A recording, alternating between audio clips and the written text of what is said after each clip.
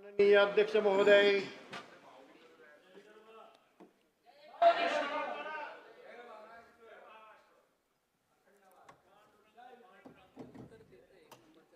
प्रश्नोत्तरे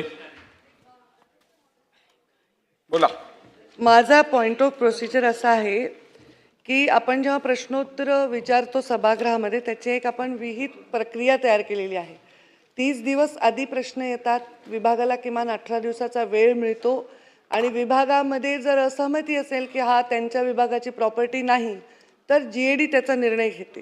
काल रात्री अत्यंत उशिरा हा प्रश्न क्रमांक जो आजच्या 1 नंबरचा प्रश्न आहे तो माझ्याकडे आलेला आहे.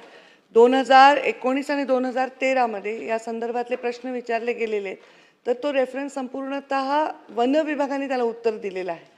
हा विषय पर्यावरण विभागाकडे येत नाही.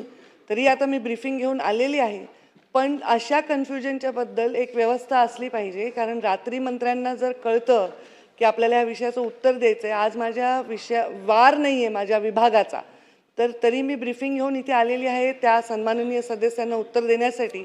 पण हा विभागाच्या बद्दल आपण निर्देश द्यावे की जर GADनी व्यवस्थित याबाबत तपासून विभागाला विशेष ज्याचा अधिकार आहे त्यांना हे प्रश्न आपण ट्रान्सफर केले पाहिजे आणि त्याचा मागचा थोडा अभ्यास केला पाहिजे. आणि तसं असेल जर प्रश्न अडचण असेल तर तो राखून ठेवला पाहिजे. 30 दिवसापूर्वी प्रश्न दिलेला असताना जर काल रात्री 11 वाजता ते ठरवतात की हा अचानक पर्यावरण विभागाने उत्तर द्यायचं तर आणि मुळात तो पर्यावरण विभागाचा विषय कुठल्याही संबंधाने नाही. तरी पण मी आज जे आमदार आहेत ज्यांनी प्रश्न विचारला त्यांच्या सन्मानादाखल तिन्ही विभागांना बोलवून त्यांचं ब्रीफिंग घेऊन उत्तर देण्यासाठी तयार आहे. पण ही माझी पॉइंट ऑफ प्रोसिजर मी आपण जो मुद्दा मांडलेला आहे तो बरोबर आहे की शेवटी ब्रीफिंग घेण्यासाठी आणि प्रश्नाचं समाधानकारक उत्तर देण्यासाठी पुरेसा वेळ हा मंत्र्यांना मिळायला पाहिजे. आणि आपल्याकडे जे प्रचलित पद्धत आहे त्याप्रमाणे विधिमंडळातून जेव्हा एखादा प्रश्न मंत्रालयात जातो तेव्हा त्या संबंधित विभागाकडे जातो आणि त्या विभागाशी निगडीत जर तो नसेल तर मग GADकडे रेफर केला जातो आणि मग त्यावरती निर्णय होऊन संबंधित विभागाकडे जातो. त्यात खरं तर मुख्य सचिवांनी लक्ष टाकणं आवश्यक आहे. तसे निर्देशही मी मुख्य सचिवांना देईन आणि यापुढे असे प्रश्न ज्या वेळेला ॲम्बिग्युटी असेल कुठच्या खात्याकडे जायला पाहिजेत त्यावेळेला असा प्रश्न जर लास्ट मिनिट आला तर तो आपण सभागृहात त्याचा उल्लेख करून आपण निर्णय घेऊ, राखून ठेवायचा, अधिक वेळ द्यायचा किंवा इतर काय ठरवायचं. तर त्याप्रमाणे जे आपण निर्देश देऊ. आज सुदैवाने वनमंत्री आणि पर्यावरण मंत्री दोघंही सभागृहात आहेत, त्यामुळे एकमेकांना मदत करून तुम्ही चांगलं उत्तर द्या. प्रश्न क्रमांक 1. प्रश्न क्रमांक 7258. अध्यक्ष महोदय छापल्याप्रमाणे. अध्यक्ष महोदय, कांदळवन नष्ट करण्याबाबत आज जी प्रक्रिया अवलंबली जाते त्यामध्ये पर्यावरण संरक्षण अधिनियम 1986 अंतर्गत उपविभागीय अधिकारी किंवा तहसीलदार हे गुन्हे दाखल करत असतात आणि भारतीय वन अधिनियम अंतर्गत गुन्हा दाखल केल्यास 6 महिन्याची शिक्षा आहे आणि पर्यावरण अधिनियम अंतर्गत 5 वर्षांची शिक्षा आहे. माझा पहिला प्रश्न अध्यक्ष महोदय हा आहे की यामध्ये दोन्ही विभागांअंतर्गत हे गुन्हे दाखल होणार का, जेणेकरून या गुन्ह्यांचं गांभीर्य वाढू शकेल. माझा दुसरा प्रश्न हा आहे अध्यक्ष महोदय की 5 वर्षाची शिक्षा असल्यामुळे आता भारतीय न्याय संहितेप्रमाणे 7 वर्षाखालील शिक्षेला फक्त जामीन नोटीस देऊन सोडता येतं, जामीन मिळतो लगेच. तर त्यासाठी हा इतका महत्त्वाचा आणि गंभीर गुन्हा आहे. जैवविविधतेला धोका निर्माण होतो, पर्यावरण आपलं नष्ट होतं आहे, त्याला हानिकारक असं हे कांदळवन कत्तलीचा हा गुन्हा आहे. तर ह्यासाठी कायद्यामध्ये सुधारणा करून ही शिक्षा 7 वर्षापेक्षा जास्त करणार का, जेणेकरून आरोपींना अटक होऊ शकेल आणि कायद्याचा धाक निर्माण होईल. कारण की यामध्ये उत्तरामध्येही दिलेलं आहे आणि माझ्या माहितीनुसार 24 गुन्हे दाखल झालेले आहेत अध्यक्ष महोदय, पण एकालाही अटक झालेली नाही आहे, त्यावरती काही कारवाई झालेली नाही आहे. एका गुन्ह्यामध्ये तर एका आरोपीला सलग 4 वेळा जामीन मिळालेला आहे, पुन्हा तो ते गुन्हे करायला मोकळा झालेला आहे. तर ह्यासाठी काहीतरी आपण कायद्यामध्ये सुधारणा करून ही शिक्षा वाढ करणार का. तिसरा मुद्दा माझा असा आहे अध्यक्ष महोदय की हे कांदळवन कत्तल हा कोणी एक व्यक्ती करू शकत नाही. कांदळवन कत्तल करून तिथे बेकायदेशीर भराव केला जातो, राडारोड्याचा भराव केला जातो, ही संघटित गुन्हेगारी आहे अध्यक्ष महोदय. यामध्ये जमीन मालक, तिकडचे स्थानिक महसूल चे अधिकारी, वन अधिकारी, महानगरपालिकेचे अधिकारी या सगळ्यांच्या संगनमताने हे गुन्हे घडत असतात.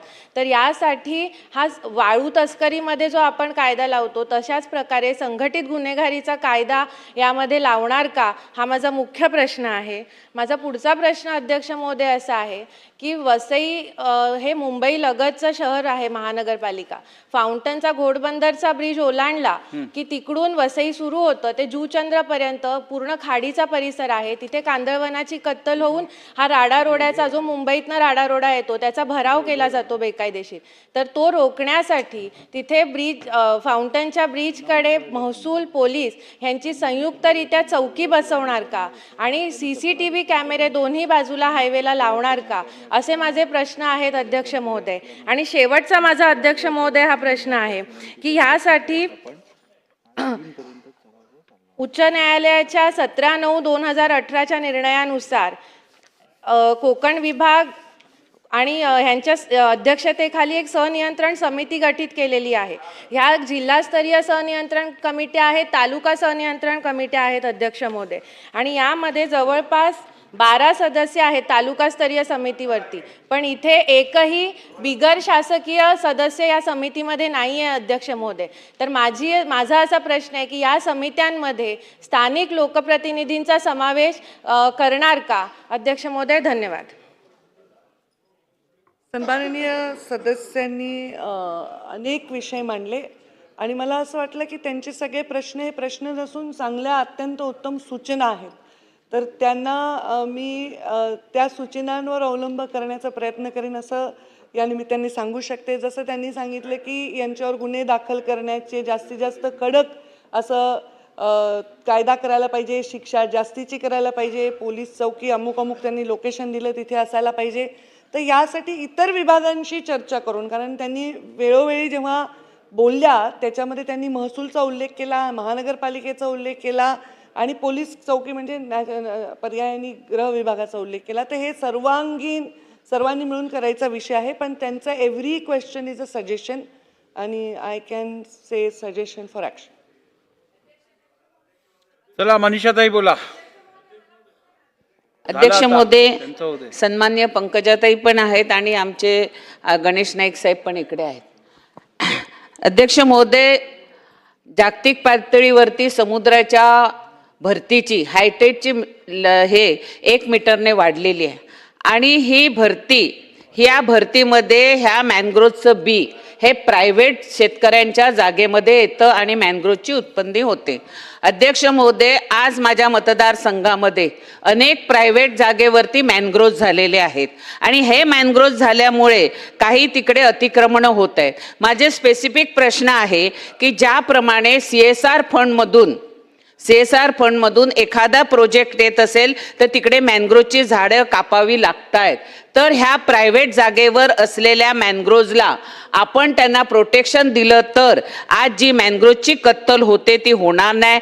तर त्यांना जसं इतर देशामध्ये श्रीलंकेमध्ये असेल किंवा अनेक दुसऱ्या राज्यामध्ये असेल मॅनग्रोव्हसाठी कार्बन क्रेडिट ही योजना आहे, तर आपण महाराष्ट्रामध्ये आमच्या ह्या समुद्रकिनारी असलेल्या शेतकऱ्यांना न्याय देण्यासाठी त्यांच्या प्रायव्हेट जागेमध्ये जिथे मॅनग्रोव्ह उत्पन्न झालेले आहेत त्या लोकांना मॅनग्रोव्ह प्रोटेक्ट होतील आणि त्या लोकांना कार्बन क्रेडिट जर दिली आपण तर ही मॅनग्रोव्हची कत्तल होणार नाही. ह्यासाठी शासन हा पॉझिटिव्ह विचार करणार का आणि शेतकऱ्यांना न्याय देणार का? कारण की आता प्रायव्हेट जागेमध्ये भरती वाढल्यामध्ये कुठेही मॅनग्रोव्हचं बी येतं आणि शेतकऱ्याच्या जागेमध्ये मॅनग्रोव्ह तयार होतात. जर एखादा मुंबईला राहणारा शेतकरी गावाला 2-4 वर्ष गेला नाही तर त्याच्या प्रायव्हेट जागेमध्ये मॅनग्रोव्ह हे ते 4 ते 5 फुटाचे होऊन जातात, मग मॅनग्रोव्ह कापता येत नाही. तर आपल्याला मॅनग्रोव्हचं प्रोटेक्शन पण होईल आणि शेतकऱ्यांना सुद्धा न्याय मिळेल. तर आपण ह्याचा पॉझिटिव्हली विचार करणार का? सन्माननीय सदस्य मनीषाताईंनी जे सूचना केली त्याचा नक्कीच पॉझिटिव्ह विचार करण्यात येईल. जिथे अचानक शेतकऱ्यांच्या वैयक्तिक जमिनीवर मॅनग्रोव्ह असतील तर त्याचं संरक्षण करण्यासाठी त्यांना सुद्धा ताकद दिली जाईल आणि तशा प्रकारचे क्रेडिट स्पेशली निर्माण करण्यासाठी सकारात्मक पावलं उचलली जातील. उत्तरामध्ये अंशतः बदल आहे. मगाशी मी पॉईंट ऑफ प्रोसिजरमध्ये सांगायचं राहिलं सेकंडमध्ये, हे अंशतः खरे असं वाचण्यात यावं. खेळकर साहेब बोला. अध्यक्ष महोदय, हा खरा कांदळवनाचा प्रश्न जो आहे तो अत्यंत महत्त्वाचा आहे आणि ठाणे जिल्ह्याकरता तर जास्त महत्त्वाचा आहे अध्यक्ष महोदय. कारण ठाणे जिल्हा हा संबंध खाडीने वेढलेला आहे, मग वसई असेल किंवा ठाणे असेल. अध्यक्ष महोदय, याच्यामध्ये कुठल्या विभागात येतो हा मोठा प्रश्न त्यावेळेला पडतो. आता ठाण्याच्या सगळ्या खाडीच्या भोवती परिसरामध्ये एवढा मोठं बांधकाम, त्या ठिकाणी काही ठिकाणी तर मैदानं तयार केलेली आहे, डेब्रिज टाकलेलं आहे, अनधिकृतपणे जे जे करता येईल ते सगळं केलेलं आहे. आणि कांदळवन हे संरक्षक भिंत आहे अध्यक्ष महोदय, आणि त्याला देखील इतका मोठा ऱ्हास चाललेला आहे. अध्यक्ष महोदय, याच्यामध्ये महापालिका म्हणते महसूलला सांगा, महसूल सांगतं वन खात्याला सांगा, आणि याच्यामध्ये जो काही एकमेकावर टोलवाटोलवी होते त्याच्यातून तोपर्यंत सगळं कांदळवनाचा ऱ्हास झालेला असतो. त्यामुळे या निमित्ताने माझा एकच प्रश्न आहे की या संबंधामधली नेहमी सांगितलं जातं की आम्ही एक SOP तयार केलेला आहे, पण असं काही नाही. अधिकाऱ्यांचं आपापसामध्ये कुठेही काही कोऑर्डिनेशन नसतं, आणि त्यामुळे हे जर कांदळवन या ठिकाणचं वाचवायचं असेल तर कठोर कारवाई करण्याची गरज आहे. आणि त्याच्याकरता आपण ठोस अशा प्रकारची काही नियोजन करणार का? कांदळवनाला कोणीही स्पर्श करू नये, त्याची कत्तल होऊ नये याच्यासाठी कायदे अस्तित्वात आहेच. आता याच्यामध्ये एक मॅनग्रोव्ह सेल असतं जे वन विभागाकडे आहे आणि त्याच्या अंडर ते हँडओव्हर केले जातात. आता जसं उदाहरण द्यायचं झालं तर जवळपास सुमारे 10,000 हेक्टरच्या आसपास ते मॅनग्रोव्ह आहेत. 3,884 हँडेड ओव्हर केले आपण वन विभागाला. रेव्हेन्यू आपण म्हणजे आम्ही नाही, रेव्हेन्यू विभाग त्यांना हँडओव्हर केलं. असं वेगवेगळ्या विभागाच्या जागेवर असेल तर ते वन विभागाला हँडओव्हर करण्यासाठीच मॅनग्रोव्ह सेल आहे आणि ते त्याचं पूर्णतः प्रोटेक्शन करणं त्यांची जबाबदारी आहे. आणि पर्यावरणाचा ऱ्हास होणार असेल अशी तक्रार असेल तर कारवाई करण्यासाठी आम्ही सज्ज आहोत. गावित साहेब बोला. सर, वसई विरार महानगरपालिकेच्या क्षेत्रामध्ये जवळजवळ 1,464 हेक्टरमध्ये त्या ठिकाणी कांदळवनाची त्या ठिकाणी आपलं ते क्षेत्र त्या वसई विरार महानगरपालिकामध्ये क्षेत्रात येत असताना त्या ठिकाणी जिल्हा भूमी अभिलेखांनी वेळोवेळी या ठिकाणी आपलं वन विभागाला आणि त्याचप्रमाणे महसूल विभागाला त्या ठिकाणी वेळोवेळी कळवलं असताना आतापर्यंत फक्त 241 हेक्टर फक्त जमीन त्या ठिकाणी कांदळवन जमीन त्या ठिकाणी ताब्यात घेण्यात आलेली आहे. आणि एक नारंगी आणि मारंबाळा या ठिकाणी त्या ठिकाणी जेटी बनवण्यात आली. खऱ्या अर्थाने त्या कांदळवन त्या ठिकाणी त्यांना सरळ रस्ता असतानासुद्धा नारंगी आणि मारंबाळा या ठिकाणी त्यांनी कांदळवनमधनं त्या ठिकाणी अनेक कांदळवन आणि तिवराची झाडं त्या ठिकाणी तोडलेली आहे. ताई, माझा एक स्पेसिफिक प्रश्न आहे की 1464 हेक्टर या आपल्या कांदळवन जमिनीपैकी फक्त आतापर्यंत 241 हेक्टर जमीन ही त्या ठिकाणी ताब्यात घेण्यात आलेली आहे. याचा अर्थ त्या ठिकाणी आपलं जे आपलं CCF असतील किंवा अन्य आपले जे वन अधिकारी असतील त्यांची ही एक नैतिक जबाबदारी आहे. आणि भूमी अभिलेख आणि महसूल विभागाने सुद्धा त्या ठिकाणी वेळोवेळी कळवलेलं आहे की आपण त्या ठिकाणी त्या जमिनीत आपण ताब्यात घेण्यात यावं. आणि 2011 आणि 2011 पासून तर आतापर्यंत ताई त्या ठिकाणी वसई विरार महानगरपालिकामध्ये ज्यांची सत्ता ग्रामपंचायतपासून नगरपालिकेपासून महानगरपालिकेमध्ये ज्यांची सत्ता होती त्यांनी प्रचंड त्या ठिकाणी त्या कांदळवनाची तोडफोड कत्तल केलेली आहे. आणि म्हणून माझी विनंती आहे की असे जे भूमाफिया आहे किंवा ज्यांनी या कांदळवनाच्या झाडांची कत्तल केलेली आहे तर त्यांच्यावरती त्या ठिकाणी आतापर्यंत ज्यांच्यावर गुन्हे दाखल झालेले आहे, हायकोर्टाने सुद्धा त्या ठिकाणी निर्देश दिलेला आहे की त्याच्यावर त्या ठिकाणी कारवाई करण्यात यावी. परंतु प्रामुख्याने आपल्या डिपार्टमेंटचं CCFचं किंवा आपलं DFO असतील त्यांची त्या ठिकाणी नैतिक जबाबदारी आहे. आपण त्यांच्यावर त्या ठिकाणी आपण कारवाई करणार आहात. अध्यक्ष महोदय, मला जेवढं ऐकता आलं मी ऐकायचा प्रयत्न केला, कारण अजिबात सभागृहात शांतता नाही आहे. मला ऐकून यायला ते काय म्हणाल. तुमचं म्हणणं आहे की Your phone वापरा. कारण एक तर हा आवाज जास्त पाहिजे नाही, दोन्ही बाजूला इतके जोरजोरात लोक बोलतात ना अध्यक्ष महोदय की समोरच्याचं ऐकता येत नाही. तुम्ही मला जे विचारलंय, माझ्या मते जे मी ऐकलंय त्याच्यामध्ये असं आहे की आपण ज्यांनी कत्तल केली त्यांच्यावर कारवाई करणार का, आणि जिथे स्थानिक म्हणजे अगदी ग्रामपंचायतपासून ते नगरपालिकेपर्यंत तुम्हाला असं म्हणायचं आहे की स्थानिक लोक तिथे हात मिळवणी करून या कांदळवानांची कत्तल करतात. आता त्याच्यामध्ये काही व्यावसायिक लोक असू शकतात, काही जाणीवपूर्वक तिथे काही डेव्हलपमेंट करण्याच्या दृष्टीने लोक करू शकतात. तर हे बरोबर आहे. असं जर होत असेल तर त्यांच्यावर कारवाई करणं क्रमप्राप्त आहे. कायद्याने तसंच केलं पाहिजे. आता जवळपास मी आत्ता सांगितलं की आमच्या उत्तरात देखील आम्ही सांगितले की 19 असे वन विभागाने, म्हणजे आता तुम्ही मगाशी जे प्रश्नामध्ये उत्तर देत असताना तुम्ही प्रांत किंवा हे जे काही पद उल्लेख केला ते रेव्हेन्यूशी संबंधित आहेत, वन विभागाशी संबंधित आहेत. त्याच्यावर मी काही फार बोलणं उचित नाही, पण मी पर्यावरणाचा ऱ्हास थांबवणं माझी जबाबदारी मंत्रालयाची असल्यामुळे मी एवढं सांगेन की याच्यावर अतिक्रमण जर कोणी करत असेल, त्यांची कत्तल करत असेल तर त्यांच्यावर गुन्हे दाखल केलेच पाहिजे. 19 प्रकरणामध्ये आत्तापर्यंत गुन्हे दाखल झाले आहेत आणि काही प्रकरणात झाले नाही अशी आपली तक्रार असेल सन्माननीय सदस्याची, तर त्यांनी मला निवेदनाच्या स्वरूपामध्ये मला तसं पत्र द्यावं, माझ्या दालनामध्ये यावं किंवा मला माझ्या ऑफिसमध्ये ते पत्र दिलं तर मी तात्काळ त्याच्यावर कारवाई करण्याचे आदेश संबंधितांना देईन. प्रश्न क्रमांक 2. ताई, तुम्हाला दिली संधी, आता त्यात बोला. चला अध्यक्ष महोदय, माझं समाधान झालेलं नाही आहे अध्यक्ष महोदय. बोला बोला. अध्यक्ष महोदय, सन्माननीय मंत्री महोदयांनी म्हटलं की गुन्हे दाखल केले पाहिजेत. आज या सभागृहामध्ये सन्माननीय महसूल मंत्री आहेत, सन्माननीय वनमंत्री आहेत, सन्माननीय पर्यावरण मंत्री सुद्धा आहेत. या विषयाच्या संदर्भातले तीनही सन्माननीय मंत्री आज इथे उपस्थित आहेत. माझं अध्यक्ष महोदय पुन्हा प्रश्न तोच आहे की कांदळवनाची कत्तल हा साधा गुन्हा नाही आहे. पूर्वी यासाठी मनुष्यवधाचा गुन्हा दाखल व्हायचा. आता फक्त 5 वर्षाची शिक्षा झाली. म्हणून माझा पुन्हा प्रश्न तोच आहे की या गुन्ह्यासाठी संघटित गुन्हेगारीचा कायदा लावणार का, जसा वाळू तस्करीसाठी आपण लावतो, आणि या गुन्हेगारांना कडक शिक्षा करणार का अध्यक्ष महोदय. कारण 19 गुन्हे दाखल झालेत पण एकालाही साधी अटक सुद्धा झालेली नाही आहे. जामिनावर सगळेजण मोकळे होतात, पुन्हा कत्तली करतात, पुन्हा भराव करतात. अध्यक्ष महोदय, एका ठिकाणी आमच्या वसईमध्ये खाड्यांची रुंदीकरण करता येत नाही मँग्रोव्हमुळे, म्हणून पूर परिस्थिती निर्माण होते, आणि एका ठिकाणी हे सगळे भूमाफिया अशी कांदळवनाची कत्तल करतायत. हा खूप गंभीर प्रश्न आहे. आमच्या पूर्ण वसईचं भविष्य आज या सभागृहाच्या हातात आहे अध्यक्ष महोदय. त्यामुळे या प्रश्नाचं गांभीर्य लक्षात घेऊन माझ्या प्रश्नाचं उत्तर मिळावं अशी खरं अपेक्षा तर आहे. हा विषय वन खात्याकडे जायला पाहिजे ना. थँक्यू. तरी सन्माननीय सदस्य, एक महिला सदस्य आहेत, तळमळीने प्रश्न मांडत आहेत स्नेहाताई.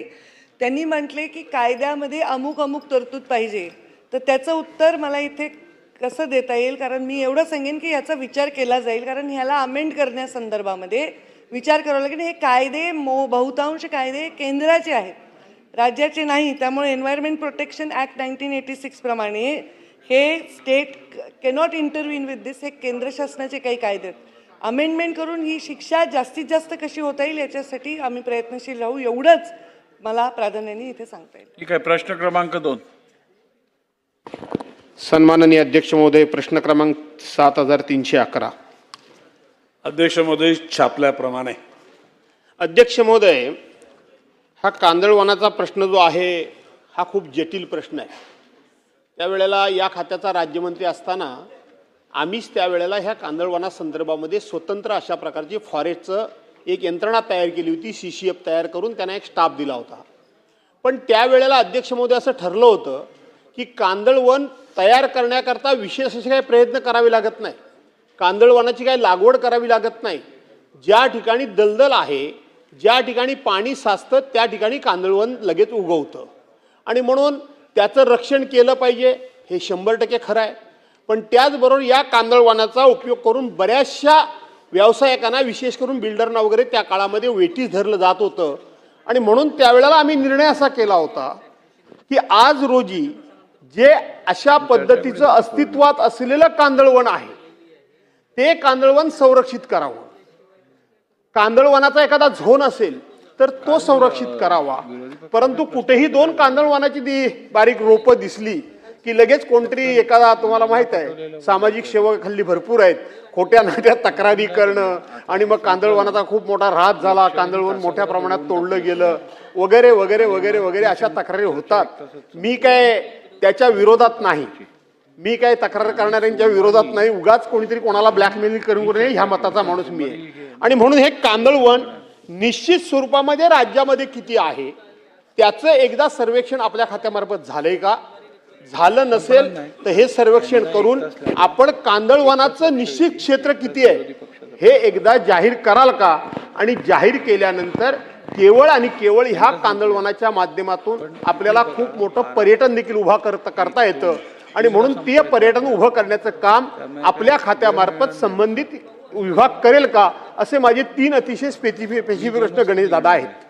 गणेश दादा एवढ्या करता म्हटलं, दादा म्हणजे फक्त लोकांना एकच वाटतं दादा उत्तर देतात. अध्यक्ष महोदय, सन्माननीय ज्येष्ठ सदस्य भास्कररावजी जाधव यांनी हा जो प्रश्न विचारलाय त्याचा रोख निरालाय. परंतु भास्करराव गेले पहिल्या प्रश्नाच्याकडे. कांदळवन ज्याला आपल्या ग्रामीण भाषेमध्ये खोट म्हणतो, खोट, जी खोटीची झाडाच्या फांद्या म्हशीनात जर त्या ठिकाणी चारल्या तर म्हशींचं दूध पौष्टिक होतं, अशा प्रकारची लोकांची समज आहे आणि ती खरी आहे. कांदळवन म्हणजे त्याची बी आणि त्याचं रोप तयार होताना, ती वरती तयार होताना ती गळल्यानंतर लाटेबरोबर जिथे जाईल तिथे ते रुजतं. आपण मगाशी म्हटलं की ज्या ठिकाणी दलदल आहे, दलदल नाही, खाऱ्या पाण्याची दलदल असेल तरच ते रुजतं. जर का ते खारं पाणी याचं बंद केलं ते मरतं. म्हणून माझं असं म्हणणं आहे की कांदळवनाच्या बाबतीमध्ये राज्य शासन आणि केंद्र सरकारचं सेन्सिटिव्ह आहे. भास्करराव जाधव साहेब, तुम्ही सांगितल्याप्रमाणे याचं एकूण Gujarat border to Goa border एकूण क्षेत्रफळ किती आहे याचं संपूर्ण त्या ठिकाणी सर्वेक्षण चालू आहे. कांदळवनाच्या अनुषंगानं पर्यटन उभं करणं, कांदळवनाचं रक्षण करणं, या ठिकाणी त्या कांदळवनामध्ये एवढी झाडं नव्हती. मेस्वाक नावाचं एक झाड, ज्याला आपण म्हणतो मेस्वाक, जी टूथब्रश आहे, पेस्ट, ते झाड सुद्धा तिथं होतं, ते नष्ट झालेलं आहे. आणि त्याच्यामुळे आता फक्त काय त्या ठिकाणी फ्लेमिंगोज फक्त येतात किंवा काही तुर्ल पक्षी येतात. एकूणच पर्यावरणाचा समतोल त्या ठिकाणी राखणं, कांदळवनाच्या अनुषंगाने सगळ्यांना त्या ठिकाणी चांगल्या प्रकारचं पक्ष्यांचं दर्शन व्हावं, अशा विविध प्रकारच्या गोष्टी लक्षात ठेवून कांदळवनाचं रक्षण करण्याची जबाबदारी राज्य सरकारची आहे आणि ती केली जाईल. आता आपण जो मूळ प्रश्न विचारलाय कुठला, की जी एकूण कांदळवन, किनारा, मच्छीमार, होणारे अपघात, किनाऱ्याला लोकांना निश्चित माहिती नसल्या कारणानं लोक बुडली जातात, त्यांना वाचवण्याचा प्रयत्न, आणि म्हणून अशा करता एक कार्यशाळा कांदळवन आणि बॉम्बे हिस्ट्री जी ऑर्गनायझेशन त्यांच्या संयुक्त विद्यमाने तिथं ठेवली होती. 135 सदस्य 2 दिवस इथे राहिले होते आणि तिथल्या त्यात स्वस्त्यात जी चांगली व्यवस्था आहे अशा प्रकारची ती हॉल घेतला गेला. त्या ठिकाणी कोस्ट गार्ड, पोलीस यंत्रणा, महसूल यंत्रणा, तिथले मच्छीमार, समाजसेवक, तज्ज्ञ लोकांना सगळ्यांना घेऊन जागरूकता निर्माण करण्यासाठी हा त्या ठिकाणी खर्च केला गेला. 7,51,000 तशा बघायला गेलं मी सांगतो काही नगण्य आहे तो, परंतु त्याच्याद्वारे जी जागरूकता झाली ती निश्चितपणे भविष्यकाल करता पूरक आहे. आणि म्हणून भविष्यकालामध्ये कांदळवनाचं रक्षण केलं जाईल. किंबहुना मगाशी प्रश्न तो पालघर जिल्ह्याचा पालकमंत्री आणि वनमंत्री या 2 जबाबदाऱ्या असल्या कारणानं पालघर जिल्ह्यात जाताना तिथे कॅमेरा लावण्याची सूचना मी जिल्हाधिकाऱ्यांना केली आहे. पोलीसचे अधिकारी, महसूलचे अधिकारी आणि वनाचे अधिकारी राऊंड क्लॉक 24 तास त्याच्यावर निगराणी करतील. कुठल्याही प्रकारच्या मुंबईच्या डेब्रीजच्या गाड्या तिथं जाणार नाहीत आणि गेल्यात तर त्यांच्यावर हेवी पॅनल्टी लावून भविष्यकाळामध्ये त्याला प्रतिबंध केला जाईल अशा प्रकारची भूमिका घेतलेली आहे. मी मान्य करतो की माझा प्रश्नाचा रोख वेगळा होता, परंतु अध्यक्ष महोदय, माझ्या संपूर्ण राजकीय जीवनामध्ये मी कधीच कोणावर भ्रष्टाचाराचा किंवा वैयक्तिक आरोप केलेला नाही आणि हा विषय तर फार छोटा आहे. 7,50,000 रुपयाचा आहे. प्रश्न हा टाकला गेला कसा गेला ह्याच्यात मी काही बोलत नाही आणि म्हणून मी सकारात्मक भूमिकेकडे वळलो. याचा अर्थ योगेशजी मी मूळ प्रश्नाला बगल दिली असा त्याचा अर्थ नाही. 7,50,000च्या भ्रष्टाचारावर काय बोलायचं? आणि मी तर कधीच कोणाच्या भ्रष्टाचाराबद्दल माझ्या संपूर्ण राजकीय जीवनामध्ये बोललेलो नाही. जरी झाला असला तरी माहिती असला तरी मी तो विषय टाळतो आणि म्हणून तो विषय मी जाणीवपूर्वक टाळला. मला कोणतरी अधिकारी भेटले वगैरे असा काही मेसेज या ठिकाणी जाण्याचं काही कारण नाही. माझा तो विषय नाही, माझा तो हेतू नाही. दादा, मुद्दा असा आहे की हे कांदळवन खारी पाण्याच्या बॅकवॉटरपासून तयार होतं हे आपण आता म्हटलं ते खरं आहे, पण याचा आपल्या कोकणाच्या विकासावर खूप मोठा परिणाम होतोय. कारण असं एक उदाहरण सांगतो की माझ्या मतदारसंघामध्ये बहिरवली करमवणे, बहिरवली खेड तालुक्यामध्ये, करमवणे अध्यक्ष महोदय चिपळूण तालुक्यामध्ये माननीय तात्कालिक बांधकाम मंत्री सन्मान्य चंद्रकांत दादा पाटील यांनी मला एक पूल मंजूर केला. त्यावेळेला इस्टिमेट कॉस्ट होती 35 लाख रुपये. आज त्याचे 35 लाख रुपये, आज त्याची झाली 150 कोटी रुपये. त्या पुलाची किंमत झाली 150 कोटी रुपये, परंतु त्याला कांदळवनाच्या नावाखाली परवानगी मिळत नाही. काय सांगतात? एक तुम्ही स्वतंत्र अशा प्रकारची एजन्सी नेमा, ती एजन्सी तुम्हाला परवानगी मिळवून देईल.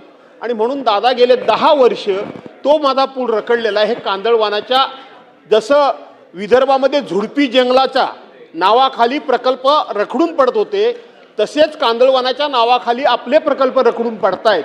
म्हणून मी म्हटलं की निश्चित कांदळवन कुठे आहे, किती आहे, हा एरिया आयडेंटिफाय करून जाहीर कराल का म्हणून. आणि माझा जो भैरवली करमवणे पूल आहे, तुमच्याकडे हट्ट करण्याचा माझा अधिकार आहे की नाही, त्याला लवकरात लवकर कांदळवनाची आपली म्हणजे आपल्या खात्याची NOC लवकर आपण द्याल काय, ह्याच्याशी संबंध नाही, परंतु मी तो विकासाचा प्रश्न मांडला आहे. अध्यक्ष महोदय, सन्माननीय भास्करराव जाधव यांनी जो प्रश्न कांदळवनामुळे जनतेच्या सुविधा रोखल्या जातात, त्या रोखल्या जाऊ नयेत अशाच भावनेचे आम्ही आहोत. आणि आपण सांगितलेली जो पुलाचा उल्लेख केला आहे ती माहिती मागवली जाईल. कांदळवनाच्या झाडांचं स्थलांतर करू आपण आणि त्या ठिकाणी केंद्र सरकारच्या नियमानुसार त्याची परवानगी घेऊन आपल्याकडचा तो रखडलेला मार्ग खुला करू, एवढं तुम्ही या ठिकाणी. चला पुढे जाऊया. हे सकारात्मक उत्तर माननीय मंत्री महोदयांनी कांदळवनाच्या बद्दलचं दिलं आहे. अध्यक्ष महाराज, आत्ता माननीय सुप्रीम कोर्टाने या सगळ्या वनशब्द असलेल्या सगळ्या जमिनी या सगळ्या फॉरेस्टला ताब्यात द्या अशा त्या पद्धतीचा निर्णय माननीय सुप्रीम कोर्टाचा आला. सरकारने त्या निर्णयाचं स्वागत पण केलं. दादा, माझं एवढंच म्हणणं आहे की विकासाची कामं, लोकांची घरं, गरिबांची घरं, या सगळ्या गोष्टी याच्यामध्ये मोठ्या प्रमाणात अडलेल्या आहेत. काही लोकांची घरं पण झुडपीच्या याच्यामध्ये अडलेली आहेत, कांदळवनामध्ये अडलेली आहेत. मी आपल्याला या निमित्तानं स्पेसिफिक प्रश्न माझा असा आहे की तुम्हाला हे जे तुम्ही हटवून घेऊ तर म्हणाला तर तुम्हाला करता येणार नाही, कारण की माननीय सुप्रीम कोर्टाने त्या पद्धतीचं म्हणून तुम्ही रिट पिटिशन जे माननीय सुप्रीम कोर्टाने जे दिलेलं आपण माहिती द्यायला कमी पडलो त्याच्यामध्ये, आणि त्याच्यामुळे माननीय सुप्रीम कोर्टाने त्या पद्धतीचा निर्णय दिलेला आहे. वास्तविकता माननीय सुप्रीम कोर्टाच्या समोर गेलेली नाही असं मला वाटते आहे. आणि म्हणून माझा आपल्याला स्पेसिफिक प्रश्न असा आहे की आपण माननीय सुप्रीम कोर्टाने दिलेल्या निर्णयावर रिट पिटिशन दाखल करून वास्तविकता त्या ठिकाणी मांडून हा जर सगळ्या शब्दाला वन शब्द लावून घेतलेला झुडपी जंगल, कांदळवन या सगळ्या व्यवस्थेला मोकळं करण्याची भूमिका शासनाची राहील का, हा माझा स्पेसिफिक प्रश्न. अध्यक्ष महोदय, सन्माननीय नाना पटोले साहेबांनी जो या ठिकाणी प्रश्न उपस्थित की केंद्र सरकारच्या भूमिका असताना सुद्धा सर्वोच्च न्यायालयाने दिलेल्या निर्णयामुळे काही ठिकाणी एकूण प्रगतीचे मार्ग रोखले गेलेले आहेत आणि म्हणून रिव्ह्यू पिटिशन दाखल निश्चितपणे केला जाईल आणि ज्या लोकांच्या अडचणी आहेत त्या तिथे माननीय सर्वोच्च न्यायालयाला अवगत केल्या जातील आणि त्याच्यातून मार्ग काढण्याचा निश्चितपणे प्रयत्न केला जाईल. प्रश्न क्रमांक 3 7,822 7,822. अध्यक्ष महोदय, छापल्याप्रमाणे. अध्यक्ष महोदय, काय झालं? अध्यक्ष महोदय, शर्तभंग प्रकरणी संस्थेत प्रधान जमीन शासन जमा करण्याबाबत जिल्हाधिकारी मुंबई उपनगर कार्यालयाने दिनांक 27/12/2017 रोजी व अपर आयुक्त कोकण विभाग यांनी दिनांक 19/11/2018 रोजी आदेश पारित केलेले असतानाही तत्कालीन महसूल मंत्री यांनी 28 जून 2018 रोजीचे आदेश नव्हे उपरोक्त दोन्ही आदेश रद्द करून सदर जमिनीचा ताबा 15 दिवसात उक्त संस्थेस देण्याबाबत व संस्थेचे नाव वाद मिळकतीस पुन्हा लावण्याबाबत आदेश केलेले आहेत. त्याची नेमके कारण काय आहेत हे मंत्री महोदयांनी उत्तर ठीक आहे, द्यावं. मंत्री महोदय. माननीय अध्यक्ष महोदय, माननीय वरुण देसाईजींनी जो प्रश्न मांडला आहे यामध्ये बोरीवली येथील खादी ग्रामोद्योग असोसिएशन उर्फ कोरा केंद्र या खाजगी ट्रस्टला हा भूखंड दिला आहे. आणि अध्यक्ष महोदय, हा 1947 ते 53 या काळामध्ये तेव्हा 39 एकर 22 गुंठे जागा 13,375 रुपयामध्ये त्यावेळी दिली आहे. अध्यक्ष महोदय, 2019च्या नवीन धोरणाप्रमाणे वर्ग 2ची वर्ग 1 करण्याचं आपण त्या ठिकाणी धोरण घेतलं आणि बाजारभावाच्या 50% मूल्य घेऊन आपण कुठलाही शासकीय भूखंड क्लास 2 क्लास 1 करू शकतो. खरं तर याची आपण कारवाई केली आहे आणि जे माननीय त्या ठिकाणी काहीतरी गैरसमज झाला माननीय सदस्याचा, जैन समाजाचे महामुनी नयन पद्मसागरजी महाराज आणि ही जी ट्रस्ट आहे या ठिकाणी हॉस्पिटल बांधताय, मोठं त्या ठिकाणी मेडिटेशन सेंटर बांधताय, एक जवळपास 550-600 कोटी रुपयाचं इन्व्हेस्टमेंट या बोरीवलीमध्ये ते समाजाकरता करताय आणि मोठ्या प्रमाणावर सामाजिक सेवेचं कार्य या ठिकाणी होते आहे. त्यामुळं अध्यक्ष महोदय, या ठिकाणी जे माननीय सदस्यांनी प्रश्न उपस्थित केलेला आहे संपूर्ण नियमाने कुठेही नियमाच्या बाहेर न जाता आणि कुठलाही जे त्या काळात जो शर्तभंग झाला होता तो शर्तभंग पूर्ण त्या ठिकाणी त्याची कारवाई करून माननीय उच्च न्यायालयाने दिलेल्या आदेशानुसार पुन्हा त्या ठिकाणी माननीय तत्कालीन महसूल मंत्र्यांनी सुनावणी घेऊन या प्रकरणामध्ये हा भूखंड आपण 50% बाजारभावाचं मूल्य घेऊन या ट्रस्टला दिला आहे. आणि ही ट्रस्ट खऱ्या अर्थाने मुंबईकरता वरदान असलेलं बोरीवलीमध्ये अत्यंत चांगलं सेंटर त्या ठिकाणी तयार करतं आहे. त्यामुळं मला असं वाटतं माननीय सदस्यांना माझी विनंती आहे की या ट्रस्टला हे जे कार्य या मुंबईकरता होणार आहे, बोरीवलीकरता होणार आहे आणि त्यामुळं यातनं त्या भागातलं प्रचंड मोठ्या प्रमाणात पुढच्या काळामध्ये एक समाजाचं शेवटच्या कल्याणाचं व्यक्तीचं कार्य होणार आहे. प्रश्न क्रमांक 4. क्रमांक 4.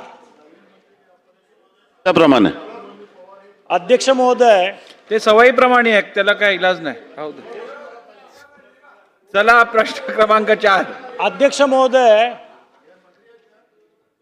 संत्रा पिकावरती मोठ्या प्रमाणावर रोगाचा प्रादुर्भाव झालाय आणि संत्रा पीक हे महाराष्ट्रात मोठ्या प्रमाणावर घेतलं जातं. अमरावती जिल्हा असेल, विदर्भ असेल, उर्वरित महाराष्ट्र असेल, याच्यामध्ये हे पीक मोठ्या प्रमाणावर घेतलं जातं. परंतु आज उत्तर दिलेलं आहे, त्या उत्तरामध्ये प्रश्न विचारलेत एक आणि उत्तर दिलंय भलतंच. असं घडलेलं आहे अध्यक्ष महोदय. मी आपल्या निदर्शनात आणू इच्छितो. प्रश्न विचारण्यात आला होता, राज्यात संत्र्याचं उत्पादन या जिल्ह्यात इतकं हेक्टर होतं, त्या जिल्ह्यात इतकं होतं. त्याच्यावर असं उत्तर दिलंय की हे अंशतः खरे आहे. जर लागवड झाली तर अंशतः कशी असेल, ती खरीच असली पाहिजे. दुसरा प्रश्न होता, त्याच्यामध्ये विचारलं होतं की संत्रा पट्ट्यामध्ये फायटोथोराचा प्रादुर्भाव झाला आहे, त्यामुळं झाड वाळते, त्यांना अन्न मिळत नाही आहे, तर त्याच्यावरती हे खरे नाही. आणि तिसऱ्या प्रश्नाला असल्यास कृषी विद्यापीठ व अन्य तज्ज्ञांचे मार्गदर्शन घेतले आहे का, हे खरे नाही. आता तज्ज्ञांचं मार्गदर्शन घेतले आहे का, हे खरे नाही कसं काय म्हणायचं. त्यामुळं उत्तर देताना दुसऱ्याचं खरे नाही, तिसऱ्याचं नाही घेतलं असं दिलं पाहिजे. अध्यक्ष महोदय, त्याच्याच खाली असं लिहिलं आहे की सन 2024-25 या वर्षामध्ये फायटोथोरा या रोगाचा प्रादुर्भाव आर्थिक नुकसान पातळीच्या वर झाला असल्याचे आढळून आलेले नाही. झाड वाढत असल्याचे व संत्रा उत्पादक शेतकऱ्यांना आर्थिक अडचणींना सामोरं जात लागते अशी कुठलीही तक्रार प्राप्त झालेली नाही. चला आता प्रश्न सगळे घ्या, शेतकरी प्रश्न. सांगतायत, अध्यक्ष महोदय आता प्रश्न विचारतो, सगळे शेतकरी सांगतायत, त्याचे फोटो मीडियामध्ये पेपरमध्ये छापून येत आहेत की झाडांना लागण झालेली आहे, 40% बागांचं नुकसान झालेलं आहे. अनेक तज्ज्ञ सांगतायत की त्याच्यामधून पाणी साठतं मुळाशी आणि पाणी मुळाशी साठल्यामुळं तो रोगाचा प्रादुर्भाव होतो, त्यातून डिंकाचा स्त्राव होतो आणि अन्य द्रव्य झाडापर्यंत जात नाही आणि परिणामी पिकावरती नुकसान होतं. पण हे असं असताना आपण अशी चुकीची उत्तरं का छापतो? जे आहे ते छापलं पाहिजे, योग्य पद्धतीने छापलं पाहिजे.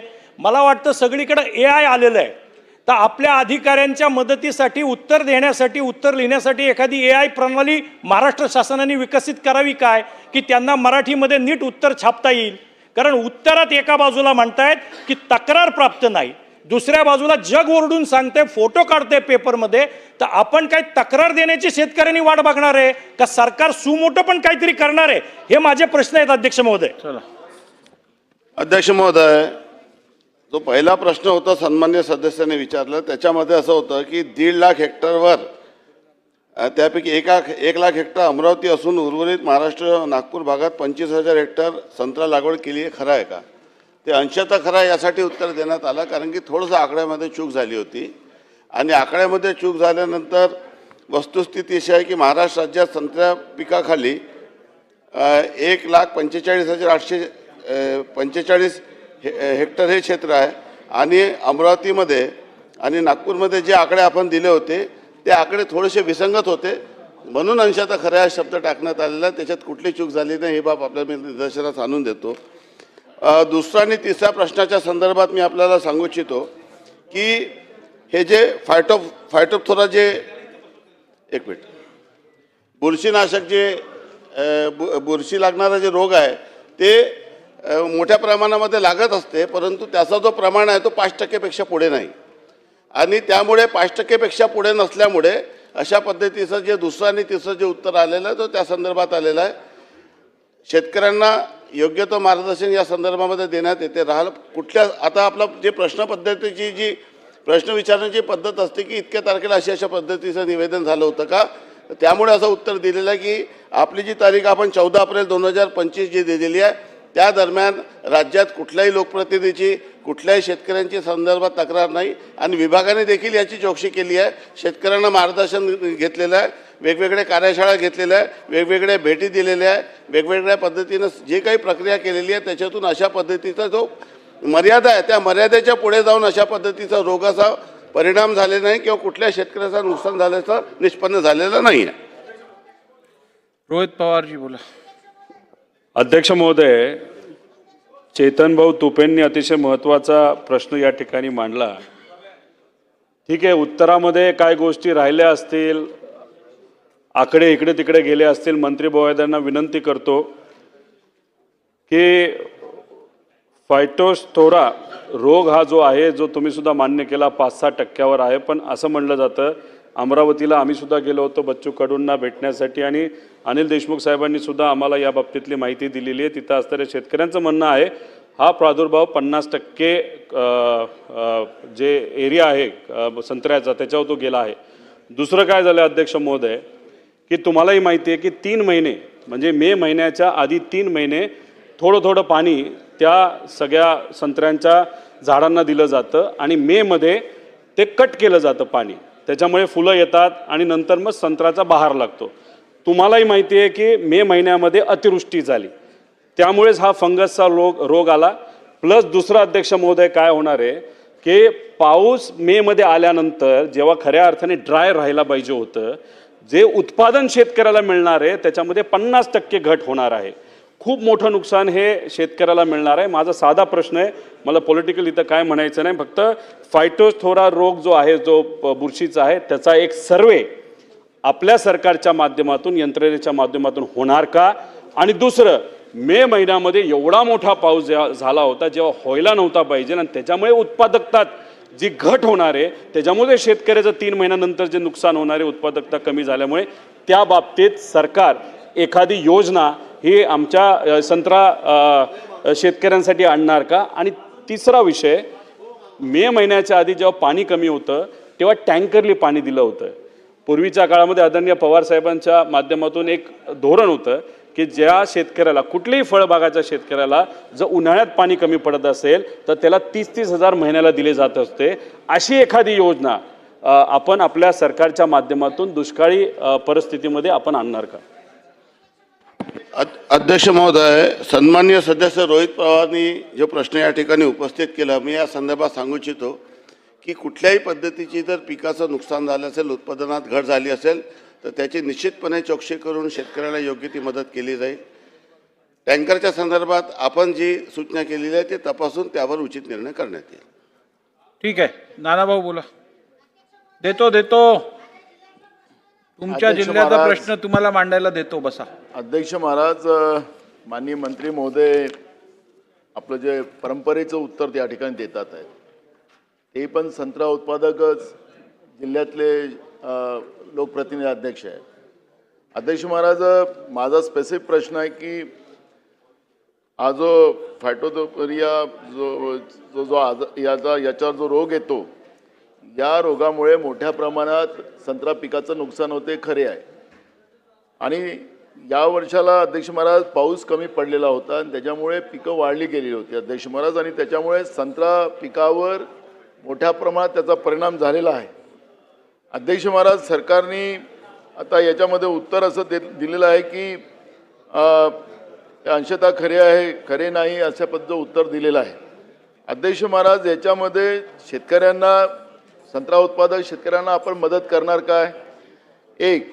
आणि दुसरा प्रश्न महत्त्वाचा आहे की या पद्धतीचे रोग येतात संत्रा झाडावर आणि पिकांवर, या रोगांसाठी दूरगामी परिणाम होणारं काही उपाययोजना शासन निर्माण करणार काय? हे माझे 2 स्पेसिफिक प्रश्न या ठिकाणी आहेत. अध्यक्ष महोदय, मी या संदर्भामध्ये सन्माननीय सदस्य नानाभाऊ पटोले यांनी सभागृहाला सांगू इच्छितो की हा जो प्रादुर्भाव आहे तो होत असतो, ते कारण की अशा पद्धतीचं प्रमाण जर त्याचा 5% जास्त झाला, 40%, 50% झाला तर पिकामध्ये परिणाम होतो. मी पूर्वी सांगितलेलं आहे की उत्पादनामध्ये जर घट झाली किंवा कुठल्या पद्धतीचं नुकसान झालं तर आपल्या प्रचलित पद्धतीनुसार आपण त्यांना योग्य ती नुकसान भरपाई देण्यासाठी प्रयत्न करू. परंतु विभागाने या संदर्भामध्ये शेतकऱ्यांशी जे काही कीड रोग सर्वेक्षण आहे, सल्ला व्यवस्थापन जे आपला प्रकल्प आहे ते राबवण्यात आला. जे अमरावती जिल्ह्यामध्ये 18 शेतीशाळा, नागपूर जिल्ह्यामध्ये 6 शेतीशाळा, एकूण 2223 पीक संरक्षण सल्ले, यूट्यूब व्हिडिओ, 23 वेबिनार, 509 गावभेटी, पोस्टर्स, वृत्तपत्र, शास्त्रज्ञ भेटी, सर्व प्रक्रिया आपल्या संदर्भात करणे. विभाग त्याच्याकडे लक्ष घालून आहे. ही एक नियमित ही जी हा जो रोग आहे हा काही प्रमाणामध्ये दरवर्षी येत असतो, परंतु त्याचा जो नुकसानीचा प्रमाण आहे तो जर वाढला तर शेतकऱ्यांची तक्रारी होतात, उत्पादनात घट होते. अशा पद्धतीची कुठली कृती झाली तर सभागृहामध्ये आपल्याला फोरम ओपन आहे. तर उत्पादनामध्ये घट झाली तर निश्चितपणे शेतकऱ्याला मदत करण्यात येईल. परंतु जे काही सर्वेक्षण झालेलं आहे, जे काही तपासणी झाली आहे, जे काही भेटी दिल्या आहे, 5%पेक्षा जास्त प्रादुर्भाव नसल्यामुळे आपल्याला कुठल्या पद्धतीची नुकसान भरपाई झाल्याचं नुकसान झाल्याचे निष्पन्न झालं नाही. त्यामुळे नुकसान भरपाई सध्या देता येत नाही, परंतु भविष्यामध्ये या संदर्भामध्ये विभाग लक्ष घालून आहे आणि जशा पद्धतीची परिस्थिती उद्भवेल त्या पद्धतीने कारवाई करण्यात येईल. खोडकेताई बोला. अध्यक्ष महोदय, आमच्या विदर्भामध्ये सगळ्यात जास्त संत्र्याची लागवड अमरावती जिल्ह्यामध्ये आहे. याच्यामध्ये सुद्धा म्हटलेलं आहे आणि आपण म्हणतोय नागपूरची संत्र म्हणून आपण ओळखली जातो, परंतु सगळ्यात जास्त लागवड ही अमरावती जिल्ह्यामध्ये होते आणि त्याच्यामध्ये वरुड असेल, मोर्शी असेल किंवा चांदूर बाजार भाग असेल या भागामध्ये होतो. आणि संत्र्यांचं उत्पादन असं आहे की त्या ठिकाणी दरवर्षी त्याचं उत्पन्न येत नाही. 3 वर्षातून एक वेळा चांगला संत्रा येतो, दरवर्षी ते फार कमी प्रमाणात येतं. त्याच्यामुळे त्या ठिकाणी असणारं हे झाड शेतकऱ्याला त्या ठिकाणी जपून ठेवावं लागतं, बगीचा जपून ठेवावा लागतो. परंतु हे सर्व करत असताना आज या ठिकाणी उत्तर देत असताना त्यांनी सांगितले होय अंशतः खरे आहे, खऱ्या अर्थानं ह्या पायटोथोरिया जो रोग आला आहे तर तो रोगाचं लक्षणं फार विचित्र आहे आणि इतके नुकसानदायक आहे की त्या ठिकाणी हा रोग जर आला तर ते जमिनीमध्ये जीवाणू तयार होतात आणि जीवाणू तयार झाल्यानंतर ते खोडामध्ये जातात आणि खोडं सुकले जातात आणि त्यामुळे खोडं ही कुजली जातात. त्याच्यामुळे त्या ठिकाणी असणारी मुळंसुद्धा सुकतात आणि झाडं हे मेली जातात आणि ती पडतात. आणि याच्या सगळ्यात महत्त्वाचा भाग म्हणजे खोडाच्या जमिनीलगतचा जो संपूर्ण भाग सडतो आणि त्याच्यामध्ये डिंकासारखा प्रादुर्भाव होतो, ही त्या रोगाची लक्षणं आहे. आणि त्यासोबतच जीवाणू बरेच दिवस जिवंत राहतात आणि त्या ठिकाणी सांगितल्याप्रमाणे यावर्षी मे महिन्यात पाऊस आला, परंतु दरवर्षी या ठिकाणी आपण बघितलं की ज्या ठिकाणी आपण ओलिताचं पाणी जेव्हा सोडतो तर तेव्हा ते पाणी जर त्या भागात गेलं तर त्या ठिकाणी असणारा संपूर्ण बगीचा हा जळून जातो. म्हणजे पटपाणीमुळे त्या ठिकाणी या जंतूची वाढ जास्त होते आणि त्यामुळे त्या बगीचाला नुकसान होते. आणि या ठिकाणी आपण म्हटलं आहे की या ठिकाणी शेतकऱ्यांचं कुठे नुकसान झालं नाही आहे, प्रश्न घ्या, आपल्या पुढे जायचंय, प्रश्न घ्या. नाही अध्यक्ष नाही, ही महोदय, फार वस्तुस्थिती महत्त्वाचा सगळ्यांना विषय माहिती आहे, ही वस्तुस्थिती. नाही, मी तुमचा दोनच प्रश्न प्रश्न सांगा विचारते. specific काय तर आहे. त्यामध्ये सगळ्यात महत्त्वाचं आहे की आपण असं म्हटलंय की याच्या अंशतः खरं आहे. तर मला या ठिकाणी शासनाला आपच्या माध्यमातून विनंती आहे की या ठिकाणी कृषी विभागाच्या माध्यमातून आपण याची चौकशी करणार का, समिती नेमणार का? अमरावती जिल्ह्यामध्ये हा मोठ्या प्रमाणात आल्यामुळे अमरावती जिल्ह्यातील सर्व शेतकरी संत्रा बागायतदारांच्या शेतकऱ्यांची आपण चौकशी करणार का, त्याची माहिती घेणार का? आणि ज्या शेतकऱ्यांचं नुकसान झालं त्या शेतकऱ्यांना आपण नुकसान भरपाई देणार का आणि किती दिवसात देणार, याचं उत्तर शासनाने द्यावं. अध्यक्ष महोदय, सन्मान्य सदस्य सुलभाताईंनी म्हटलं तीच वस्तुस्थिती आहे, त्याच्यात बिलकुल अजिबातही त्यांच्या मताशी आम्ही सहमत नाही हो, अशातली बाब नाही, ते 100% सत्य आहे. परंतु ही वस्तुस्थिती जी आहे ह्या प्रादुर्भाव होतो, परंतु हे घडलेलं नाही. जर घडलं, नुकसान झालं, झाडाचं नुकसान झालं तर निश्चितपणे मदत करण्यात येईल, मी पूर्वी सांगितलेलं आहे. ठीक आहे, सुमित वानखेडे. अध्यक्ष महोदय, माझ्या आर्वी मतदारसंघातील आर्वी तहसील असेल, आष्टी तहसील असेल, कारंजा तहसील असेल, मोठ्या प्रमाणात संत्रा उत्पादक शेतकरी आहे आणि त्यांच्या झालेल्या नुकसानासंदर्भात मला माननीय मंत्री महोदयांना प्रश्न विचारायचा आहे. यावेळी मे महिन्यात भरपूर चांगला पाऊस झाला आणि त्या पावसामुळे मृगबहर खूप चांगला आला, परंतु त्यानंतर एक 20-25 दिवसाचा सलग पावसाचा खंड असल्यामुळे या मृगबहाराचं प्रचंड मोठ्या प्रमाणात नुकसान झालं आहे. 60 ते 70% नुकसान या शेती बागायतीचं झालेलं आहे, या संत्रा बागायतीचं झालेलं आहे. माझा मंत्री महोदयांना स्पेसिफिक प्रश्न आहे की झालेला नुकसान भरपाई करण्याच्या दृष्टीने विभागामार्फत या सर्व संत्रा बागायतींचे पंचनामे करण्यात येणार आहे का व त्याबाबत प्रस्ताव शासनात सादर करण्यात येणार आहेत का? अध्यक्ष महोदय, सन्मान्य सदस्य सुमित वानखेडे यांनी ही बाब काल देखील सभागृहात भाषणात उपस्थित केलेली आहे. मी त्यांचं भाषण ऐकत होतो. त्यांनी सांगितलेली वस्तुस्थितीची तपासणी करण्यात येईल आणि त्यांच्या उपस्थितीत बैठक घेऊन त्यांचा जर अशा पद्धतीचं नुकसानीचा अहवाल त्याला मदत करण्यात येईल. प्रश्न क्रमांक 5. प्रश्न क्रमांक 5.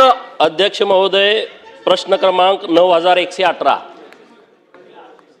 अध्यक्ष महोदय, छापल्याप्रमाणे. अध्यक्ष महोदय, माननीय मंत्री महोदयांनी उत्तरं दिलेली आहेत आणि त्यामध्ये स्पष्ट अनियमितता झालेली आहे, विसंगत पद्धतीनं कारवाई झालेली आहे, निदर्शनास येत आहे. मी जो 1 नंबरला प्रश्न विचारला होता की तुकडेबंदी कायदा असताना जमिनीचे 16 तुकडे करून सदर जमीन खरेदी खतात बैलगोट्याकरिता खरेदी केलेली आहे का? माननीय मंत्री महोदयांचं उत्तर आहे की हो, हे खरं आहे. म्हणजे तुम्ही तुकडेबंदी असताना 16 तुकडे केलेले आहेत. आणि दुसरा प्रश्न आहे की मालेगावमध्ये स्टॅम्प वेंडर जाकीर व आरिफ अब्दुल लतीफ या दोन्ही साथीदारांनी मिळून जमिनीवर रहिवासी बांधकाम केले व त्याची विक्री करून खरेदीदारांची व शासनाची फसवणूक केल्याचे निदर्शनास येत आहे. आणि ह्याला उत्तर असं दिलं की बाबा DDR साहेबांनी सांगितलं की हे काय खरं नाही. आता त्याच्या पुढे गेल्यानंतर तिसरा प्रश्न आमचा असा आहे की जवळपास 1600 बैलगोट्यांची नोंद आहे आणि या बैलगोट्यांना तुम्ही बांधकाम परवाना देण्याची आवश्यकता होती आणि उत्तरामध्ये दिलं की आम्ही बांधकाम परवाना कुठलाही दिलेला नाही. आणि म्हणून माझं माननीय मंत्री महोदयांच्याकडं स्पेसिफिक प्रश्न आहेत. जर DDR साहेबांनी आपल्याला चुकीची माहिती दिलेली आहे, कारण तुकडेबंदी कायदे असताना 16 तुकडे केलेले आहेत, DDR यांच्यावरती काय कारवाई करणार? नंबर 1, मालेगावचे उपविभागीय अधिकारी आहेत, यांनी 16/3/2013 मौजे संगमेश्वर तालुका मालेगाव येथील गट नंबर अमुक अमुक ही वर्ग 2 ची जमीन त्यांनी 1 केलेली आहे. आणि हा जो त्यांचा निर्णय आहे तो निर्णय अप्पर जिल्हाधिकारी यांनी दिनांक 14/2/2023 रद्द केलाय. म्हणजे उपविभागीय अधिकाऱ्यांनी चुकीच्या पद्धतीनं परवानगी दिली होती. वर्ग भोगवटदार 2ची जमीन 1 केली होती आणि अप्पर जिल्हाधिकाऱ्यांनी त्यांनी रद्द केलेली आहे. आणि मग ही विसंगती आहे. माननीय उपविभागीय अधिकारी जे 2013ला होते त्यांच्यावरती आपण कारवाई काय करणार आहात, नंबर 1. नंबर 2, DDRने आपल्याला चुकीची माहिती दिली त्याबद्दल DDR वरती आपण कारवाई काय करणार आहात. आणि मग तुम्ही जे 2 जण आहेत ज्यांनी ही जमीन फसवून लोकांना दिलेली आहे त्यांच्यावरती आपण फौजदारी गुन्हे दाखल करणार आहात का. आणि ज्या जमिनीमध्ये जो ग्रीन बेल्ट होता, ग्रीन झोन होता, ज्याच्यामध्ये कुठलाही बांधकाम परवाना नाही, बांधकाम परवाना नसताना तुम्ही मान्य केलं की कुठलाही बांधकाम परवाना दिला नाही, तिथं अनाधिकृत बांधकाम केलेली आहेत. ती अनाधिकृत बांधकामं तात्काळ निर्गमित करण्याच्या सूचना आपण देणार आहात का, हे माझे स्पेसिफिक प्रश्न आहेत. माननीय अध्यक्ष महोदय, माननीय गोपीचंद पडळकर यांनी अत्यंत महत्त्वाचा प्रश्न या सभागृहात आणला आहे. खरं तर मौजे संगमेश्वर येथील गट नंबर 114/अ आणि मौजे गुगळगाव येथील गट नंबर 253 असा हा 2 गट आहे. आणि अध्यक्ष महोदय, मुळात हा प्रश्न सुरू झाला या ठिकाणी जे आपण भूखंडाची अदलाबदली करतो, जमिनीची अदलाबदली करतो. अध्यक्ष महोदय, 2002चं परिपत्रक असं आहे की भूखंडाची अदलाबदली करायची असेल किंवा शेतीची अदलाबदली करायची असेल, तुम्हाला माझी जमीन, माझी तुम्हाला जमीन करायची असेल तर ती सलग असावी लागतं. पण आमचा हा महाशय जो आहे उदय किसवे ADO यांनी संगमेश्वरची जमीन गुगळगावला स्वॅप केली आणि गुगळगावची जमीन संगमेश्वरला स्वॅप केली, म्हणजे अदलाबदली केली. सलग असली पाहिजे ते परिपत्रक आहे, पण गावाच्या गावात बदलून टाकलं. आणि त्यामुळं उदय किसवे जो आमचे उपविभागीय अधिकारी आहे यांना आम्ही निलंबित करतो आहे आणि यांना निलंबित करून याची 1 महिन्याच्या विभागीय चौकशी करून पुढचे याची कडक शिक्षा याच्यावर आम्ही पुन्हा करणार आहोत. दुसरं अध्यक्ष महोदय, या ठिकाणी गोपीचंदजींनी सांगितलं जे सुरुवात इथं झाली आहे या जमिनीची, मग त्याचे 16 विभाग पडले, मग त्यावर जवळपास 272 त्या ठिकाणी तुकडे पडले. तुकडेबंदी कायद्याचं उल्लंघन झालं, MRTP कायद्याचं उल्लंघन झालं, विदाऊट NA विदाऊट TP या ठिकाणी हे तुकडे झालेत. गोपीचंदजी ही गोष्ट खरी आहे. आणि त्यामुळं 258 दस्त या ठिकाणी नोंदणी करण्यात आले. ते अत्यंत चुकीचं आहे. आणि त्यामुळं ह्या 2013 ते 19 या काळात 6 वर्ष काळामध्ये जे तिथले आपले मुद्रांकन अधिकारी होते, श्री भुरके आहेत, श्री गावित आहे, श्री कापडणे आहेत, श्री गुप्ते आहेत, श्री हिरे, श्री कळसकर, श्री मोतीराळे आणि वाणी या अधिकाऱ्यांनी त्या ठिकाणी मोठ्या प्रमाणावर अनाधिकृत दस्त या ठिकाणी नोंदणी केली आहे. याचीही विभागीय चौकशी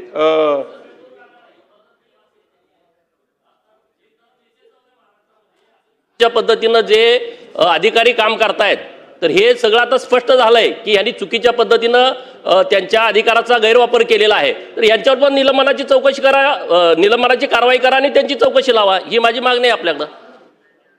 अध्यक्ष महोदय, 8 अधिकारी आहेत. 2013 ते 19 या काळातल्या 8 या ठिकाणी मुद्रांक अधिकाऱ्यांनी या चुका केल्या आहेत.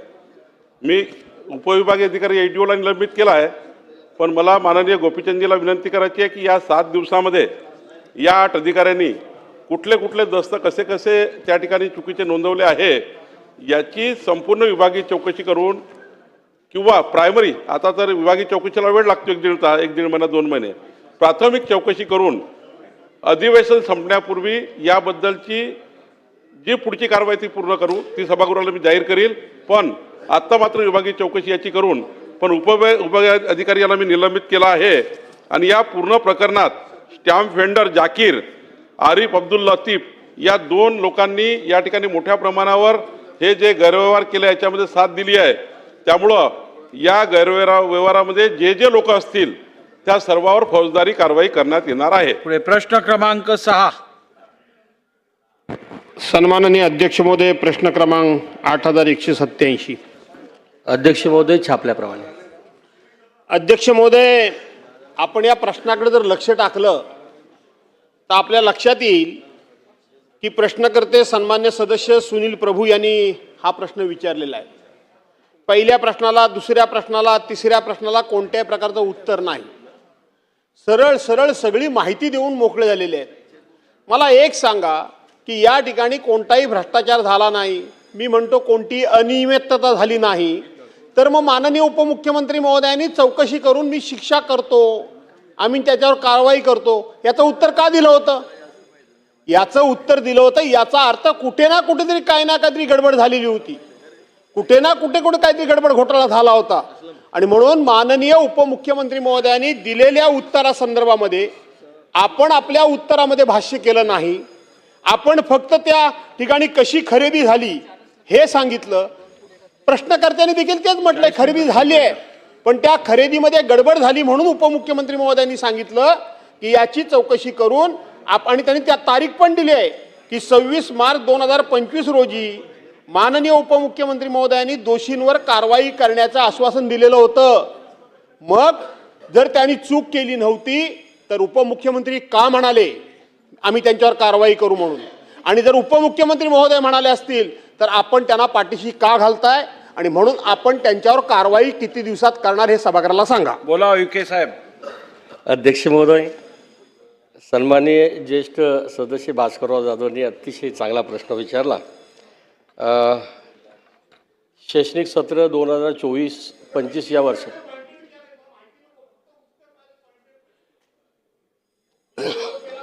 शैक्षणिक सत्र 2024-25 या वर्षामध्ये गणवेश खरेदीबाबत प्रश्न विचारलेला आहे आणि या विषयाच्या अनुषंगाने मागच्या अधिवेशनामध्ये प्रश्न उपस्थित झाला होता. परंतु निश्चितच या गणवेश खरेदीमध्ये आम्ही चौकशी केलेली आहे आणि या चौकशीच्या अंती आमच्या लक्षात आलं की कुठल्याही प्रकारची अनियमितता झालेली नाही. त्यामुळे मला सभागृहामध्ये प्रश्न उपस्थित झाल्यामुळे उत्तर देणं अनिवार्य आहे. आपण प्रश्न असा विचारला असला तरी, कारण आम्ही ती चौकशी केलेली आहे. माननीय उपमुख्यमंत्री महोदयांनी विधान परिषदेमध्ये जे सांगितलं होतं की हे जे खरेदी झालेली आहे, गणवेश खरेदी झालेली आहे, अनुषंगाने आम्ही चौकशी करणार. आम्ही चौकशी केलेली आहे. चौकशी अंती नेमकं काय आढळलं हे सभागृहाला सांगणं माझं कर्तव्य. त्यामुळे मला सांगावं असं वाटते. अध्यक्ष महोदय, उद्योग विभागाने खरेदी धोरण जाहीर केलं होतं आणि ते 1 डिसेंबर 2016ला. तर त्या उद्योग धोरणाच्या अधीन राहून, कारण उद्योग धोरणाचे उद्देश आणि उद्दिष्ट वेगळे होते. दिव्यांग मित्राच्या काही संस्था असेल, संघटना असेल तर त्यांना आपण काम दिलं पाहिजे. तर त्या धोरणाच्या अधीन राहून ही जी संस्था आहे, जगदंबाची संस्था आहे, त्या संस्था त्या 20मध्ये येते, म्हणजे 20 मान्यता प्राप्त आहे. तर ती येत असल्यामुळे त्यांनी दर निश्चित करून अर्ज केला आणि दर निश्चित करून अर्ज केल्यानंतर आयुक्त कार्यालयामध्ये अर्ज केल्यानंतर आम्ही ते वस्तू जे आहे ते किमती आहे त्याची वस्तुनिष्ठ तपासणी केली. त्याच्यानंतर परत तिथं थांबलो नाही आम्ही. परत आम्हाला आदिवासी विभागाने शहानिशा करावं म्हणून परत उद्योग विभागाला पाठवलं का हे जे निश्चित धोरण केलेलं आहे हे योग्य आहे का. त्याने आम्हाला सकारात्मक उत्तर दिलं. त्याच्यानंतर यांना आम्ही ऑर्डर दिलेली आहे. त्यामुळे यामध्ये कुठल्याही प्रकारची अनिश्चित झाली नाही, गैरव्यवहार झाला नाही. त्यामुळे अशा प्रकारचं आम्ही लिहिलं. त्यामुळे प्रश्न क्रमांक आपण विचारले इथे का होय नाही होय नाही, आम्ही उत्तर दिलेलं याच्यामध्ये. कारण धोरण जे जाहीर केलं त्या धोरणाच्या अधीन आम्ही खरेदी केली आहे. त्यामुळे कुठल्याही प्रकारची आदिवासी विभागाच्या माध्यमातून सन 2024-25 या वर्षामध्ये कुठल्याही प्रकारची अनियमितता झाली नाही. चौकशी अंत आम्हाला सकारात्मक विषय दिसला. अध्यक्ष महोदय, मंत्री महोदयांनी सांगताना आता सांगितलं की माननीय उपमुख्यमंत्री महोदयांनी वरच्या सभागृहामध्ये उत्तर दिलं. आता मंत्री महोदय खालच्या सभागृहात उत्तर देत आहेत. मंत्री महोदय, सरकार एकच आहे. वरच्या सभागृहामध्ये उत्तर देणारा असू दे, नाही तर खालच्या सभागृहामध्ये उत्तर देणारा असू दे. सभागृह बदललं म्हणजे सरकारची भूमिका बदलते का? सरकारची निर्णय प्रक्रिया बदलते का? भ्रष्टाचाराची व्याख्या बदलते का? आणि म्हणून जर वरच्या सभागृहामध्ये उपमुख्यमंत्री महोदयांनी जर उत्तर दिलं असेल तर त्याला तुम्हाला स्टिकअप राहावं लागेल, बांधील राहावं लागेल. आणि म्हणून ही कारवाई आपण करणार का? अध्यक्ष महोदय, कारवाई करण्याच्या अनुषंगाने कुठल्याही प्रकारच्या घोषणा झाल्या हा प्रश्न उपस्थित विधान परिषदेमध्ये झाला होता, वरच्या सभागृहामध्ये झाला होता आणि त्यामुळे ती चर्चा आली. चौकशी करा अशा सूचना दिल्या. चौकशी करण्याच्या अधीन राहून आदिवासी विभागाने चौकशी केली आणि आम्हाला सकारात्मक वाटलेलं आहे. कुठल्या प्रकारची अनियमितता झाली नसल्यामुळे खरेदी केलेली आहे. प्रश्न क्रमांक 7. 7व्यावर बोला. अध्यक्ष महोदय, प्रश्न क्रमांक 7107. त्यांनी दोनदा विचारलं. छापल्याप्रमाणे.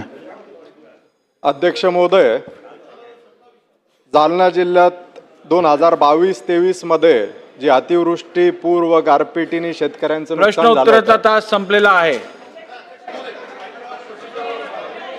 बोला वडेट्टीवार साहेब, बोला. अध्यक्ष महोदय, पॉइंट ऑफ प्रोसिजरवर मला संधी दिली, आपला आभारी. काल अध्यक्ष महोदय या ठिकाणी शेतकऱ्यांच्या संबंधी 293 अन्वये जरा काही थोडं बघा ना राजे जरा आमच्याकडे. नाही हे अलीकडच्या काळात खूपच वाढत चाललंय. तिकडेच सभागृहात वाढत चाललंय. कुठचं डेकोरम मेंटेन होत नाही. आपसात एवढं बोललं जातं, मंत्र्यांना उत्तर देणं अवघड होऊन जातं. ऐकता येत नाही सदस्य काय बोलतायत ते. हे काय बरोबर नाही. बांगड्या तुम्ही विशेष लक्ष ठेवा. हा 293चा प्रस्ताव आला. जवळपास 9:50 सुरू झाले. म्हणजे हा प्रस्ताव चालू होता अध्यक्ष महोदय, सभागृह सुरू होता. 23 सन्माननीय सदस्यांनी त्या ठिकाणी सहभाग घेतला. फार महत्त्वाचा विषय, त्या ठिकाणी तालिका सभाध्यक्ष हे चेतनजी तुपे साहेब होते. अध्यक्ष महोदय, मला सांगा की या सभागृहामध्ये ज्यावेळेस आपण खरं म्हणजे नियम 8 नुसार आपण 4च तालिका सभागृहाची म्हणून निवड करतो, पण आपण अलीकडे 8 लोक करायला लागलो. तो अधिकार मी त्यावर संदर्भात बोलणार नाही, पण ते मर्यादित होतं, आपण ते वाढवलं. हे नियम 8 मध्ये स्पष्ट तरतूद आहे की 4च्या पलीकडे जाऊ नये. अध्यक्ष महोदय, विषय असा आहे की त्या ठिकाणी बसून ज्या पद्धतीनं राजकीय, मी तुमच्याकडे तुम्ही प्रोसिडिंग काढून बघा, अत्यंत गंभीर आरोप त्या ठिकाणी बसून राजकीय भाषण करता येतं का? राजकीय आरोप टीका टिप्पणी करता येतं का? आपण अनेक वर्ष त्या ठिकाणी कधीच आपल्याकडून अशा प्रकारची टिप्पणी आम्ही ऐकली नाही. तुम्ही सदस्यावर एखादी वेळेस रागावला असाल, पण राजकीय टिप्पणी केली नाही. पूर्णतः राजकीय भाषण त्या ठिकाणी केलं अध्यक्ष महोदय. आपण त्यावेळेस मी सांगतो जबाबदारीनं की इथे कृषी मंत्री नव्हते. खरं म्हणजे त्या संबंधित खात्याशी राज्यमंत्री सोडल्यानंतर त्या संबंधातील या विषयाला धरून आमच्या प्रस्तावाला कोणी नव्हतं. तरी पण आम्ही सभागृह चालवलं आणि त्यामध्ये हे काय म्हणतात अध्यक्ष महोदय, जरा मी पुन्हा वाचतो कारण हे फार गंभीर आहे. अध्यक्ष महोदय, फार गंभीर त्या ठिकाणी टिप्पणी झाली. अशा प्रकारचं होत असेल तर सभागृहामध्ये आम्ही कामकाज कसं करायचं आणि आपण निर्णय घ्या. अध्यक्ष महोदय, यामध्ये अध्यक्ष महोदय सन्माननीय सदस्यांनी त्यावर काही प्रतिक्रिया नोंदवल्या असतील. विरोधकांनी काय म्हणतात ते, विरोधकांनी 3 दिवस गोंधळ घातला आणि हा प्रस्ताव आणला. आजही लक्षवेधी सूचना न होऊ देता हा प्रस्ताव चर्चेला घ्या असा आग्रह धरला. शेतकऱ्यांच्या पोटाला चिमटा बसतो आणि त्यांच्यात वाढले गेले पाहिजेत अशी भूमिका सरकारने घ्यावी. सरकार पक्षाचे मंत्री आणि सर्वजण या चर्चेसाठी उपस्थित आहेत असं म्हणतायत ते. या पण स्वतःच्या पोटाला चिमटा घ्यायला मात्र विरोधक तयार नव्हते. भूक लागल्यावर जो तो निघून जातो. त्यामुळे शेतकऱ्यांचे प्रश्न मांडणे आणि किती आवश्यक किती राजकारणी नाटकी आहेत हे या सर्व प्रकारातून दिसते आहे. असाही खोचक टोला काही सन्माननीय सदस्यांनी त्यावेळेस लगावला होता. त्यामुळे यामुळे हे सभागृह चर्चेचे आहे, कायदेमंडळ आहे, येथे चर्चा होते. अध्यक्ष महोदय, सरकार चर्चेसाठी तयार आहे. आजही सर्वजण बसून आहेत, मंत्री महोदय बसून आहेत, मध्यरात्रीपर्यंत चर्चा करण्याची तयारी आहे. पण दुर्दैवाने माझ्यासमोर अनेक नावं आले आहेत, ते मी वाचतो असं ते म्हणाले, पण ते आज येथे उपस्थित नाही. त्यामध्ये सन्माननीय सदस्य बापूसाहेब पठारे, बाबासाहेब देशमुख, अभिजित पाटील हे तिघेही उपस्थित नाही. सन्माननीय सदस्य सर्वश्री अबू आजमी, रईस शेख हेही उपस्थित नाहीत. त्याचप्रमाणे सन्माननीय सदस्य श्री मनोज जामसुदकर, महेश सावंत, अनंत नरे हेही या ठिकाणी उपस्थित नाहीत. त्यामुळे नक्की काय समजायचे. आज सकाळी सभागृहाची विशेष बैठक होती. अध्यक्ष म्हणून मी सभागृहात सकाळी 9 वाजल्यापासून उपस्थित आहे. आता 13 तास झालेत. मी या सभागृहाच्या लॉबीच्या बाहेर गेलो नाही. मी जर बसू शकतो तर ज्यांनी प्रस्ताव आणला ते का बसू शकत नाही, तिथून बोलतायत. त्याच्या पलीकडे काय म्हणतात अध्यक्ष महोदय, शेतकऱ्यासारख्या विषयावर चांगल्या सूचना कोणत्या येत आहेत आणि शेतकरी हिताचे उद्या आपल्याला काय बोलायचे आहे हे का ऐकू शकत नाही, हा प्रश्न अध्यक्ष म्हणून मलाही पडलेला आहे. त्यामुळे असो, हे मगरीचे नकाश्रू सुरू आहेत की काय, ही केवळ राजकारण करायची आहे की काय, असे सर्वजण बघून हे सर्व बघून एकंदर वाटू लागले आहे. ठीक आहे, ज्यांचे त्यांच्यापाशी, शेवटी शेतकरी त्याचा निर्णय घेतील. सभा हे अध्यक्ष तिथून बोलता येतं का अध्यक्ष? समजलं. अध्यक्ष महोदय, सन्मान्य नाही अध्यक्ष महोदय, मला फार गंभीर आहे. या ठिकाणी अनेक तालिका सभा अध्यक्ष म्हणून बसलेत, पण आम्ही इतके 30 वर्ष झाले या सभागृहामध्ये काम करतो अध्यक्ष महोदय, पण असा प्रकार आम्ही नाही पाहिला अध्यक्ष महोदय. अशा पद्धतीचा राजकीय त्या पदाची गरिमा, आम्ही तालिका जरी असेल तरी त्याला अध्यक्ष म्हणून संबोधून अध्यक्ष महोदय म्हणून भाषणाची सुरुवात करतो. आम्ही काय तालिका सभापती अध्यक्ष म्हणून करत नाही, त्याला तोच मान देतो आम्ही त्या ठिकाणी, त्या खुर्चीचा सन्मान आहे अध्यक्ष महोदय. आणि अशा वेळेस जर अशा पद्धतीचं या ठिकाणी वक्तव्य होत असेल किंवा तिथून राजकीय भाषण होत असेल अध्यक्ष महोदय, तर मला वाटतं की हे अधिकार जर या 9 तालिका सभाध्यक्षांनी जरी अध्यक्षपदाचे सर्व अधिकार प्राप्त असले तरी आपण आपल्या सांगण्यावरून हे कधीच असं झालेलं होऊ शकत नाही. आपण हे सांगूच शकत नाही, आपल्या सूचना ह्या होऊ शकत नाही अशा प्रकारच्या. तरी पण या ठिकाणी या पदाची गरिमा राखून उंची वाढवण्याचा प्रयत्न नेहमी त्या ठिकाणी त्या लोकांनी केलेला अध्यक्ष, त्या ठिकाणी न्याय देण्याचं काम केलं अध्यक्ष, याची आम्हालाही जाणीव आहे, आपल्यालाही जाणीव आहे, सभागृहाला जाणीव आहे. विधिमंडळातील पीठासीन अधिकाऱ्याचे स्थान हे सभागृहातील सत्ता पक्ष आणि विरोधी पक्ष यांच्यातील दुवा व न्यायदानाचे ते आसन आहे असं आम्ही मानतो आणि आहेच.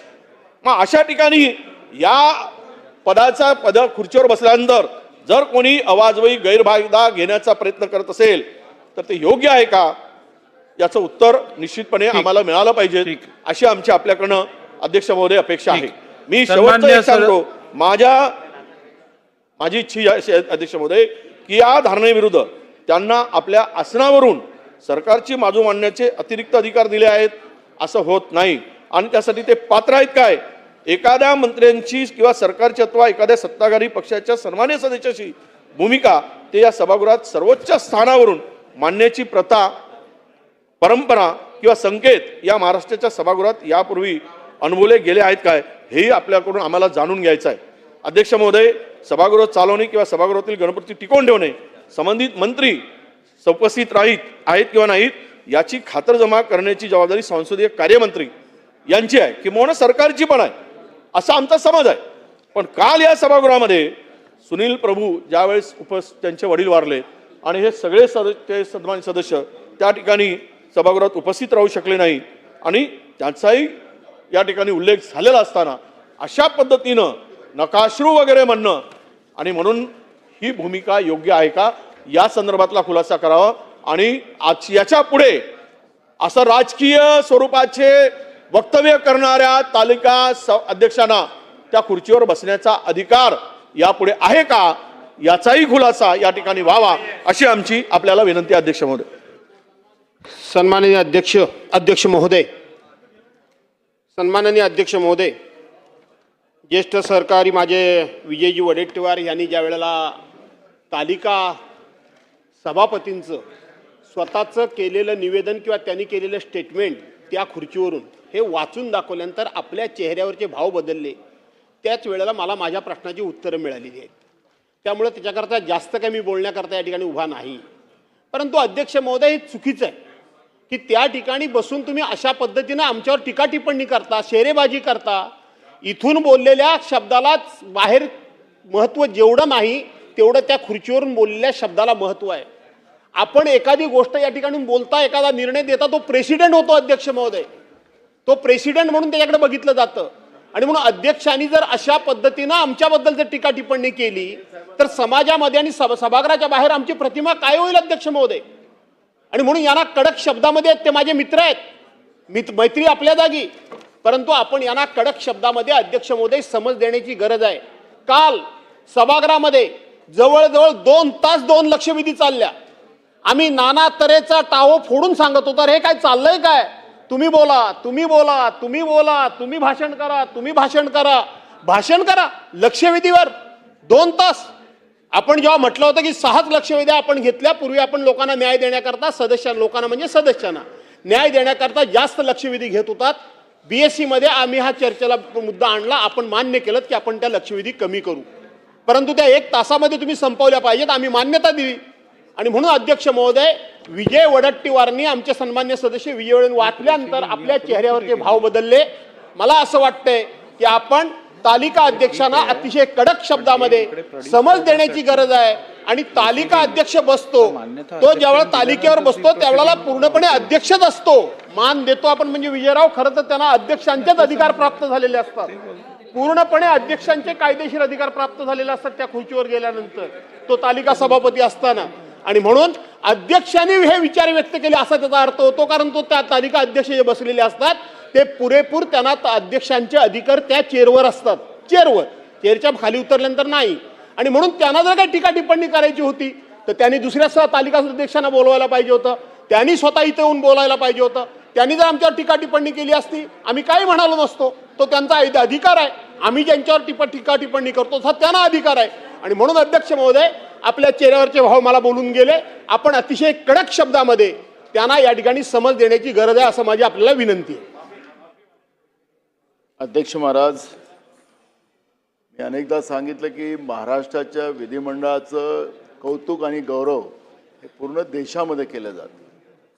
आणि हे जे आसन आहे अध्यक्ष महाराज, आपण त्याच्यावर बसलेलं आहात, याची एक प्रथा, परंपरा, वैचारिक जी लेवल आहे ती देशातल्या बाकी विधानसभापेक्षा आपलं जास्त आहे. मी लोकसभेतही होतो त्यावेळेसही महाराष्ट्राच्या विधानसभेची चर्चा यायची, तर त्याच्यामध्ये सगळ्यात महाराष्ट्राचीच नाही तर देशातल्या सगळ्या विधानसभेमध्ये आपल्या विधानसभेचं एक वेगळं महत्त्व प्राप्त होत होतं. अध्यक्ष महाराज, अलीकडच्या काळामध्ये या परंपरेला आणि प्रथेला कुठेतरी ठेच पोडतं. अध्यक्ष महाराज, आपण हे जी काही आपण तालिका अध्यक्ष नेमतो त्याला आपले काही आपल्यालाच आता अध्यक्ष महाराज त्याच्यामध्ये त्यांची चौकट, त्यांचं नियम आणि त्यांचं कर्तव्य आपल्याला या ठिकाणी निश्चित करावं लागेल अध्यक्ष महाराज. आणि आपल्याला त्या पद्धतीचं एकदा त्यामध्ये आपल्याला सूचना द्यावं लागतील, आदेश द्यावं लागतील अध्यक्ष महाराज. नाही तर ही परंपरा, कारण की आपल्याला भूषणावं नाही आहे, महाराष्ट्राच्या विधिमंडळाला भूषणावं नाही आहे. त्याच्यामुळे कोण त्या याच्यावर बसतो आपण तालिका अध्यक्षामध्ये, त्याच्यापेक्षा त्या खुर्चीचा सन्मान ठेवणं हे प्रत्येकाचं दायित्व जाते. आणि मला वाटतं की आपण निश्चितपणे या कालची झालेल्या घटनेला योग्य निर्णय द्याल. मी म्हणणार नाही की त्यांना बसू देऊ नका की काय असेल, तो माझा विषय नाही आहे, तो तुमचा विषय आहे. आता त्यामुळे तुम्ही काय निर्णय घेता त्याच्यावर संपूर्ण लक्ष या महाराष्ट्राच्या जनतेचं लागलेलं आणि त्या खुर्चीचं पावित्र्य हे महत्त्वाचं आहे. ते पावित्र्य आपण टिकवाल असा विश्वास माझा आहे. सन्मान्य सदस्य विजय वडेट्टीवार साहेब, भास्कर जाधव साहेब आणि नाना पटोले साहेब यांनी काल सभागृहात आणि आज सकाळी सभागृहात जे काही घडलं त्या संदर्भात काही आक्षेप नोंदवलेला आहे. असं होत असताना आपल्या सर्वांनाच माहीत आहे की महाराष्ट्र विधानसभा, महाराष्ट्र विधिमंडळ, मी अनेक वेळा सांगितलेलं आहे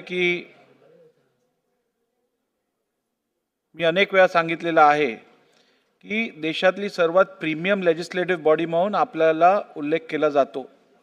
आणि असं असताना या संस्थेची गरिमा कायम ठेवणं, त्याला कुठेही दगाफटका न लागणं ही तुमची, माझी, आपल्या सर्वांचीच जबाबदारी आहे. आणि विशेष करून ज्या वेळेला या आसनावरती जो व्यक्ती विराजमान असतो त्याच्यावरती ही अधिक जबाबदारी असते की या सभागृहाची गरिमा कायम ठेवून जी उंची या सभागृहाने गाठली आहे ती कायम ठेवणं ही त्याची जबाबदारी आहे, ह्याबद्दल दुमत नाही. आसनाबद्दल किंवा आसनावरती बसलेल्या व्यक्तींनी केलेल्या संभाषणाबद्दल या सभागृहात चर्चा घडवून आणणं हे यापूर्वी कधी झालं नाही आहे, यापुढेही होऊ नये अशी माझी प्रामाणिक इच्छा आहे. आणि त्यामुळे तुम्ही जो मुद्दा आज इकडे मांडलेला आहे त्या संदर्भातली सगळी माहिती प्राप्त करून मी माझ्या दालनात योग्य तो कारवाई करण्यासंदर्भात निर्णय घेईन. असं असतानाही एक गोष्ट आवर्जून सांगण्याची गरज आहे असं मला वाटतं. इंग्रजीत असं म्हटलं जातं, spirit of the law and letter of the law, हे दोन्हीचा मान ठेवणं अत्यंत आवश्यक आहे. लेटर ऑफ द लॉ म्हणजे जे काय कायद्यात लिहिलेलं आहे त्याचा मान ठेवणं आवश्यक आहे, पण ज्याचा उल्लेख केला नाही आहे पण स्पिरिटमध्ये ज्याचं अंमल देणं किंवा ज्याचं पालन करणं आवश्यक आहे ते पण तेवढंच आवश्यक आहे, हे आपण सर्वांनी लक्षात ठेवणं आवश्यक आहे. जरीही या संविधानाने दिलेल्या आदेशानुसार हे नियम जे बनले आहेत त्यात अध्यक्षांनी कसं भाष्य करावं यावरती नियमात जरी लिहिलं नसेल तरी त्या अध्यक्षांना किंवा त्या पीठासीन अधिकाऱ्यांची जबाबदारी आहे की या नियमांमधलं स्पिरिट हे ओळखून त्याच्या चौकटीत राहून कार्य करणं आणि संभाषण करणं हे आवश्यक आहे. याची जाणीव मला आहे आणि या आसनावरती मी अध्यक्ष असताना जो कोणी तालिका अध्यक्ष म्हणून विराजमान होईल त्यांना पण माझी ही विनंती राहील की स्पिरिट आणि लेटरमधला फरक करू नकात. जे लेटरमध्ये नसेल ते तुमच्या स्पिरिटमधनं दिसून येऊ दे अशी मी सगळ्यांना विनंती करीन. आणि सभागृहात कुठच्याही परिस्थितीत या आसनावरनं किंवा या आसनाचा उपयोग राजकीय हेतूनी किंवा दृष्टीने केला जाणार नाही असं मी या सभागृहाला आश्वासित करतो. त्यांचं होते काय सावरकर साहेब बोला. अध्यक्ष महोदय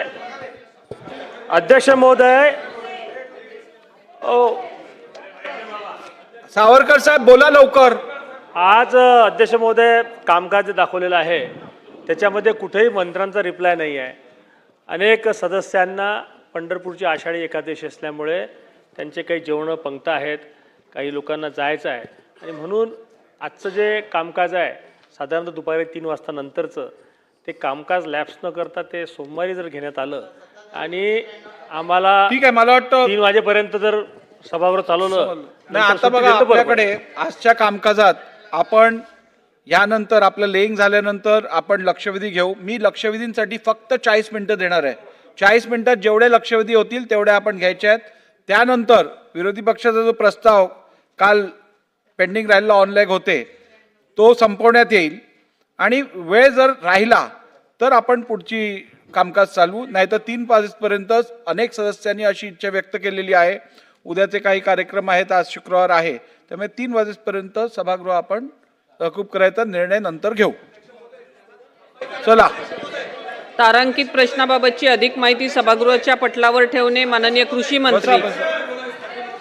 चला घ्या लेईंग घ्या. महोदय, मी आपल्या अनुमतीने राज्यात बियाण्यांच्या व खतांच्या किमतीत लेईंग मोठ्या घ्या. प्रमाणात वाढ झाल्याबाबत या विषयावरील श्री विजय वडेट्टीवार व इतर यांच्या बुधवार दिनांक 19 जुलै 2023 रोजी उत्तरित झालेल्या तारांकित प्रश्न क्रमांक 64,730च्या अनुपूरक प्रश्नोत्तराच्या वेळी दिलेल्या आश्वासनानुसार अधिकची माहिती सभागृहाच्या पटलावर ठेवतो. अधिकची माहिती सभागृहाच्या पटलावर ठेवण्यात आली. स्थगन प्रस्ताव. आज प्राप्त झालेल्या सर्व स्थगन प्रस्तावांच्या सूचनांना मी दालनात अनुमती नाकारलेली आहे. भास्करराव जाधव साहेब बोला. 1 मिनिट. सन्माननीय अध्यक्ष महोदय, मोखाडा तालुक्यामध्ये खोडाळा इथं पद्मश्री अण्णासाहेब जाधव समाज उन्नती मंडळ संचलित एक माध्यमिक अनुदानिक विद्यालय आहे आणि त्या विद्यालयाचं पूर्णपणे अध्यक्ष महोदय छप्पर हे उडून गेलेलं आहे आणि त्या भागातला आदिवासी भागातली ही एकमेव अध्यक्ष महोदय शाळा आहे. अशाच पद्धतीनं महाराष्ट्रामध्ये अनेक शाळांची दयनीय अवस्था झालेली आहे. आपण मला या ठिकाणी बोलण्याची 1 मिनिट संधी दिलीत, मी आपला आभारी आहे. माझी आपल्याला एवढीच विनंती आहे, मी माझं लिखित अशा पद्धतीचा 97चा प्रस्तावापर्यंत दिलेला आहे. आपण या संदर्भामध्ये फक्त शासनाला निवेदन करायला सांगावं अशी माझी विनंती आहे. ठीक आहे, शासनाने निवेदन करावे. होय होय अध्यक्ष महाराज. सर्व सन्मान्य सदस्यांना कळविण्यात येते की महाराष्ट्राचे सुपुत्र आदरणीय न्यायमूर्ती, तर ऐकून तर घ्या, महत्वाचं आहे. महाराष्ट्राचे सुपुत्र आदरणीय न्यायमूर्ती श्री भूषण रामकृष्ण गवई यांची भारताच्या सरन्यायाधीशपदी नियुक्ती झाल्याबद्दल त्यांचा महाराष्ट्र विधिमंडळातर्फे सत्कार करण्यात येणार आहे.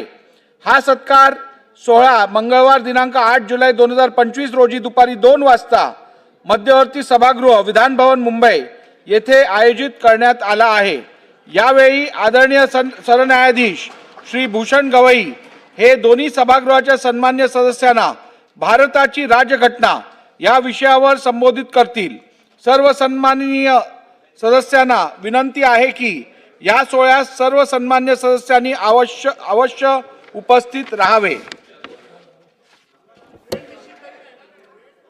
2 वाजता 8 म्हणजे मंगळवार 8 जुलै 2025 रोजी दुपारी 2 वाजता.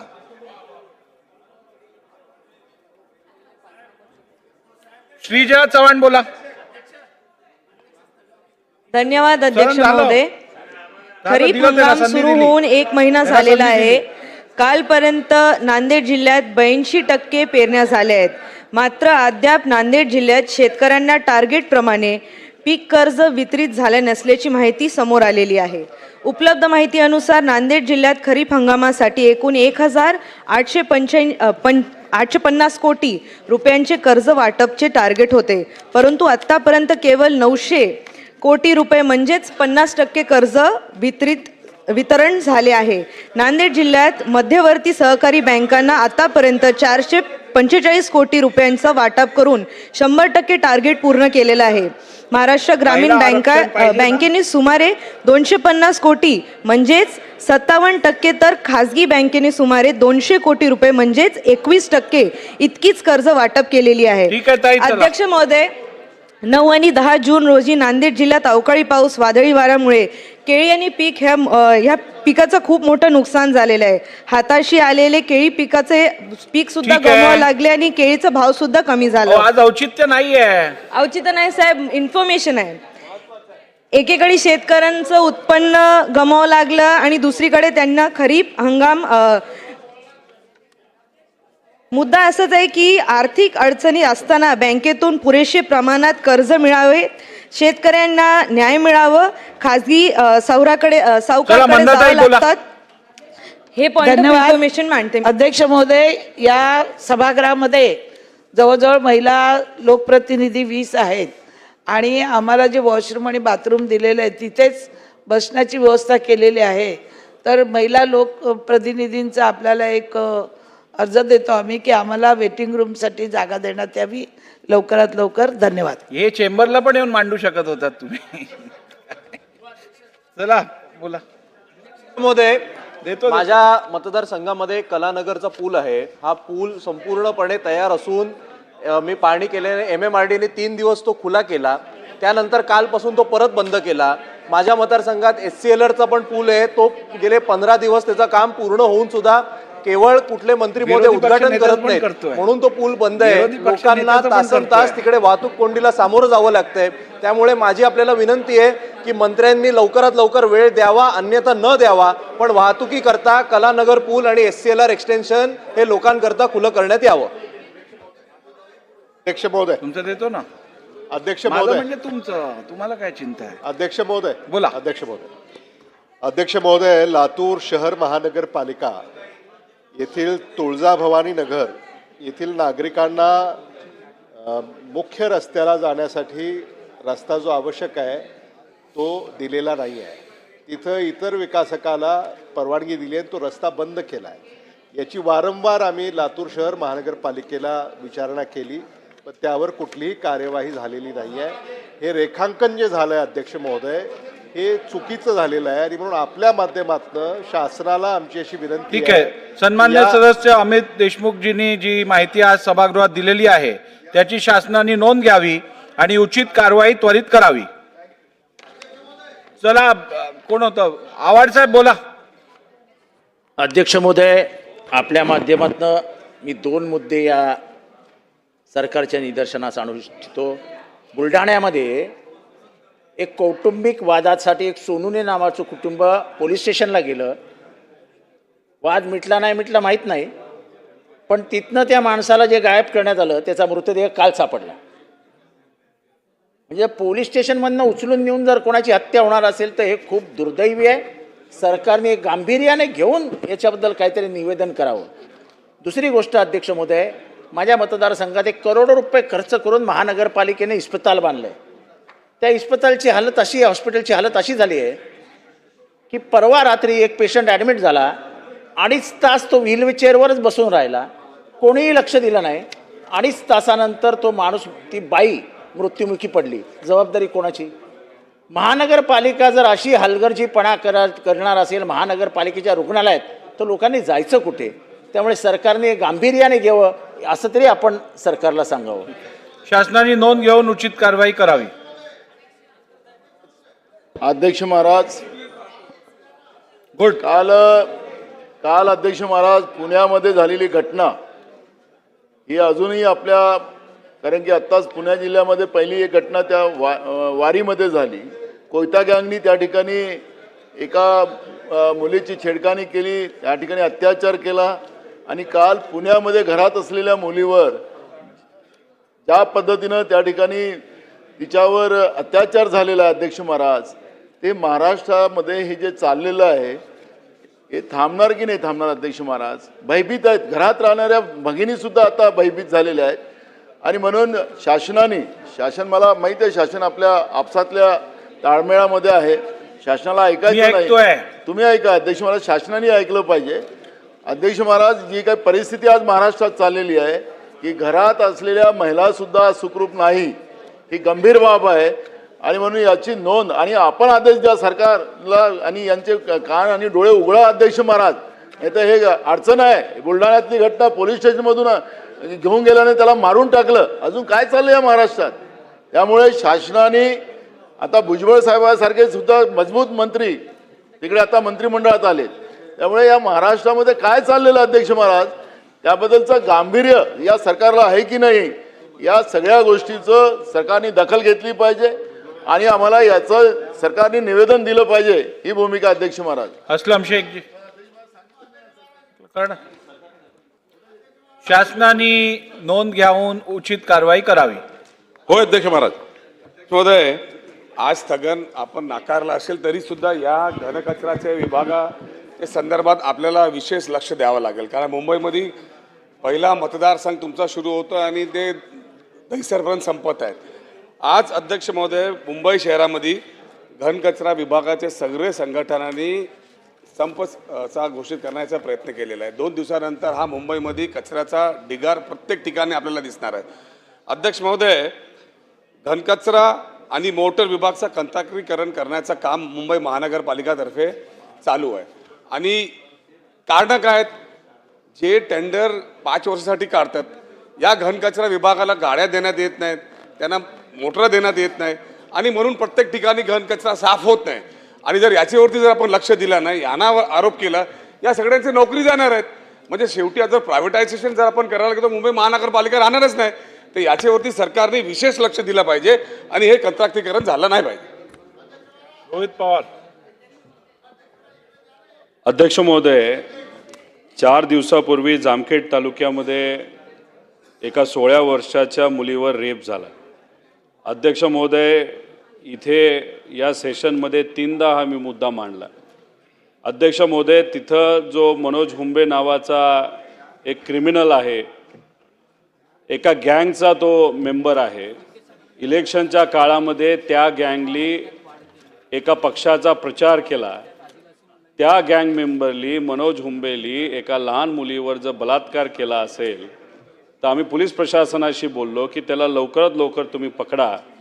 पुणे जिल्ह्यामध्ये मदत दिसतो, सोलापूरमध्ये दिसतो, धाराशिवमध्ये दिसतो, पण अजूनपर्यंत हा जो गँग मेंबर आहे ज्याने 16 वर्षाच्या मुलीवर रेप केला तो अजूनपर्यंत सापडलेला नाही. अध्यक्ष महोदय, मी तुम्हाला विनंती करतो, होम मिनिस्टर इथं बसलेले आहेत, त्यांना तुम्ही आदेश द्यावेत की एक्स्ट्रा मनुष्यबळ घेऊन पोलिसांनी एक वेगळी मोहीम करावी. पण त्या लहान मुलीला न्याय देण्याची जबाबदारी आपल्या या हाऊसची आहे, या सरकारची आहे. त्यामुळे आपण कृपा करून पुढच्या काही दिवसामध्ये 2 दिवसामध्ये त्या व्यक्तीला, त्या क्रिमिनलला हे पकडलं गेलं पाहिजे असे आदेश आपण द्यावे अशी विनंती इथं करतो. ठीक, शासनाने नोंद घ्यावी. होय अध्यक्ष. बोला. महोदय, माझ्या जिल्ह्यात आणि माझ्या मूर्तीवर मतदारसंघामध्ये खरीप हंगामाची पेरणी सुरू आहे आणि या पेरणीमध्ये मोठ्या प्रमाणावर सोयाबीनचं पीक पेरलं गेलं आहे.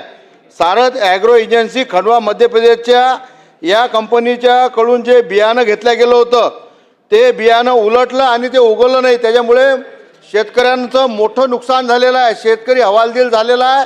तर या कंपनीला ब्लॅकलिस्ट करण्यात यावं. ज्या शेतकऱ्यांचं नुकसान झालेलं आहे त्याचे पंचनामे करून त्यांना मदत देण्यात यावी. आणि असे बोकस बियाणे जेव्हा येतात तर जे कृषी अधिकारीच्या माध्यमातून त्यांना सहकार्य होते अशा अधिकाऱ्यावर कारवाई करावी अशी माझी आपल्या माध्यमातून शासनाला विनंती आहे. बोला, अध्यक्ष महाराज, किशोर जोरगेवार आपण मला बोलण्याची संधी दिली, आपलं धन्यवाद.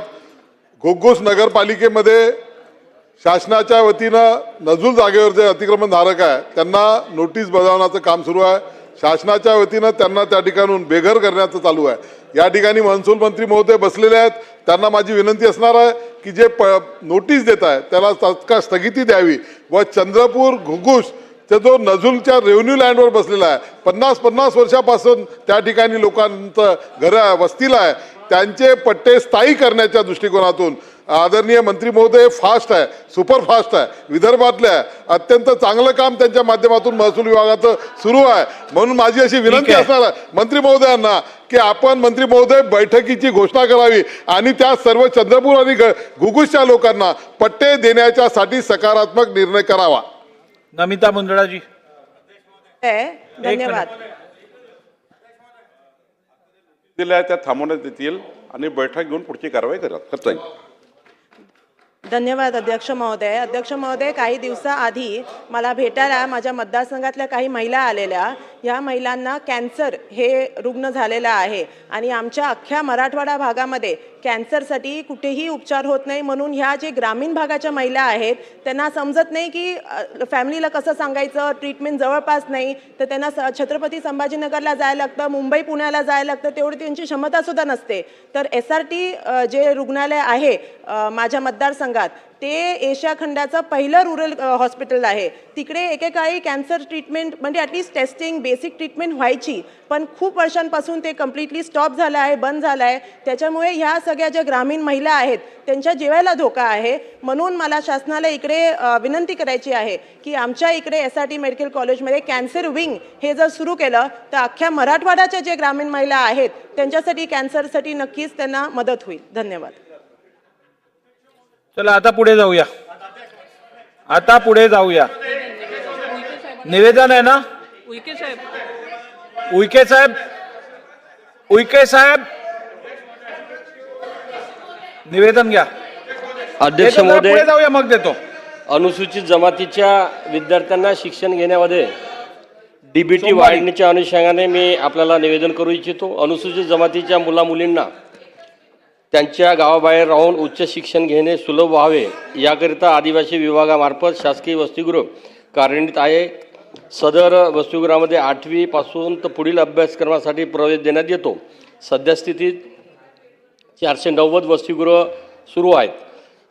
आदिवासी शासकीय वसतिगृहामध्ये प्रवेशित विद्यार्थ्यांना पहिला निर्वाह भत्ता, बेडिंग, साहित्य, शालेय स्टेशनरी, पुस्तके व साहित्य खरेदी भत्ता, आर भत्ता याकरता भत्त्यात रकमेमध्ये वाढ करण्यात आलेली आहे.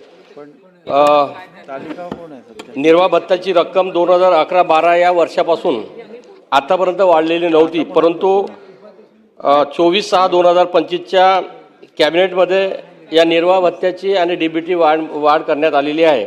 निर्वाह भत्त्यामध्ये विभागीय स्तर पहिलं 800 रुपये भेटत होते, आता 1500 रुपये भेटणार आहे. जिल्हास्तरीय 600 रुपये भेटत होते, आता 1300 रुपये भेटणार आहे. तालुकास्तरीय आणि ग्रामीण स्तरावर 500 मिळत होते, आता 1000 रुपये मिळत आहे. अशा प्रकारची DBT निर्वाह भत्त्यामध्ये वाढ करण्यात आली. सोबतच बेडिंग साहित्य, शालेय स्टेशनरी साहित्य खरेदीबाबत 8वी ते 10वीच्या वर्गामध्ये शिकत असणाऱ्या विद्यार्थ्यांसाठी पहिलं 3200 रुपये मिळत होती, आता 4500 रुपये मिळणार आहे. 11वी व 12वी व पदवी का अभ्यासक्रमामध्ये 4000 रुपये मिळत होते, आता 5000 रुपये मिळणार आहे. पदवी अभ्यासक्रमामध्ये 4500 रुपये मिळत होते, आता 5700 मिळणार आहे. वैद्यकीय आणि इतर शिक्षण घेणाऱ्या विद्यार्थ्यांसाठी 6000 रुपये मिळत होते, आता 8000 रुपये मिळत आहे. आणि आहार भत्त्यामध्ये अतिशय चांगली वाढ झालेली आहे. या महानगरपालिकेमध्ये शालेय वसतिगृहामध्ये शिक्षण घेणाऱ्या विद्यार्थ्यांकरता 3500 रुपये पहिले भेटत होते, आता 5000 रुपये मिळणार आहे. आणि जिल्हास्तरीय सर्व वसतिगृहामध्ये 3000पैकी 4500 रुपये मिळत असल्यामुळे निश्चितच 2011-12 या वर्षापासून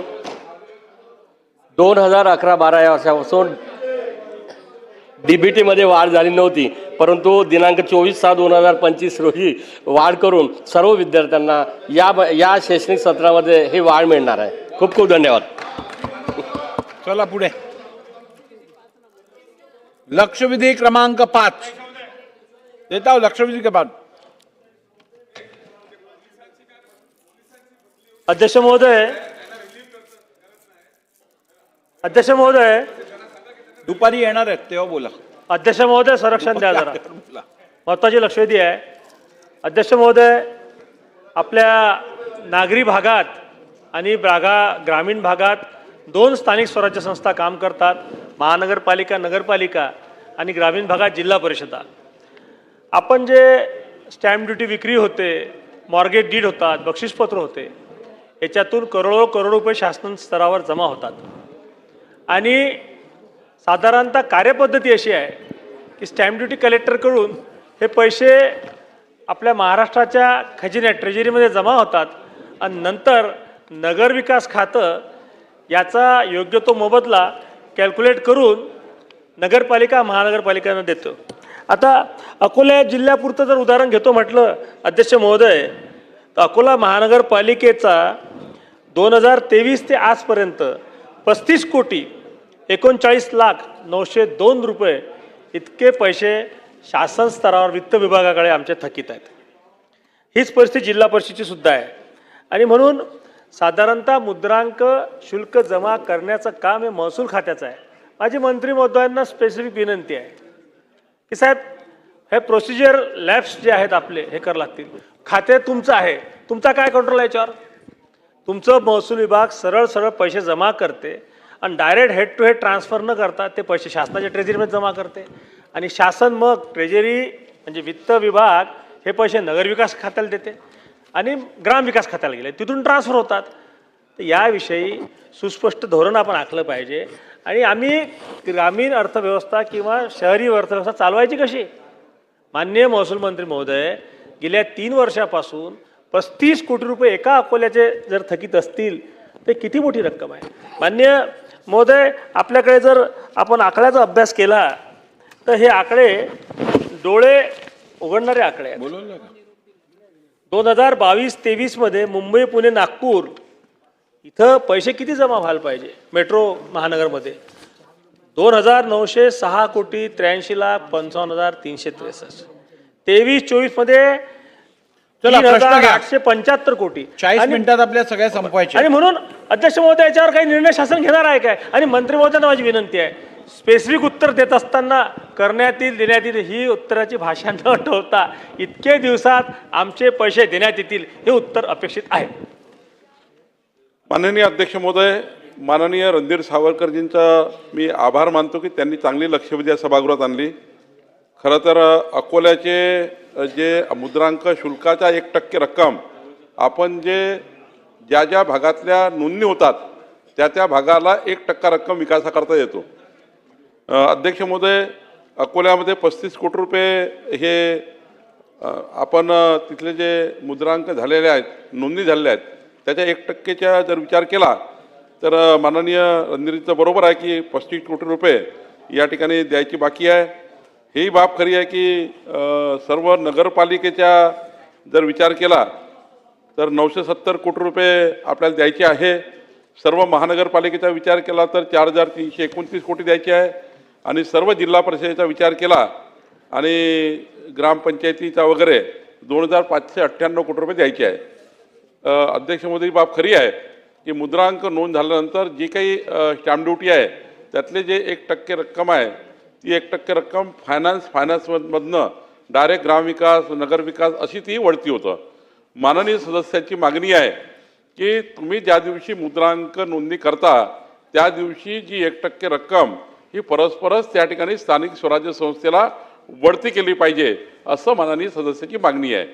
माननीय वित्तमंत्री, माननीय अजितदादा, माननीय मुख्यमंत्री आम्ही बसून कसं या ठिकाणी मेकॅनिझम चांगलं करता येईल याचा विचार करू. आणि माननीय रणधीरजी, ही रक्कम आपल्याला बजेटेड करावी लागतं. म्हणजे जरी जमा झाली तरी बजेटमध्ये छापून मग ती वितरित करावी लागतं. तर याची जे तातडीनं म्हणजे मुद्रांक झालं आणि 1% रक्कम त्या नगरपालिकेला, त्या महानगरपालिकेला, त्या जिल्हा परिषदेला, ग्रामपंचायतीला गेली पाहिजे. हे बाब आपलं बरोबर आहे. 3-3, 4-4, 5-5 वर्षापासनं हे रक्कम बजेट होत नाही कारण ही जमा झाली आहे शासनाकडे आणि शासनाच्या अकाउंटमध्ये आहे.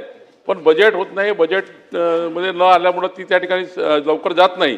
तर एक सिंपल स्टॅम्प ड्युटी, सिंपल 1% रक्कम जी आपण, त्याच्याकरता त्यांची मागणी अशी आहे की जशी नोंद झाली, मुद्रांक झाला, तशीच ती तात्काळ त्या संस्थांना मिळाली पाहिजे. याकरता मी एक बैठक माननीय मुख्यमंत्र्याकडे घेऊन आणि जी रक्कम या ठिकाणी पेंडिंग आहे तर डिसेंबरच्या बजेटमध्ये ही त्या ठिकाणी आणण्याचा मी माननीय वित्तमंत्र्याकडे मी प्रयत्न करेल. पण यापेक्षाही चांगलं मेकॅनिझम काय करता येईल हा विचार आपण करू. अध्यक्ष महोदय, मंत्री महोदयांनी स्टॅम्प ड्युटी त्या संस्थांना 1% जी येते ती पहिल्यांदा सरकारनं गोळा करावी, नंतर त्याची बजेटेड जमाच होते, नंतर ती बजेटेड प्रोव्हिजन करावी, नंतर त्यांना जावी, ह्याच्याकरता आहे ही प्रोसिजरच आहे आणि म्हणून याला बराच कालखंड जातो. तशात जर तुम्ही ती बैठक घेणार आहात त्याच्यामध्ये खनिकर्म योजनेअंतर्गत देखील हा एक विषय बघा की ज्या गावामधलं खनिज काढलं जातं आणि जी रॉयल्टी मिळते त्यातली 20% रॉयल्टी त्या गावाला द्यावी असा सरकारी नियम आहे. आणि म्हणून तुम्ही जर इथं डायरेक्ट ह्यांना देणार असाल या संस्थेला 1% स्टॅम्प ड्युटी, त्याच पद्धतीनं ही खनकर्म योजनेअंतर्गत त्या गावाला विकासाला ती रॉयल्टी तात्काळ डायरेक्ट देण्याची प्रोव्हिजन करता येईल का, हा सुद्धा विचार त्यावेळेला आपण करावा अशी माझी सूचना आहे. आपण विचार करावा. अध्यक्ष महोदय, बरोबर आहे की तातडीनं जेव्हा आपण वसूल करतो त्यावेळेसच त्यांना ती रक्कम गेली पाहिजे. याकरता खनिकर्मीकडे हा त्या ठिकाणी मेकॅनिझम आहे. मी दोनही बैठका माननीय मुख्यमंत्र्याकडे तातडीनं उपमुख्यमंत्री याच्यामध्ये निर्णय घ्यावे लागणार आहे, वित्तीय सुधारणा करावं लागणार आहे. त्यामुळं मला असं वाटतं की मुख्यमंत्र्याकडे दोन्ही बैठका घेऊ. लक्षवेधी क्रमांक 1. लक्षवेधी क्रमांक 1.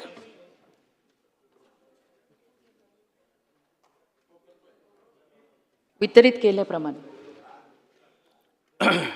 अध्यक्ष महोदय, कोकणातला पावसाळा आणि विद्युत यंत्रणा यांचं एक वेगळं नातं झालं असं समजण्यामध्ये काय हरकत नाही. काय झालंय, मी उत्तरामध्ये या लक्षवेधीच्या जे उत्तर आहे ते रुटीन उत्तर आहे.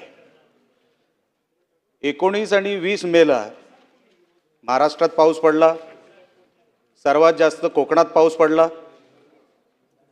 आणि त्या पावसामध्ये जे काय नुकसान झालं त्या नुकसानीचे पंचनामे मी उत्तरामध्ये शोधतोय. तर अध्यक्ष महोदय, उत्तरामध्ये फक्त जिल्ह्यामध्ये मी विचारलेल्या लक्षवेधी सूचनेमध्ये फक्त एकाच ठिकाणाचा उल्लेख आहे. मी जेव्हा फील्डवर होतो जिल्ह्यामध्ये सांगत होतो किमान 15 ते 16 लोकेशन आम्ही अधिकाऱ्यांना तिकडे कळवलेले आणि लक्षवेधीमध्येही विचारलं होतं. त्याचं काय झालं तर लक्षवेधीमध्ये एकाच ठिकाणाची तिकडे उल्लेख केलेला आहे. दुसरा विषय, आमच्या सिंधुदुर्ग जिल्ह्याला अध्यक्ष महोदय चीफ इंजिनियर नाही, विद्युत यंत्रणेचा MSEBचा नाही, डिव्हिजन आहे रत्नागिरी. आता रत्नागिरी डिव्हिजनमध्ये चीफ इंजिनियर बसतात, आमच्याकडे एक्झिक्युटिव्ह इंजिनियर बसतात, आमच्याकडे फुल टाईम चीफ इंजिनियर नाही. आम्हाला उठून जावं लागतं सिंधुदुर्ग जिल्ह्यामध्ये, आपल्या रत्नागिरी जिल्ह्यामध्ये. आम्हाला उत्तरं जर घ्यायची असतात तर आम्हाला 100-150 किलोमीटर लांब जावं लागतं. हे जे अधिकारी उठतात आणि रत्नागिरीत जातात ते 2-2, 3-3 दिवस परतच येत नाही. आम्ही उत्तरं कोणाकडून घ्यायची? त्या मीटिंगमध्ये मंत्री महोदय, त्या मीटिंगमध्ये रत्नागिरी डिव्हिजन या घटनेनंतर 19 आणि 20 मेच्या पावसाळ्यानंतर एक रत्नागिरीमध्ये मीटिंग झाली, चीफ इंजिनियरनी बोलवली. त्या मीटिंगमध्ये माझ्या कुडाळ मतदारसंघामध्ये किंवा कुडाळ सर्कलमध्ये 200 पोल हे पडलेले आहेत असं जाहीर झालं, तिथे प्रूव्ह झालं. आता 200 पोल पडले, त्याचा पंचनामा झाला, त्याचा ऑडिट झाला, तुमच्या खात्यामध्ये त्याची नोंद झाली. आम्हाला रिटर्न किती मिळाले अध्यक्ष महोदय? फक्त 15. मंत्री महोदय, आपण याची नोंद घ्यावी. आपण सांगताय सगळं सुरळीत आहे, आम्ही सगळं काय व्यवस्थित करू. होणार कधी? हे होणार कधी? जो DPR झालाय कोकणाच्या विद्युत यंत्रणेचा तो 2008च्या अगोदर झालाय. आता DPRच आमचा इतक्या वर्षा अगोदरचा झालाय. रिपेअर अँड मेंटेनन्समध्ये आम्हाला किरकोळ पैसे मिळतात. रिपेअर अँड मेंटेनन्समध्ये आम्हाला जे पैसे मिळतात अध्यक्ष महोदय, ते एवढे किरकोळ आम्हाला पैसे मिळतात की त्याच्यातून रिपेअर अँड मेंटेनन्सच होणार नाही. आत्ताच्या ह्या पावसामध्ये मी माझ्या मतदारसंघामध्ये फील्डवर गेलो मंत्री महोदय, मी एक मीटर बॉक्स उघडायला लावला. त्या मीटर बॉक्समध्ये मेलेला साप सापडला.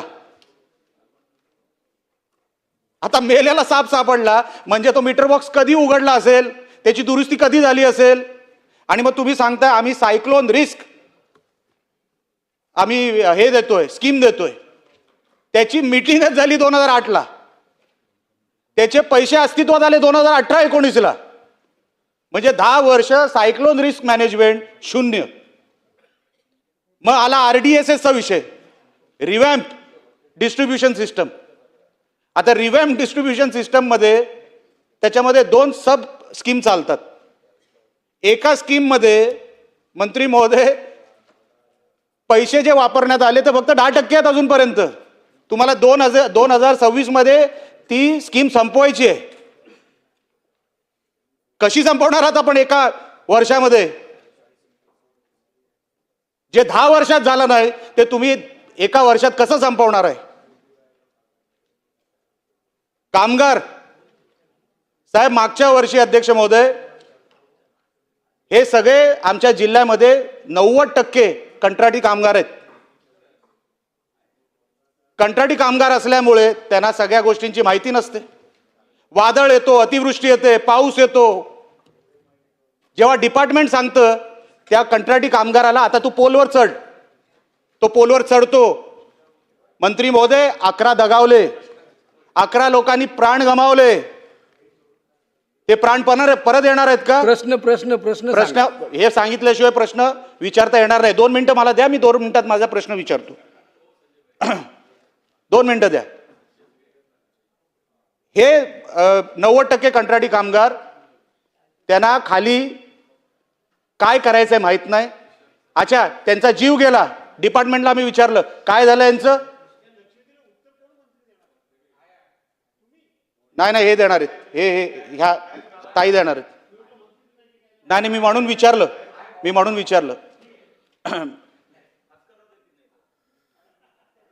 अध्यक्ष महोदय, ते 11 लोकांचा जीव गेला. त्यांना आम्ही विचारलं की ह्यांचे पैसे, ह्यांचा मोबदला, ह्यांची नुकसान भरपाई कोण देणार आहे? डिपार्टमेंट सांगतं ठेकेदार देणार आहे. ठेकेदार सांगतो माझी जबाबदारी नाही. 1ही रुपया 11 लोक गेले, कोणालाही मिळालेला नाही. मंत्री महोदय, माझा तुम्हाला प्रश्न आहे. आता मी प्रश्नावर येतो.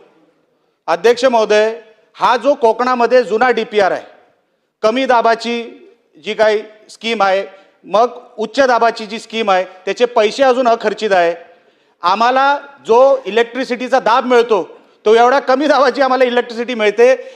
अध्यक्ष महोदय, आम्हाला हा DPR दुरुस्त करून मिळणार आहे का? लवकरात लवकर तो मिळणार आहे का? आणि हे सगळे मेंटेनन्सचे पैसे तुम्ही आम्हाला किरकोळ पैसे देऊ नका. मंत्री महोदय, किरकोळ पैशाची गरज नाही. द्यायचं असेल तर लमसम द्या. कोकण काय मागत नाही. कोकण कधीच काय मागत नाही तुमच्याकडे. 15-15 वर्ष दुरुस्तीला पैसे नाहीत. 15-15 वर्ष आमच्याकडे एक नवीन इन्फ्रास्ट्रक्चरची कुठली लाईन पडलेली नाही. भूमिगत तुम्ही करायला निघालेला आहात. रस्ते खोदून ठेवलेत. तिथे डिपार्टमेंटला मी विचारतोय रस्ते खोदून ठेवलेत, काम कधी सुरू होणार? काम सुरू व्हायला मागत नाही. या डिपार्टमेंटमध्ये चाललंय काय मंत्री महोदय? एकदा आम्हाला आणि महाराष्ट्राला सांगूनच टाका. कोकणांनी मागायचं बंद करावं का? अध्यक्ष महोदय, आम्ही काय प्रश्न विचारणार आहे? कोकणाला काय मिळालंच नाही.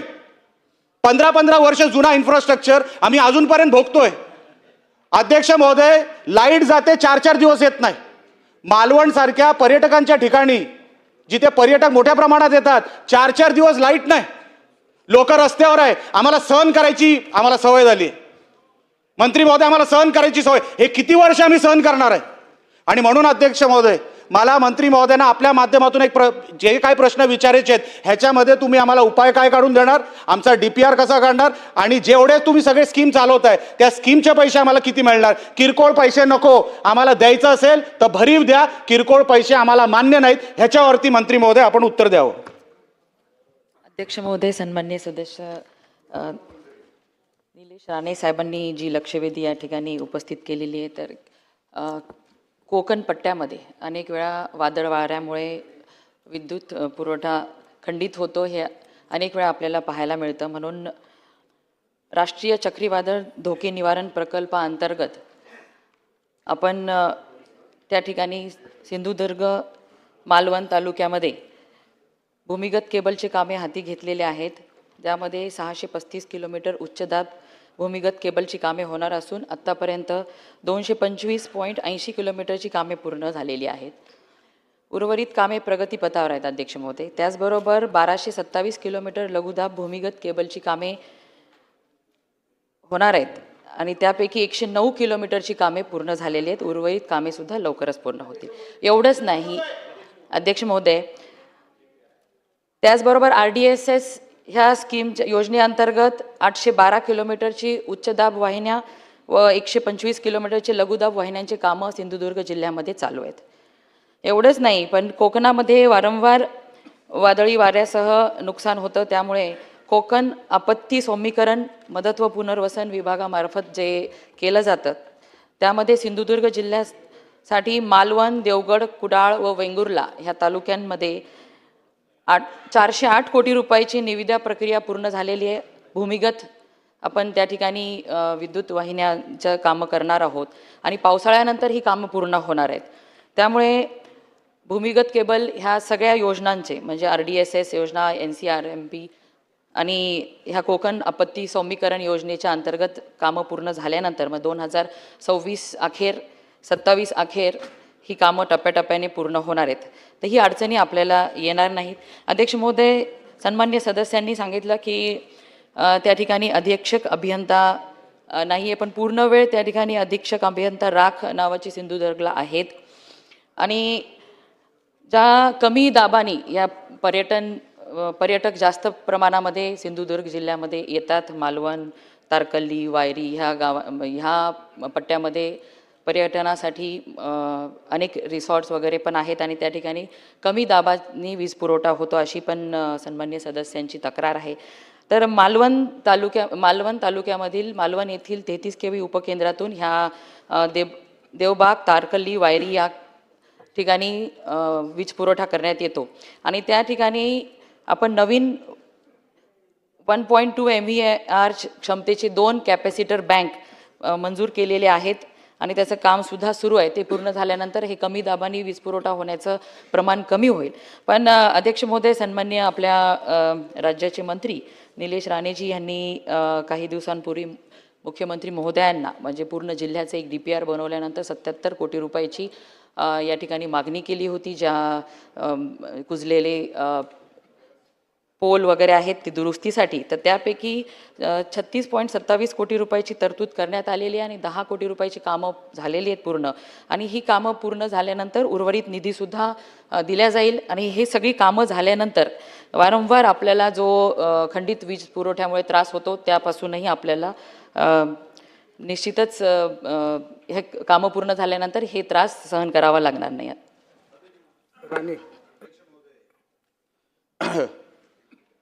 मंत्री महोदयांनी ताई आपण जे उत्तर छापून दिलेलं आहे तेच तुम्ही मला परत रिपीट ऐकवलं. त्याच्यामध्ये वेगळं काहीच तुम्ही बोललात नाही. हे काल म्हणजे आज सकाळपासून मी हे उत्तर तोंडपाठ करतोय, तुम्ही वर्ड टू वर्ड रिपीट केलं. आता त्याच्यावरती मी काय प्रश्न विचारणार आहेत?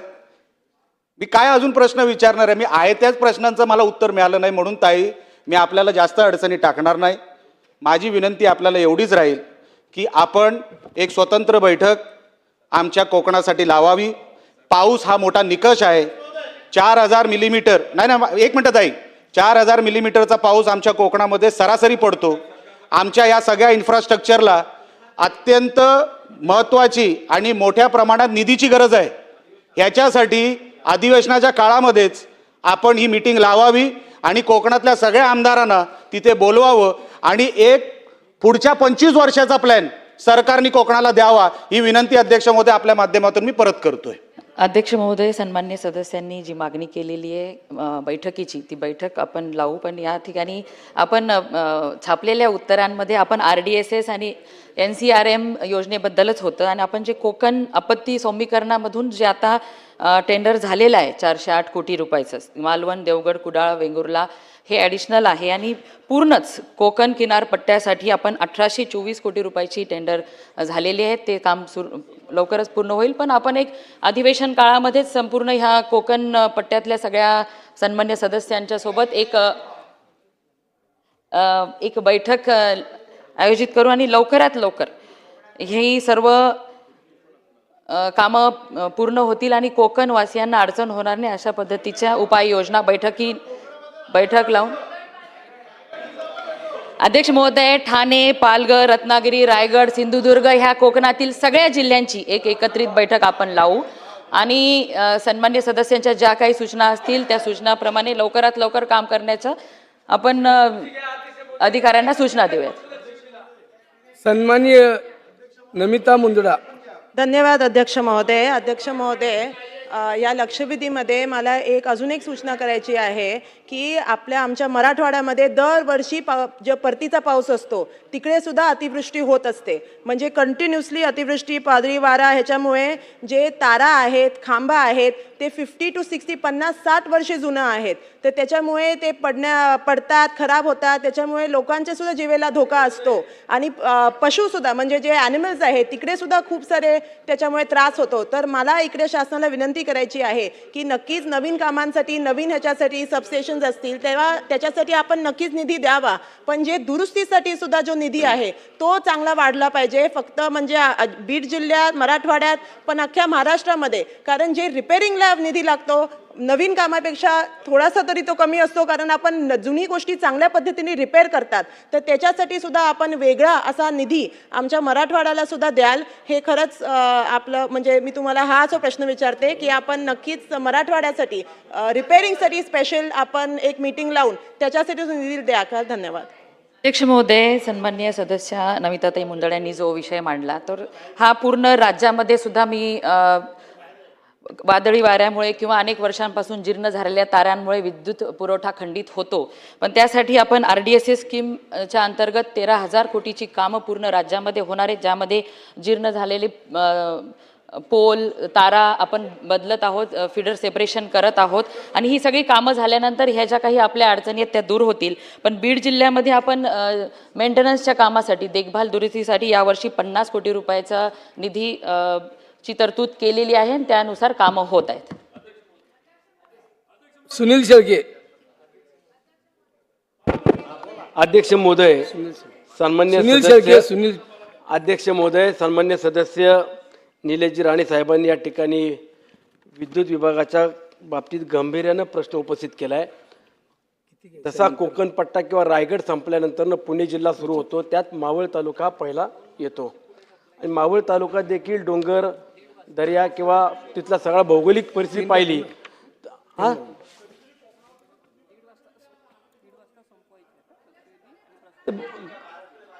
कोकण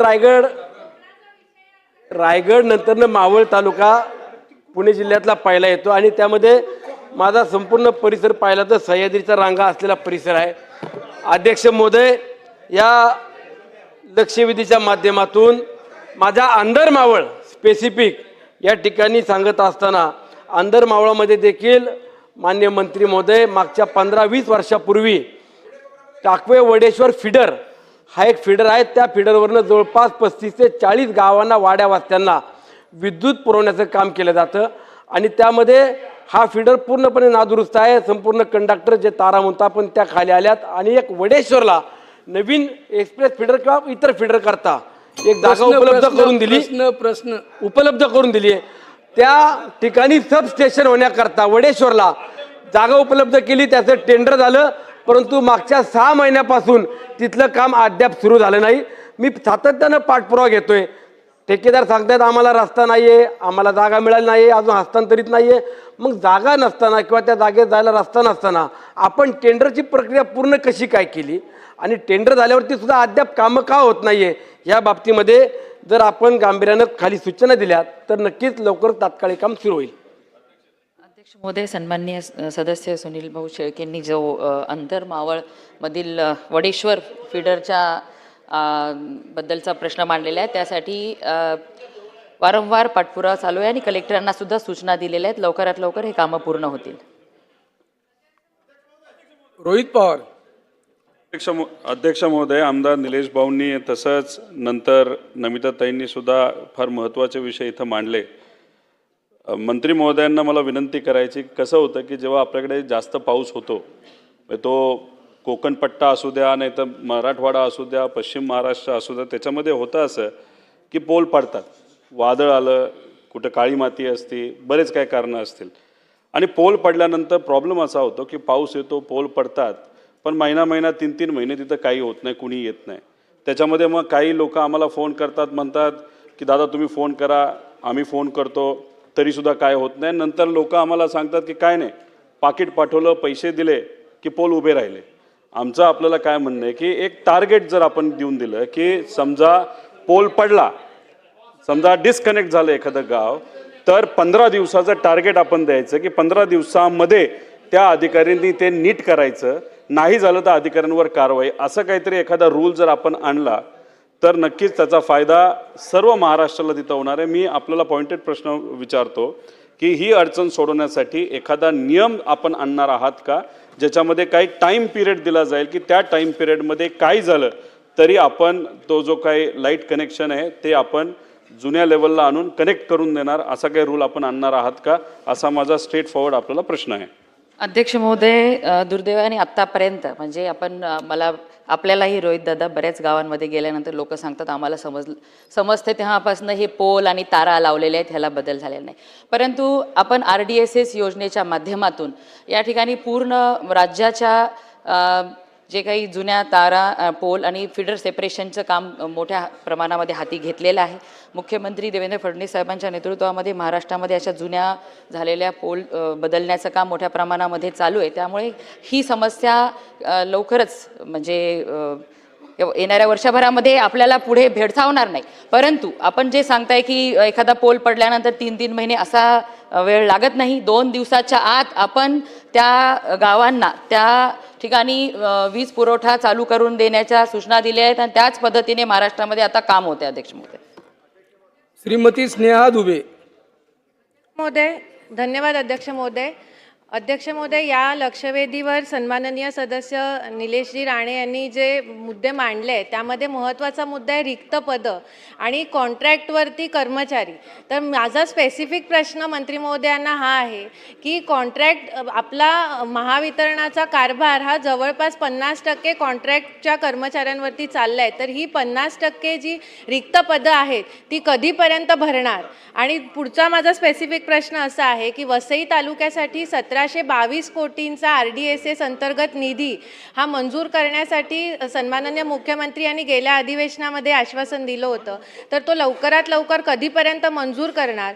तसंच 211 कोटी भूमिगत केबल कोस्टल पट्ट्यासाठी आपत्ती व्यवस्थापनच्या अंतर्गत 2 महिन्यापूर्वी मंजूर झालेला आहे, पण त्याची पुढची प्रक्रिया अजून सुरू झालेली नाही आहे. तर ती पुढची प्रक्रिया सुरू करून हे काम लवकरात लवकर कधी सुरू करणार, असे माझे स्पेसिफिक 3 प्रश्न आहेत अध्यक्ष महोदय. ते सन्मान्य सदस्य स्नेहाताईंनी जो प्रश्न मांडलेला आहे, तर रिक्त पदांच्यासाठी सुद्धा भरती वेगवेगळ्या टप्प्यामध्ये सुरू आहे, ती लवकर करण्यात येईल. त्याचबरोबर जे आपल्या RDSSची कामं, तर 37% कामं आपल्या मतदारसंघातले वसई विरार एरियामधले पूर्ण झालेले आहेत आणि भूमिगत जे काही आपल्या वीज कनेक्शनसाठी जे ते टेंडर प्रक्रिया आता टेंडर प्रोसेसला आहे, ते पण पूर्ण होतील. भास्कर जाधव. अध्यक्ष महोदय, मंत्री महोदयांच्या एक गोष्ट मी लक्षात आणून देतो. ही लक्षवेधी खास करून सिंधुदुर्ग रत्नागिरी जिल्हा पर्यायानं कोकणाकरता म्हणून स्पेशली आलेली आहे. आणि म्हणून सन्मान्य सदस्यांची जी भूमिका हीच आहे की या लक्षवेधीच्या माध्यमातून आपण कोकणाकरता स्वतंत्रपणे आपल्या विभागामार्फत काय देताय हा खरा त्यातून प्रश्न आहे. आणि ह्या प्रश्नाच्या अनुषंगानं उत्तर मिळायला पाहिजे होतं, पण आपण अख्खा महाराष्ट्र आम्हाला फिरवताय. काय नवीन आहे याच्यामध्ये? याच्यामध्ये नवीन काहीच नाही आहे. मंत्री महोदया, कोकणामध्ये पॉवर जनरेशन किती होत आहे? कोयनेचा टप्पा नंबर 1, टप्पा नंबर 2, टप्पा नंबर 3, टप्पा नंबर 4 1980 मेगावॅट पॉवर कोकण देतो. RGPPL सारखा प्रोजेक्ट ज्याची 2,500 मेगावॅटपर्यंत कॅपॅसिटी आहे भुजबळ साहेब, आज तो आपण कमिशन करत नाही, त्याचा पुरेपूर आपण वापर करून घेत नाही. या सगळ्या पार्श्वभूमीवर औद्योगिकरणासह कोकणाला 2 जिल्ह्याला मिळून 1 पॉइंट म्हणजे 1 मेगावॅट फक्त मला वाटतं वीज काहीतरी लागते, याच्यापेक्षा फार काही वीज लागत नाही. मध्यंतरी देशामध्ये पहिल्यांदा आपल्या महाराष्ट्रातनं फीडर सेपरेशन ही योजना देशामध्ये पहिल्यांदा महाराष्ट्रामध्ये आणली लोड शेडिंगच्या वेळेला. बरोबर आहे भुजबळ साहेब? त्या फीडर सेपरेशनमध्ये 1 नंबर कोकणाचा लागला. ना वीज चोरी, ना वीज गळती, ना वीज थकबाकी, पुऱ्या कोकणामध्ये तारेवर कुठं हुक नाही. अशा कोकणाला अशा समस्यांना सामोरं जावं लागतं, तेव्हा त्याच्याकरता स्वतंत्रपणे तुम्ही काय देणार? हा खरा प्रश्न आहे. RDSSची स्कीम जी आहे ती स्कीम आम्हालाही माहिती आहे. या स्कीम वरच्यावर येतच असतात. एकदा सुरेश प्रभू ज्या वेळेला केंद्रीय ऊर्जा मंत्री होते त्यावेळेला त्यांनी कोकणाच्या या सगळ्या सुधारणांकरता, विद्युत सुधारणाकरता 110 कोटी रुपये केंद्र सरकारच्या मधून केंद्र सरकारकडून आणून दिले होते. तशा पद्धतीनं ह्या कोकणाकरता तुम्ही काय देताय स्वतंत्रपणे, हे स्वतंत्रपणे सांगा, तर त्या लक्षवेधीला न्याय मिळाल्यासारखा होईल. हा एक प्रश्न. आणि मंत्री महोदया, दुसरा प्रश्न असा आहे की आपल्या MSEBच्या अनेक चुकांमुळं अनेक नागरिकांना या ठिकाणी तोशीस भोगावा लागतो. ज्या वेळेला विजेचं फ्लक्च्युएशन होतं, एकदम वीज कधीतरी प्रवाह आपला वाढतो, व्होल्टेज वाढतं आणि व्होल्टेज वाढल्यानंतर इथं गृहिणी बसलेत बरेचसे आमच्या सहकारी, फ्रीज जळतो, वॉशिंग मशीन जळतं, TV जळतो, सगळे इलेक्ट्रॉनिक पार्ट जळतात. त्यावेळेला आपलं खातं काय सांगतं? आमचा दोष नाही, आमची फक्त जबाबदारी तुमच्या मीटरपर्यंत लाईन देणं एवढीच आमची जबाबदारी आहे. आपण लक्षात घ्या की मीटरपर्यंत लाईन देता, त्या मीटरमधून तुमच्या लाईनमधून पुढे अशा पद्धतीचं ज्या वेळेला व्होल्टेज वाढतं म्हणून नुकसान होतं ना आमचं, तुमची म्हणून नुकसान होतं. ती जर तुमची लाईन व्होल्टेज वाढल्यामुळे तिथं स्ट्रीप झाली तर पुढचं नुकसान टळेल. त्या संदर्भात तुम्ही काय करताय ते सांगा. आणि तिसरी गोष्ट, माझ्या परवा चिपळूण तालुक्यामध्ये एका प्रमोद कदम नावाच्या माणसाच्या 5 म्हशी शॉक लागून मेल्या तुमच्या विजेच्या. शॉक कसा लागला? तुमची जिवंत वायर, प्रवाह खंडित न झालेली वायर खाली पडली, म्हशी चरला गेल्या, त्याला चिटकल्या. मंत्री महोदया, का तर आपल्याकडे गार्डिंग करावं लागतं. हे गार्डिंग करणं काही खर्चाचं काम नाही, पण आपल्या डिपार्टमेंटचं दुर्लक्षाचं काम आहे. फक्त 3 तारांना खालून तार जोडायची, तार जर तुटली तर त्याला टच झाली तर आपोआपच वीज प्रवाह खंडित होतो. तो वीज प्रवाह खंडित न झाल्यामुळे त्या शेतकऱ्याच्या 5 म्हशी मेल्या दुभत्या आणि 6वी नंतर 4 दिवसांनी तडफडून मेली. आपल्या नियमाप्रमाणे आपण त्याला 30 किंवा 34,000 रुपये देता. एका दुभत्या म्हशीला 1.5 लाख रुपयापर्यंत पैसे मोजावे लागतात. आता वाघानं माणसाला मारलं तर 25 लाख रुपये देतात. आपण गोपीनाथराव मुंडे अपघात विमा योजनेची आता कमाल मर्यादा 2 वरून 4 लाख रुपये केलेली आहे. आणि तुमच्या MSEBच्या चुकीमुळं, तुमच्या अधिकाऱ्यांच्या चुकीमुळं एखाद्याचं नुकसान झालं तर तुम्ही पैसे देत नाही. आणि म्हणून ही रक्कम सुद्धा वाढवून आपण देणार का, असे माझे 3 प्रश्न आहेत. या लक्षवेधीच्या माध्यमातून कोकणाला स्वतंत्रपणे काय देणार, हा माझा प्रश्न आहे. आणि हे असे 3 प्रश्न आहेत, त्या 3 प्रश्नाची उत्तरं द्या. अध्यक्ष महोदय, ही लक्षवेधी सन्मान्य निलेशजी राणे साहेबांनी सिंधुदुर्ग जिल्ह्यासाठी लावली होती आणि सिंधुदुर्ग जिल्ह्यासाठी आपण राष्ट्रीय चक्रीवादळ धोके निवारण प्रकल्पातून 350 कोटी रुपये, RDS योजनेतले वेगळे आणि कोकण आपत्ती सौम्यीकरणातून 408 कोटी रुपये हा सिंधुदुर्गसाठी आणि कोकणाच्या ह्या सगळ्या सन्मान्य भास्कर जाधव साहेबांनी जी मागणी केली 1824 कोटी रुपयाचा कोकण आपत्ती सौम्यीकरण प्रकल्पाअंतर्गत आपण त्याचं टेंडर लेवलला आहे. त्यामुळे ते फक्त कोकणासाठी ह्या कोकण किनारपट्टींच्या ह्या सगळ्या विजेच्या अडचणी अंडरग्राऊंड केबलिंगसाठी हा निधी उपलब्ध करून दिलेला आहे. लवकरच त्याची टेंडर प्रोसेस झाल्यानंतर ते कामं पूर्ण होतील.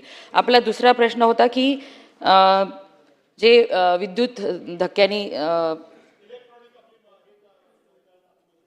मशीन वगैरे जळतात त्या संदर्भामध्ये सुद्धा आपली ही सगळी कामं पूर्ण झाल्यानंतर म्हणजे कॅपॅसिटर वगैरे बसून झाल्यानंतर हे जे काही फ्लक्च्युएट होतं पॉवर सप्लाय तो ही जी काही लाईट ट्रिप होते मध्येच कमी दाब मध्येच अधिकचा दाब आणि त्यामुळे आपले इलेक्ट्रिक जे काही इक्विपमेंट्स असतात ते जळतात शॉर्ट सर्किट होतं हे प्रकार कमी होतील आणि जे मृत जनावरं होतात करंटमुळे त्याच्या जी मदतीची कम्पेन्सेशन खूप कमी आहे ते वाढवून देण्यासंदर्भात आपण मागणी केली त्याच्यावर निश्चित विचार करू आणि सकारात्मक विचार करून त्यामध्ये सुद्धा वाढवून देण्याचा निर्णय घेण्यात येईल. श्री अरुण खान. धन्यवाद. मी धन्यवाद करतो निलेश राणेजी आणि भास्कर शेठ यांना की कुणीतरी कोकणासाठी आवाज उचलला. अध्यक्ष महोदय, रायगड जिल्हा सुधागड तालुका यामध्ये येणाऱ्या कित्येक गाव 4-4 दिवस लाईट येत नाही. फ्लक्च्युएशन एवढं असतं लाईट इलेक्ट्रिसिटीमध्ये फ्लक्च्युएशन एवढं असतं की त्या फ्लक्च्युएशनमुळे त्यांचे TV फ्रीज हे सगळे उडतात. अध्यक्ष महोदय, माझा प्रश्न असा आहे की आपण आमच्या मंत्री महोदयाने इथे सांगितलं एवढे करोड आम्ही बजेटमध्ये टाकलेले आहेत, कागदावर सगळं आहे, तोंडाने आपण सगळं बोलतो आहोत, पण कोकणाला आपण जे बोलता आहात त्याप्रमाणे कोकणाला ते पैसे मिळत नाहीये आणि मिळत असेल तर काम होत नाहीये. म्हणून माझा प्रश्न एवढाच आहे की जो आपण कोकणासाठी बघतो आहोत, पाली हा बल्लाळेश्वर आपल्या अष्टविनायकामधला जे 8 अष्टविनायक जे गणपती आहेत त्यामधला एक पालीचा बल्लाळेश्वर गणपतीचा एक भाग आहे. 4-4 दिवस अध्यक्ष महोदय पावर जातो, लाईट जाते, 4-4 दिवस लाईट येत नाहीये. ह्याच्यावर कोण बोलणार आहे, कोण बघणार आहे? फक्त आपण उत्तर दिला की आम्ही बघतो, फ्लक्च्युएशन होणार नाही, लाईट जाणार नाही, पण तिथे अस्तित्वात लाईट जाते आणि गेल्यानंतर कोण बघायला येत नाहीये. जोपर्यंत जसं आमच्या साहेबांनी सांगितलं की फोन केल्याशिवाय तिथे काम होत नाहीये, त्या फोन केल्याशिवाय तिथे काम होत नाहीये. हवेने पोल पडतात ते अगोदर आपण बघितलं पाहिजे. कोकणामध्ये जेवढा पाऊस होतो तेवढा पाऊस कुठे होत नाहीये हे आपल्या सगळ्यांना माहीत आहे, पण आपण त्याच्या अगोदर का दक्षता घेत नाहीये ह्याच्यावर आपल्याला बोललं पाहिजे. याच्यावर आमच्या मंत्री महोदयाने बोललं पाहिजे की तुम्ही जे काम करणार आहात ते पडल्यानंतर तुम्ही काम करणार आहात, पडण्या अगोदर तुम्ही काय करणार आहात हे तुम्हाला तुमच्याकडे माझा प्रश्न आहे, ह्याचं उत्तर मला पाहिजे. धन्यवाद.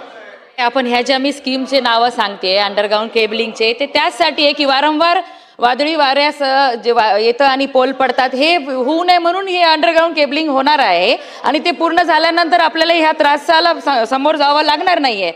आणि सर्व कोकणातल्या सर्व सन्मान्य सदस्यांची लवकरच ह्या अधिवेशन संपण्याच्या आत आपण बैठक लावू आणि सगळ्यांच्या अडचणी विचारात घेऊन विदर्भ मराठवाडा प्रत्येक विभाग वाईज बैठक लावू, पण पहिले कोकणातली लावू आणि ज्या काही अडचणी असतील त्या सोडवण्याचा आपण मी आपल्याला ग्वाही देते की ह्या सगळ्या अडचणी लवकरात लवकर आपण सोडवून घेऊ. लक्षवेधी क्रमांक 3 लक्षवेधी क्रमांक 3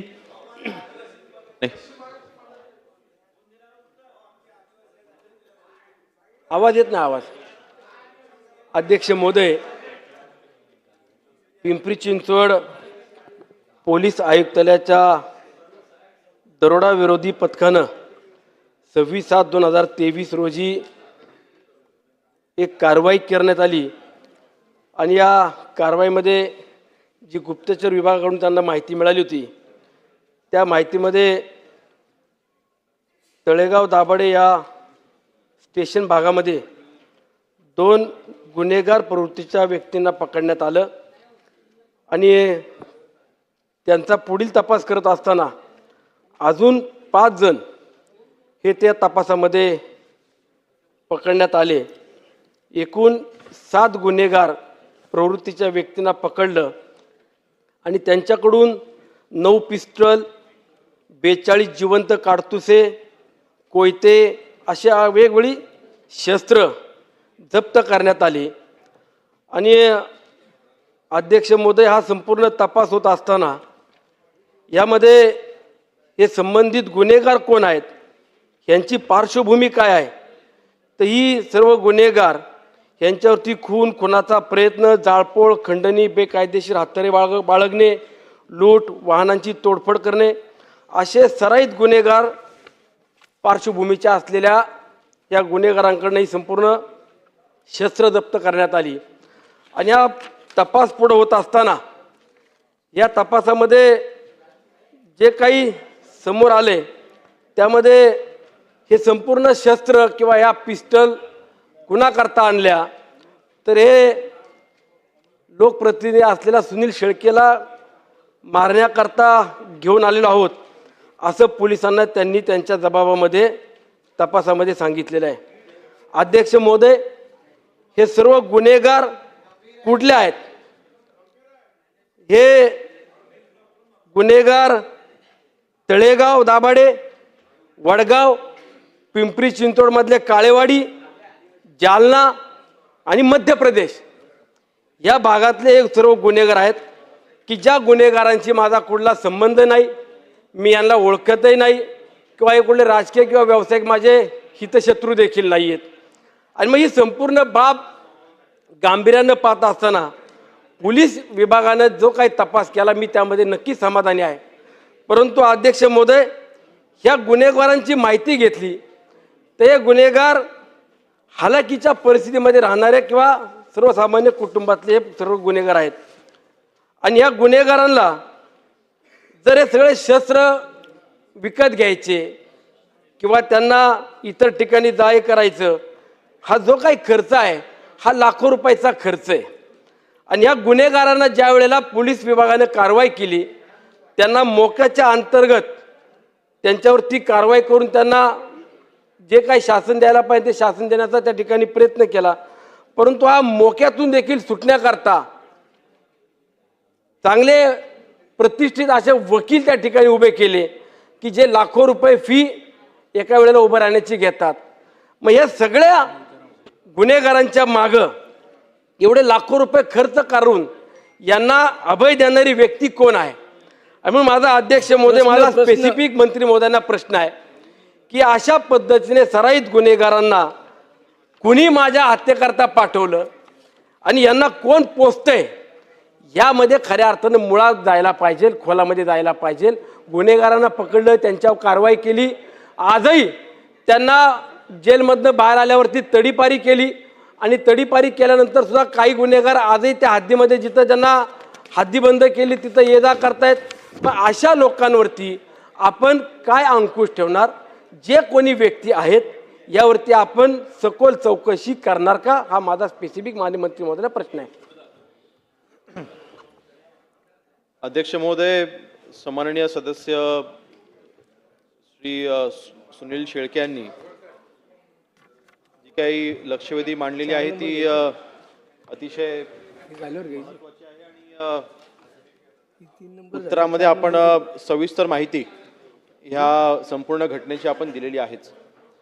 अध्यक्ष महोदय, आपण 25 जून 2023ला आपल्या गुप्तचर यंत्रणेकडनं एक इन्फॉर्मेशन आपल्याला प्राप्त झाली आणि त्या इन्फॉर्मेशनच्या आधारे आपण तळेगावमधील, पुणे येथील तळेगावमधील आपण 2 व्यक्तींना 4 पिस्तलसोबत आपण त्यांना अटक केली. अटक केल्याच्या नंतर फर्दर इन्व्हेस्टिगेशनमध्ये त्याच्यामध्ये अजून काही व्यक्तींचा समावेश आहे असं लक्षात आल्याच्या नंतर अन्य 28 जूनला, लगेचच 3 दिवसानंतर आपण 28 जून 2023ला आपण अजून 3 व्यक्तींना आपण त्याच्यामध्ये अटक केली. त्यांच्याकडनं काही काडतुसं आणि काही पिस्तूल आपण त्यांच्याकडनं आपण तिथे आढळले आहेत. त्यांच्याकडे आपण ती जमा केलेली आहेत. लक्षात आलं की हे सगळे जे कोणी गुन्हेगार होते ते MP ला गेले होते. MP वरनं त्यांनी एका व्यक्तीकडनं तिथे देवराज नावाचा एक व्यक्ती आहे त्याच्याकडनं त्यांनी हे सगळी पिस्तूल विकत घेतली होती. आणि त्या व्यक्तीच्या बाबतीमध्ये देखील यूपी गव्हर्नमेंटच्या म्हणजे यूपी क्षेत्रामधला तो देवराज म्हणून हा व्यक्ती आहे. आणि सदर त्या सरकारला देखील आपण त्या बाबतीमध्ये सगळी माहिती आपण दिलेली आहे आणि त्यांच्यावरती आपण कारवाई केलेली आहे आणि त्याची लुकआउट नोटीस आपण दिलेली आहे. अध्यक्ष, विषय अतिशय गंभीर आहे. ज्यावेळेस नागरिकांच्या सुरक्षेची जबाबदारी ही पोलीस विभागाची असताना अर्थातच नागरिकांचं लोकप्रतिनिधित्व करणाऱ्या लोकप्रतिनिधींची सुरक्षेची जबाबदारी देखील आपल्या सरकारची आहे. आणि ह्या सर्व गुन्हेगारांवरती आपण मकोका दाखल केला. मकोका दाखल केल्यानंतर 1.5 वर्ष हे अटकेमध्ये होते. 1.5 वर्षानंतर ह्यांना बेल मिळाली. बेल मिळाल्याच्या नंतर ह्यांना आपण तडीपार केलं. तडीपार ह्यांना आपण 2 वर्षाकरता आपण ह्यांना तडीपार केलेला आहे. आणि तडीपारीनंतर देखील सन्माननीय सदस्य सुनीलजी शेळके आणि ज्यांच्या विरोधामध्ये ते कारवाई करण्याकरता किंवा ज्यांचा घातपात करण्याच्या उद्देशाने ते आले होते, त्यांचं असं म्हणणं आहे की तडीपार असताना देखील त्याच्यापैकी काही गुन्हेगार हे पुणे जिल्ह्यामध्ये लपून छपून येत असतात. तर आपल्याला कल्पना आहे की ज्या ठिकाणी आपण त्यांना तडीपार करतो त्या संबंधित पोलीस स्टेशनला त्यांनी दर 7 दिवसांनी त्यांनी स्वतः जाऊन तिथे सही करायची असते, त्यांनी रजिस्टर तिथे करायचं असतं. आणि परंतु तरीसुद्धा या विषयाचं गांभीर्य लक्षात घेऊन शेवटी मागणी अशी आहे की ह्याच्यामध्ये मूळ सूत्रधार कोण आहे. तर ह्या जे काही 7 लोकांना आपण अटक केलेली आहे त्यांना ज्यांनी काही पैसे पुरवले होते त्या व्यक्तीला देखील आपण अटक केलेली आहे. परंतु ह्याच्यामध्ये अजून ॲडिशनल इन्फॉर्मेशन आपल्याकडे काही प्राप्त होते का ती नक्कीच आपण त्याची फर्दर चौकशी आपण करू. कारण आपण ह्याच्यामध्ये चार्जशीट दाखल केली होती, परंतु ॲडिशनल इन्फॉर्मेशन जर का सामान्य सदस्य महोदय आपल्याकडे असेल तर आपण मला ती द्यावी. अर्थातच या विषयाचं गांभीर्य लक्षात घेता आवश्यक असल्यास याच्यामध्ये पुढच्या 7 दिवसांमध्ये आम्ही निर्णय घेऊन SIT स्थापन करण्याचा देखील आम्ही निर्णय घेऊ. यामध्ये जोपर्यंत आपण SITचा आता उल्लेख केला की जोपर्यंत आपण SIT नेमत नाही किंवा याच्यामध्ये तपासात काही बाबी माझ्या निदर्शनास आल्या आहेत, ह्या माहिती मिळत नाही, तोपर्यंत आपल्याला पुढे जाता येणार नाही. पण माझी विनंती अशी की आज आपण SIT नेमणार अशा पद्धतीने मला आश्वासित केलं तर मी संपूर्ण माहिती तुम्हाला या विभागाला संपूर्ण देईल. पण माझी विनंती की आपण या संबंधीमध्ये किंवा या सर्व घटनेमध्ये आपण SIT नेमलीच पाहिजे आणि यामध्ये आपल्याला खोलामध्ये जाऊन कोण याच्या मागचा वरद असताय हा आपल्याला शोधला पाहिजे. म्हणून माझी विनंती आहे की आपण SITची स्थापना करावी. सन्माननीय सदस्य महोदयांना मी आश्वासित करतो, अध्यक्ष महोदय आपल्या माध्यमातून चौकशी करत असताना जो कोण मूळ सूत्रधार आहे तो पकडेपर्यंत आम्ही कुठेही ह्याच्यामध्ये हलगर्जीपणा होणार नाही. शेवटी आपल्या सुरक्षेचा प्रश्न आहे आणि विशेष म्हणजे चौकशीमध्ये हेही लक्षात आलेलं आहे की सन्माननीय सदस्य आणि त्यांचे काही कुटुंबियांचे देखील तिथे काही फोटो आढळले होते, त्यांचे काही कार्यकर्त्यांचे फोटो आढळले होते, त्यांना देखील तिकडे धोका आहे आणि विषय अतिशय गंभीर आहे.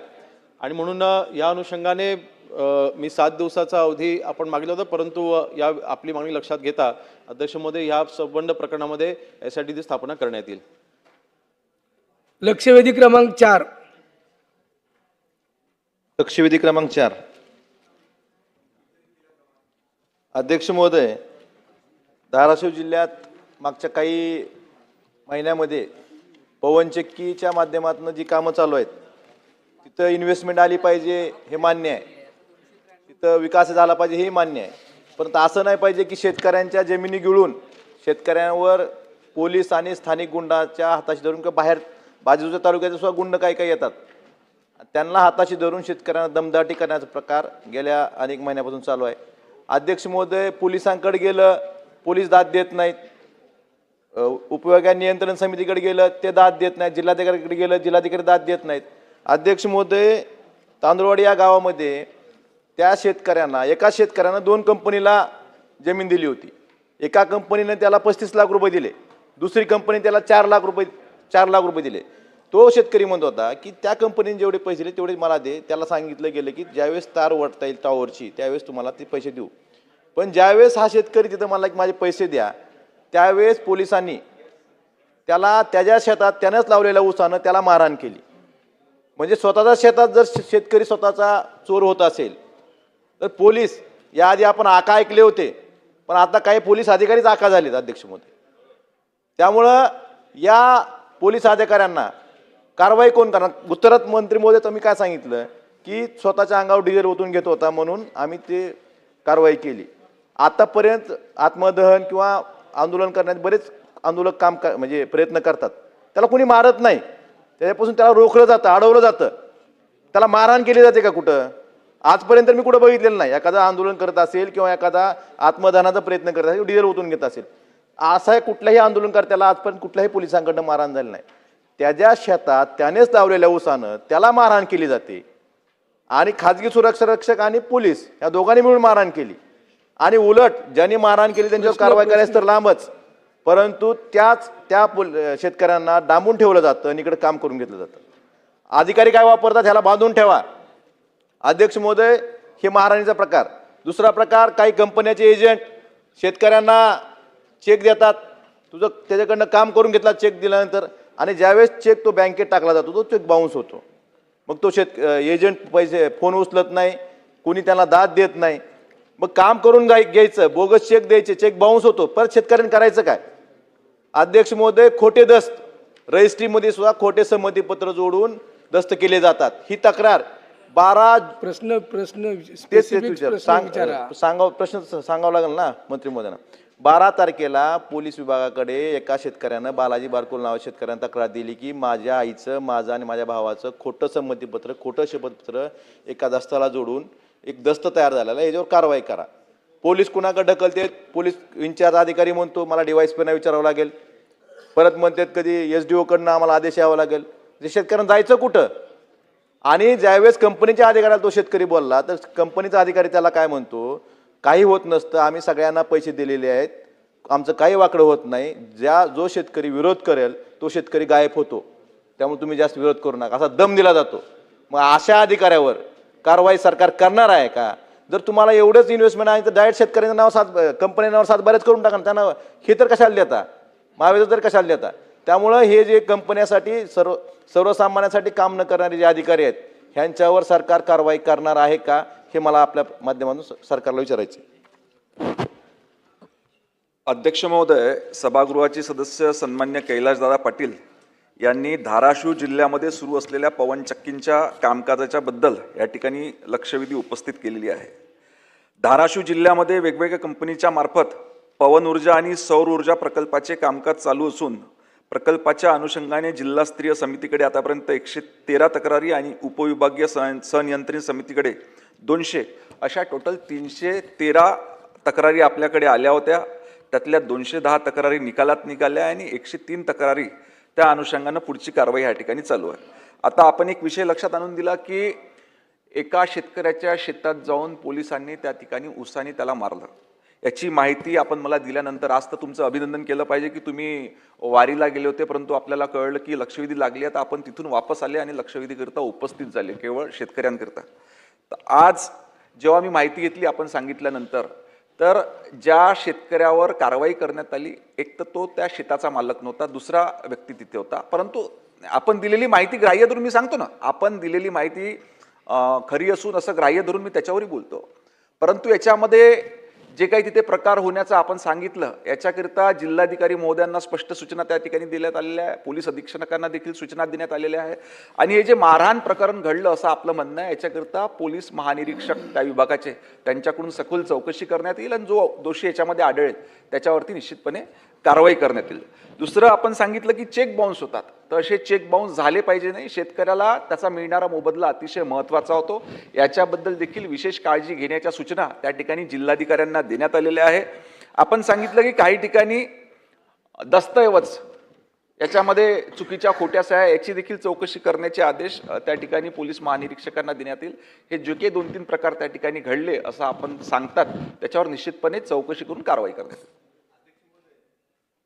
तर मंत्री महोदयांना एक सांगायचं की ज्या शेतकऱ्याला मारहाण झाली हा त्या शेताचा मालक नव्हता असं आपण सांगितलं. तो मालक गणेश शेरकर नावाचा शेतकरी होता आणि त्याच्यासोबत त्याचा नातेवाईक वाशीचा भारतीय जनता पार्टीचा नगरसेवक होता. जर 100 पोलीस येत असतील त्यांनी नातेवाईकाला बोलवायचं नाही का?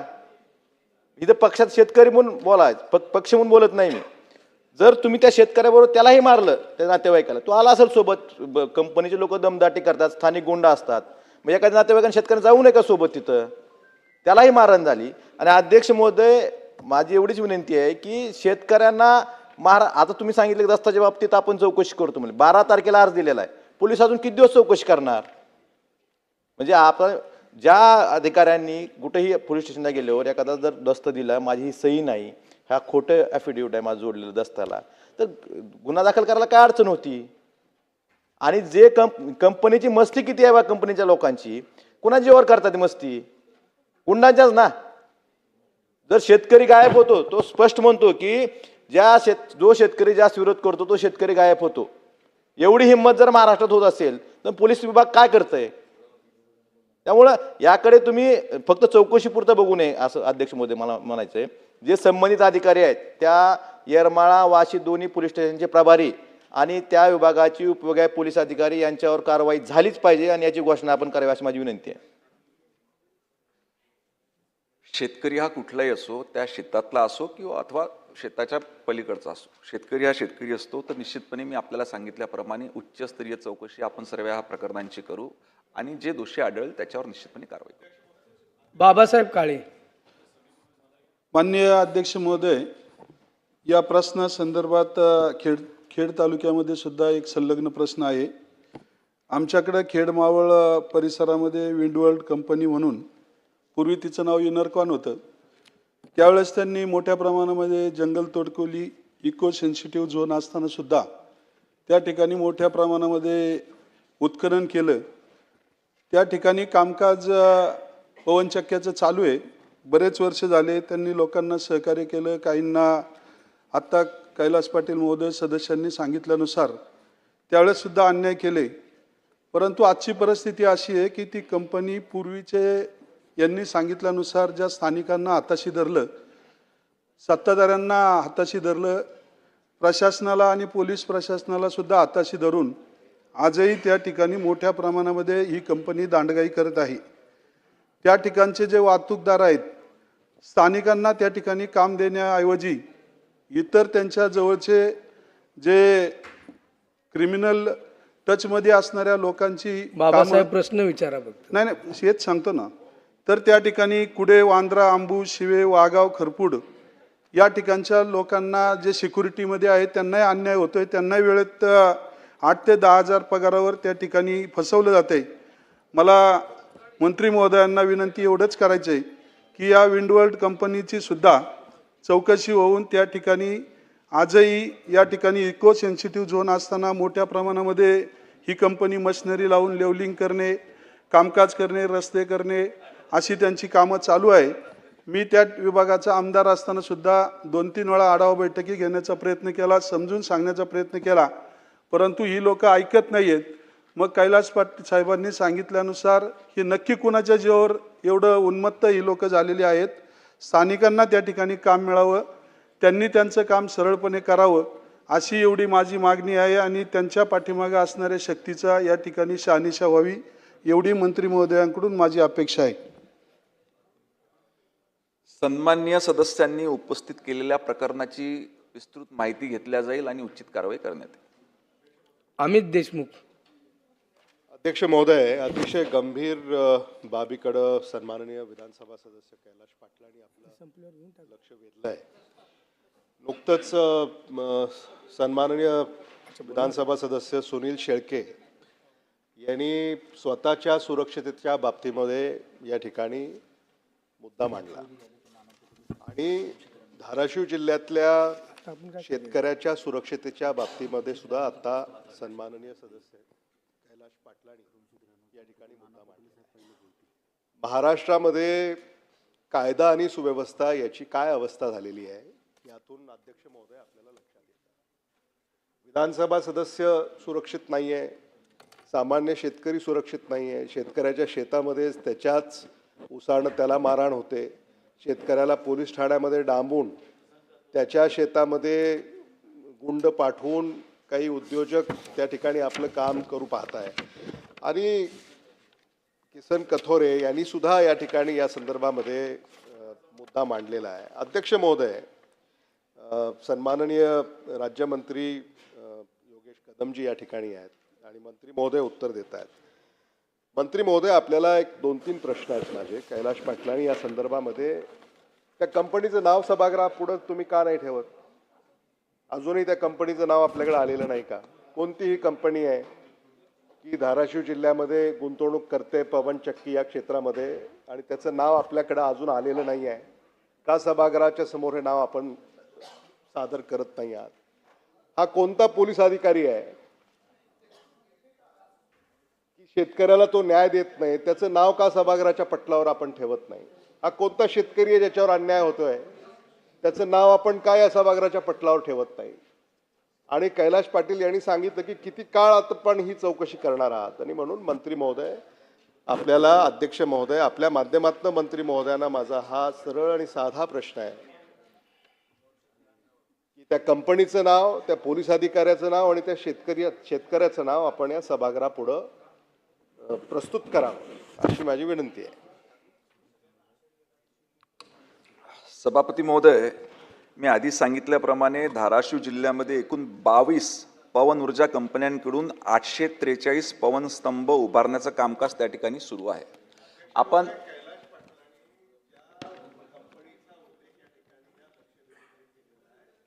कंपनीचं नाव सभागृहाच्या समोर मंत्री महोदय आपण इथं ते मांडावं.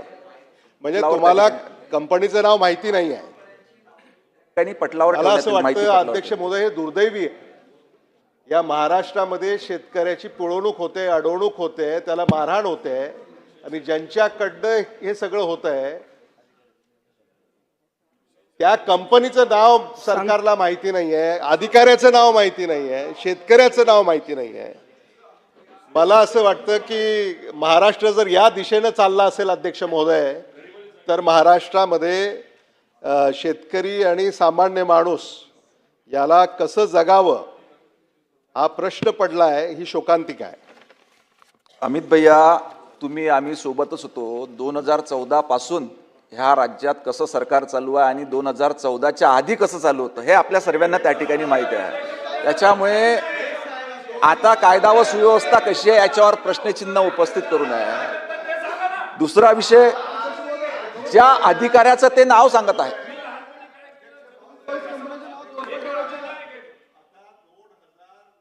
24 पासून 2029 कडे आपण वाटचाल करतोय अध्यक्ष महोदय. आणि आता 2029 पर्यंत आपल्याला 15 वर्ष पूर्ण होतील. त्यामुळे आता हे जुने राग कशासाठी तुम्ही गाण्याचा प्रयत्न करताय? आता साधा प्रश्न आहे, त्या कंपनीचं नाव काय ते सांगा, त्या अधिकाऱ्याचं नाव काय ते सांगा, त्या शेतकऱ्याचं नाव काय ते सांगा. अध्यक्ष महोदय, अधिकाऱ्यांचं नाव तक्रार सन्मान्य सदस्य महोदयांचे, त्यांनी अधिकाऱ्यांचं नाव आता दिलेलं नाही या सभागृहामध्ये. त्यांनी नाव दिल्यानंतर, कारण अशा पद्धतीची तक्रार आमच्याकडे आलेली नाही, त्याची संपूर्ण चौकशी करण्यात येईल आणि त्या अधिकाऱ्यावर कारवाई करण्यात येईल.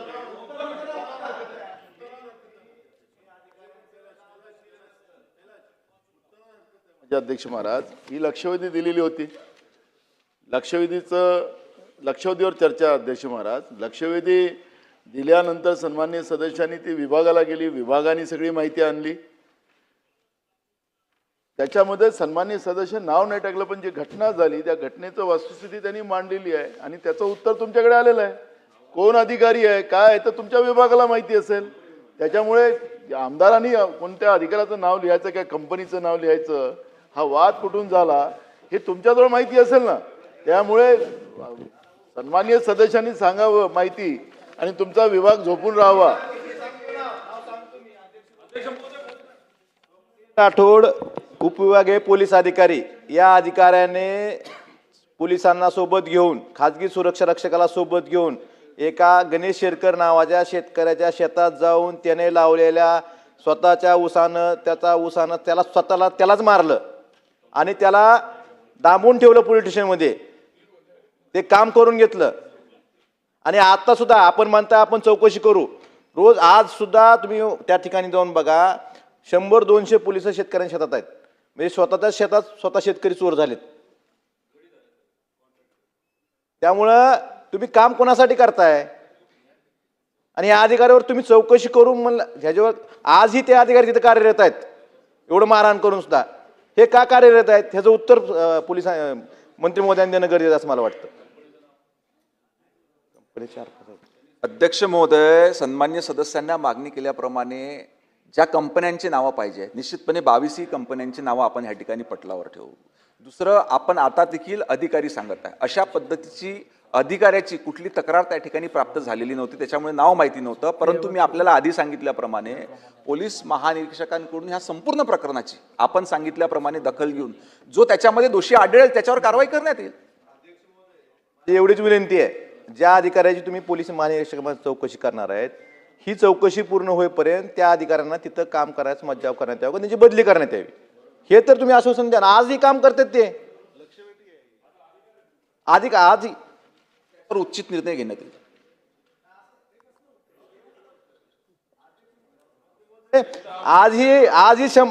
आता तुम्ही रिअल टाइम चेक केलं तर आताही काम तेच अधिकारी तिथं करतायत दाब नपटी करून. उचित कारवाई म्हणजे काय, तुमची त्यांची कमीत कमी ते इन्चार्ज दुसरीकडे बदली तरी करा.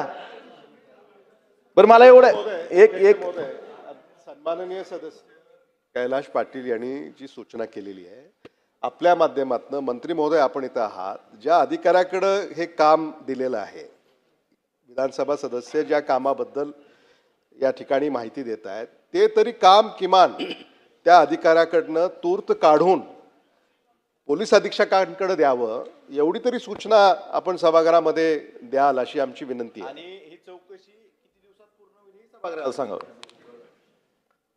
निश्चितपणे ज्या अधिकाऱ्याकडे हे काम असेल आणि त्या ठिकाणी जर का इतके वाद त्या ठिकाणी निर्माण होतात तर त्याच्याकडून ते काम काढून दुसरी अधिकाऱ्याची त्या ठिकाणी नियुक्ती करण्यात येईल आणि चौकशी लवकरात लवकर करण्यात येईल. ठीक आहे. प्रस्ताव 293 नानाभाऊ पटोले.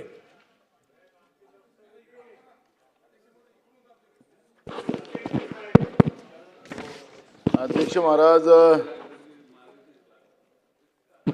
293 अन्वये मी महत्त्वाच्या विषयावर विरोधी पक्षाकडून आलेल्या प्रस्तावावर चर्चा करायला आणि सरकारला महाराष्ट्रामध्ये शेतकऱ्यांच्या ज्या आत्महत्या होतात आहेत, बेरोजगारांच्या आत्महत्या होतात आहेत, कामगारांच्या आत्महत्या होतात आहेत, निरपराधावर कारवाई करण्याचं काम या महाराष्ट्रामध्ये चाललेलं आहे. त्या पद्धतीच्या सूचना आणि त्याच्यामध्ये सुधार यावा हे मांडण्यासाठी मी अध्यक्ष महोदय या ठिकाणी उभा आहे. अध्यक्ष महाराज, शेतकऱ्यांच्या व्यथा इतक्या भयानक आहे की त्याला आता आवाळच फाटल्यासारखी परिस्थिती आज महाराष्ट्रामध्ये झालेली आहे. अध्यक्ष महाराज, काल आपण पाहिलं असेल की आमचे नेते राहुल गांधीजींनी जे सरकारने आकडे जे जाहीर केले, 767 शेतकऱ्यांच्या आत्महत्या ज्या झालेल्या आहेत महाराष्ट्रामध्ये गेल्या 3 महिन्यात, त्याबद्दलचं एक ट्विट केलं आणि त्याच्यावर भाजपच्याच लोकांनी त्याच्यावर प्रत्युत्तर दिलं की तुम्ही कर्नाटकमध्ये बघा, बाकीच्या राज्यात बघा, त्याच्यापेक्षा महाराष्ट्र चांगला आहे. अशा पद्धतीची भूमिका त्या ठिकाणी मांडताना आपण पाहिला. अध्यक्ष महाराज, शेतकरी कर्नाटकचा असो, शेतकरी उत्तर प्रदेशचा असो की महाराष्ट्राचा असो की राज्यातल्या कुठल्याही भागातला असो, देशातल्या कुठल्याही भागाचा असो, पण हा अन्नदाता आहे. अध्यक्ष महाराज, आणि अन्नदात्याच्या व्यथेबद्दल जेव्हा भूमिका कोणी मांडतात तर याचा आणि त्याचा हा भाग वेगळा होत नाही. अध्यक्ष, पण महाराष्ट्र हा वेगळं असं राज्य आहे की आपण छत्रपती शिवाजी महाराजांचा वारसा चालवतो आहे. अध्यक्ष महाराज, महात्मा ज्योतिबा फुल्यांचा वारसा चालवतो आहे. अध्यक्ष महाराज, आपण शेतकऱ्याचं आसूड पुस्तक भुजबळ साहेब महात्मा ज्योतिबा फुल्यांनीच लिहिलं. शेतकऱ्यावर होणाऱ्या अन्यायाच्या भावाचा आवाज पहिल्यांदा खऱ्या अर्थानं या देशामध्ये कोणी उचलला असेल तर महात्मा ज्योतिबा फुल्यांनीच उचललं. त्यांच्या व्यथा त्यांनी मांडल्यात. पण अध्यक्ष महाराज, ज्या महाराष्ट्रानं पूर्ण देशाला दिशा देण्याचं काम केलं, त्या महाराष्ट्रामध्ये शेतकऱ्यांच्या आत्महत्या वाढत चालल्या असतील तर याला हे कोणालाही भूषणावर राहू शकत नाही. हे तुम्ही आम्ही सगळ्यांनी मान्य केलं पाहिजे. पण अध्यक्ष महाराज, ही जी सगळी परिस्थिती आज आहे त्याला बिघडण्याचं कारण काय, तर त्याला सगळं दोष हा सरकारचा. अध्यक्ष महाराज, मी एक एक मुद्दा येतो.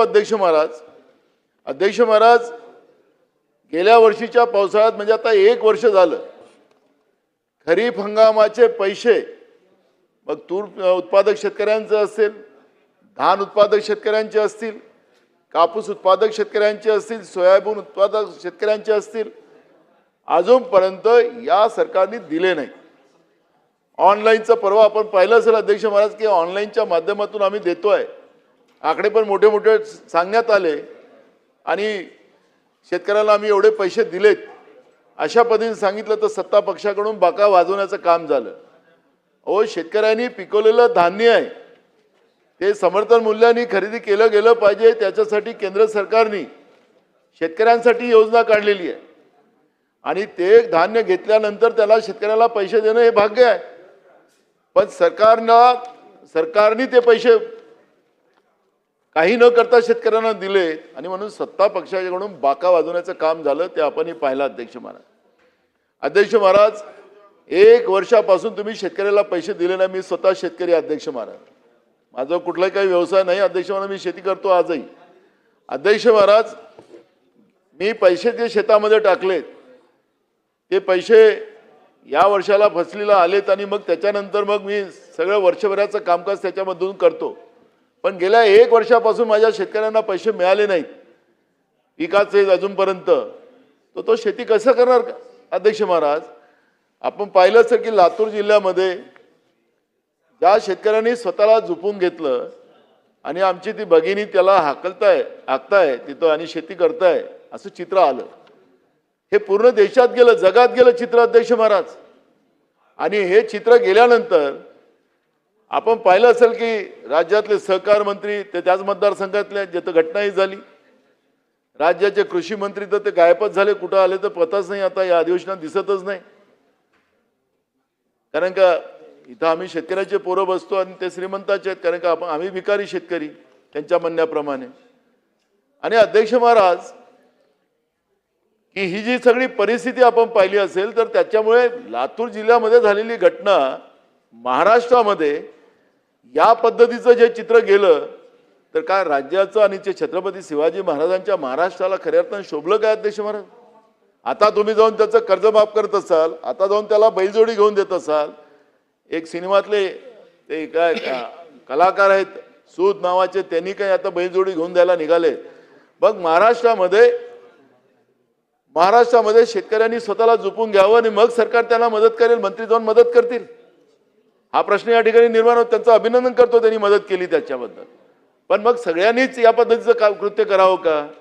अध्यक्ष महाराज, या सरकारने कायदे केले, गोरक्षणाचा कायदा केला. आमच्या मतदारसंघामध्ये गोंदिया जिल्ह्यातून पैदल शेतकऱ्यांनी बैल उन्हाळ्यामध्ये घेऊन येत होते शेतीसाठी. या पोलिसांनी पकडले अध्यक्ष महाराज. आणि हे गोरक्षणवाले जे आहेत तथाकथित लोक, त्यांच्या ज्या शाळा आहेत, हे सरकार 50 रुपये त्यांना एका जनावरावर देतात. हे रोज काहीतरी एक घोषणा केली होती या सरकारनं. मला वाटलं की प्रत्येक शेतकऱ्यांना आपण देणार आहात, त्याच्याकडे गाई म्हशी असतील, बैल असतील. पण तुम्ही त्या ज्या संस्था आहेत तथाकथित, त्या संस्थेमध्ये असलेल्या गाई म्हशींना काय बैलांना तुम्ही 50 रुपये त्याला रोज देतात, अशा पद्धतीचं काहीतरी तुम्ही योजना काढलेली आहे. हां, तथाकथितच म्हणावं लागेल. कारण की तथाकथित याच्यासाठी म्हणतोय भासाजी, याच्यासाठी म्हणतोय की पोलीसवाले आणि त्यांचं संगनमत आहे. शेतकरी आपले बैल पैदल आणतायत, त्यांच्याजवळ सगळे पासेस आहेत, सगळं असताना सुद्धा पोलीसवाल्यांनी त्यांचे बैल जप्त केलेत आणि जप्त करून त्या तथाकथित गोरक्षणवाले जे आहेत त्यांच्या तिथं ते बैल पाठवलेत. मला ते आलेत माझ्याकडे, त्यांनी पावत्या दाखवल्या, सगळं दाखवलं. मी SP ला फोन केला. SP म्हणाले तिथं मी सांगतो ठाणेदाराला, गोंदियाची गोष्ट आहे, गोंदिया जिल्ह्यातली. मग त्यांनी सांगितलं मी वापस करून देतो. तो तिथं गेल्यानंतर पोलीसवाले गेलेत. त्या पोलीसवाल्यांना सांगितलं, त्या गोरक्षणवाल्यांनी तथाकथितवाल्यांनी त्यांनी सांगितलं की आम्ही देणार नाही. तो कोर्टात गेला. खालच्या कोर्टाने सांगितलं की यांचं द्या यांना वापस, हे सगळे कागदपत्र आहेत. तो हायकोर्टात गेला, पोलिसाचा ऐकायला तयार नाही. म्हणजे सांगायचं तात्पर्य असं की तिथं गाई ते बैलच राहिले नाही, ते परस्पर विकून टाकलेत त्यानं. तथागतित शब्द मुद्दाम मी जाणून पूर्ण बोलतोय की हे तथागतित तुमचे गोरक्षणवाले हे कशा पद्धतीचा धंदा करतात आहेत, शेतकऱ्याला कसं लुटतात आहेत. शेतकऱ्यांच्या आत्महत्येचे कारण मी तुम्हाला मुद्दाम मोजतोय आणि तुम्हाला सुधारणा कसं करावं लागेल त्याच्यावर तर तुम्हाला उपाययोजना करावं लागेल. ह्या आरोप प्रत्यारोपाचा वेळ नाही. काल जे घटना झाली लातूर जिल्ह्यामध्ये हे कोणालाही भूषणावर राहू शकत नाही.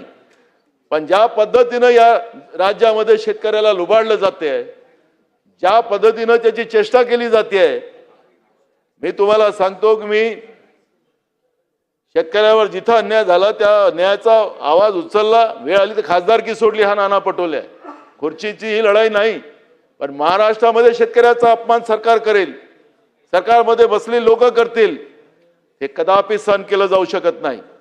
आणि म्हणून मी त्या दिवशी केलेली घटना ते मला काही आवडली नाही, मला ते आवडणारही पण नाही ते, कारण माझं ते काम नव्हतं. पण शेतकऱ्यांच्या भावना मला मांडायच्या होत्या, सरकार ऐकलं पाहिजे म्हणून इथं चर्चा आली आणि ही चर्चा आली आणि या चर्चेला काल आपण पाहिलं असेल, काल आपण पाहिलं असेल की सभागृहात मंत्री सुद्धा नाही, त्या अदृश्य लॉबीमध्ये तुमचे अधिकारी नाही. शेतकऱ्यांच्या बद्दलची काय मानसिकता तुमच्या सरकारची असेल हे काल आपण पाहिलंय.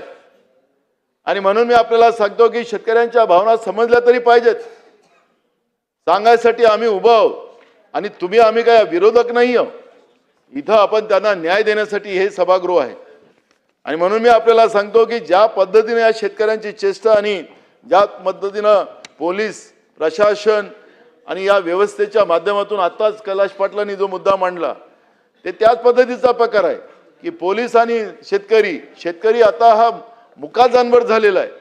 त्याला कोणी यावं कोणी मारून जाऊन काही बोलावं अशी परिस्थिती या महाराष्ट्रामध्ये झालेली आहे. हे काही बरोबर नाही. खरीप हंगामाचे पैसे अजूनपर्यंत आपण दिले नाहीत. अध्यक्ष महाराज, हे पैसे व्याजासकट मिळाले पाहिजे. परवा पण हा प्रश्न विधानसभेत आला होता अध्यक्ष महाराज, कारण की कारण मार्चच्या पहिले हे पैसे आपण भरले नाहीत अध्यक्ष महाराज, तर त्या शेतकऱ्याला जे घेतलेलं कर्ज व्याजासकट भरावं लागतं.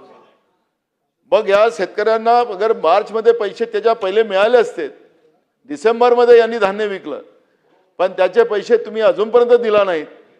बँकेचं व्याज सुरू झालेलं आहे, ते थकीत राहिलेले आहेत आणि ते थकीत राहिल्यानंतर त्याला कारण सांगून त्याला कर्ज दिलं गेलं नाही. मुख्यमंत्र्यांनी जाहीर केलं होतं की कुठलाही शेतकरी अडवला जाणार नाही, त्याला कुठलाही सिबिल लावलं जाणार नाही. पण अध्यक्ष महाराज, त्या शेतकऱ्यांना थकीत असल्यामुळे त्यांना कर्ज देऊ शकला नाहीत आणि पर्यायाने त्याला सावकाराकडे जावं लागलं. आणि म्हणून हे पैसे व्याजासकट आपण दिले पाहिजे. मी धान उत्पादक शेतकऱ्यांच्या भागातला प्रतिनिधी आहोत अध्यक्ष महाराज. आमच्याकडे रब्बीमध्ये सुद्धा धान घेतलं जाते अध्यक्ष महाराज. रब्बीच्या धानाचं खरेदी सुद्धा केंद्र सरकारने मान्यता दिली आणि त्या आधारावर आमच्या भागात केंद्र उघडले गेले. अध्यक्ष महाराज, अजूनपर्यंत जेवढं शेतकऱ्यांचं धान पिकलं यावेळेस ते सरकार घ्यायलाच तयार नाही. तिथं केंद्रावर भुजबळ साहेब केंद्रावर पडलेलं आहे, मार्केटिंग फेडरेशनच्या आदिवासी तुमचे जे आहेत तिथं पडलेले आहेत. त्याला अजूनपर्यंत तुमच्या विभागाकडून त्यांना मान्यता दिली जात नाही. केंद्रावर धान पडलेलं आहे, तो आता पाऊस चालू झालेला आहे, त्याचं धान्य खराब झालं तर तुम्ही घेणार नाही. काय दोष आहे त्या शेतकऱ्याचा? काय दोष आहे? त्यांनी शेतीमध्ये काम करणं त्याचा दोष आहे. त्याचं पिकवलेलं धान्य तुम्ही घ्यायला तयार नाही. आज 2300 रुपये धानाचं समर्थन मूल्य असेल तर त्याला बाजारामध्ये 500 रुपये पडल्या भावाने कमी भावानं त्याचं धान घेतला जातं. 500 रुपये पर क्विंटल त्याचं नुकसान होते. तुम्ही बोनसची गोष्ट करताय, बोनस तुम्ही 500 रुपये पण देत नाही, पण त्याच्या पर क्विंटलवर 500 रुपये नुकसान करण्याचं पाप तुमचं सरकार करते. का तुम्ही हे केंद्र आता केंद्रावर जे धान घेतलं तर पूर्ण घेणार काय? त्याचं उत्तरही आपल्याला द्यावं लागणार आहे. नाही तर मग शेतकऱ्यांनी पिकवायचं. आमच्याकडे एक म्हण आहे, शेतकरी पिकला आणि ढमका विकला. जी परिस्थिती आपण लोकांनी करून ठेवलेली आहे त्याचं काय? आणि मग ह्या धान खरेदीमध्ये जो घोटाळा आहे, शेतकऱ्यांसाठी हे सगळं समर्थन मूल्याचे केंद्र आपण उघडतो, पण त्याच्यामध्ये हे तुमचे सावरकर साहेबांनी परवा म्हणालेत की दलाल बसवून ठेवलेले आहेत. या दलालांसाठी तुम्ही हे खरेदी करताय. दलाल हे प्रत्येक आपल्या पद्धतीनं केंद्रावरचे धान घेऊन टाकतात, त्याला मिलिंगसाठी देतात. आपण मागच्या अधिवेशनामध्ये तुमच्याकडे तुम्ही नव्हतात त्यावेळेस, भुजबळ साहेब मंत्री, त्यांच्याकडे खातं होतं अजितदादांकडे.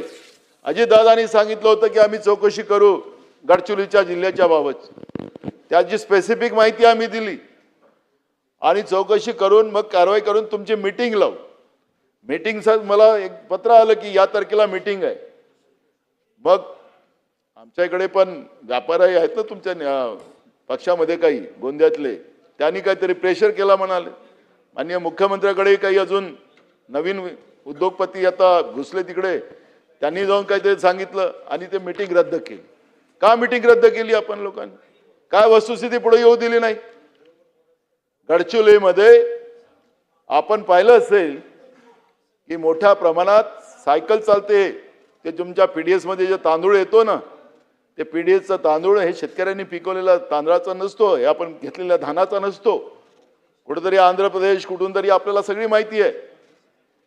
मग हे सगळं चाललेलं आहे आणि काय केलं जाते आदित्य तुम्हाला माहितीसाठी सांगतो, कारण तुम्हाला शहरातल्या लोकांना माहिती नाही पडेल. हे जे आपण गरिबांना जे तांदूळ आपण देतो कंट्रोलच्या दुकानात, हे तांदूळ जे आहे सायकलिंग केलं जाते. सायकलिंग म्हणजे तेच तांदूळ वापस जाते, तोच तांदूळ पुन्हा वापस येते, तिला सायकलिंग म्हणतात त्यांच्या भाषेमध्ये. आणि हे तांदूळ तुम्ही खायच्या योग्य नसतात. परवा एक पेपरला बातमी वाचत होतो TV वगैरे आपण की सिमेंटच्या पोळ्या आणि युरिया ताटात, अशी एक बातमी आता परवा आली. काय चाललं काय? गरिबाच्या तोंडामध्ये तुम्ही लोक चांगलं धान्य देऊ शकत नाही, ते चांगल्या पद्धतीचं देऊ शकत नाही. आम्ही देतो 80 कोटी लोकांना फुकट धान्य. आपल्या देशाची लोकसंख्या समजा 143 कोटी असेल, त्याच्यातले 80 कोटी लोकांना आपण धान्य देतोय मोफत. म्हणजे आपली स्थिती काय त्याच्यावरून आपल्याला जगाच्या पाठीवर कळतंय की आपण 80% लोक, 80 करोड लोक आपल्या देशामध्ये आजही आपल्याला त्याला फुकट धान्य द्यावं लागतंय. आपण विश्वगुरू व्हायला निघालो तर आपली परिस्थिती काय त्याच्यातून स्पष्ट होते. पण जे गरिबांना धान्य आम्ही देतोय ते व्यापाऱ्यांच्या घशामध्ये सगळेच्या सगळं मलिंदा टाकायचा आणि मलिंदा टाकून त्या व्यापाऱ्याच्या फायद्यासाठी आम्ही ही योजना चालवतो काय, हा प्रश्न या निमित्ताने या ठिकाणी उभा झालेला आहे. भुजबळ साहेब आपल्याला उत्तर द्यायचं या प्रकरणाचं की गडचिरोलीमध्ये चाललेल्या या धान घोटाळ्याची. कारण की आपण काही लोकांवर कारवाई केली पण ते जुने प्रकरण काढले, त्यांचे पोहा मिलाचे होते. जे मी तक्रार केली होती त्याच्यावरचं तुम्ही लक्ष घातलं नाही दादांनी, आणि त्याच्यामुळे या सगळ्या प्रकरणाची चौकशी आणि कारवाई ही मी मागतच राहणार आहे.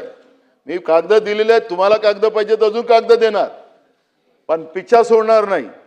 अशा शेतकऱ्यांच्या नावानं शेतकऱ्याच्या टाळूवरचं लोणी खाणाऱ्या माणसाला वाचवलं जात असेल आणि वाचवणारा जो कोणी अधिकारी असेल, तुमच्या विभागातल्या अधिकाऱ्यांचे खालच्या डेस्क ऑफिसर पासूनच्या सगळ्यांचे नावं आमच्या त्या गडचिरोली जिल्ह्यात पाठ आहेत.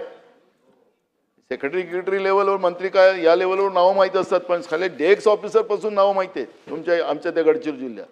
म्हणजे तुमचा भ्रष्टाचाराची पाळंमुळं मंत्रालयात तुमच्या डेस्क ऑफिसरपर्यंत पोहोचलेले आहेत, उपसचिव पासून खाली सगळ्यापर्यंत. त्यामुळे मी त्याची जाणीव करून देतोय. आता आपल्याकडे खूप दिवसानंतर खातं आलं, त्याच्यामुळे तेवढं माहितीसाठी ठेवा. तर हा धान खरेदी घोटाळ्याच्या बाबतची भूमिका, कारण की मी शेतकऱ्यांच्या आत्महत्येच्या या प्रकरणामध्ये हे सगळ्या गोष्टी येतात म्हणून त्याच्यावरचा उल्लेख करतोय. तुम्ही सांगितलं की बोनस आम्ही देऊ.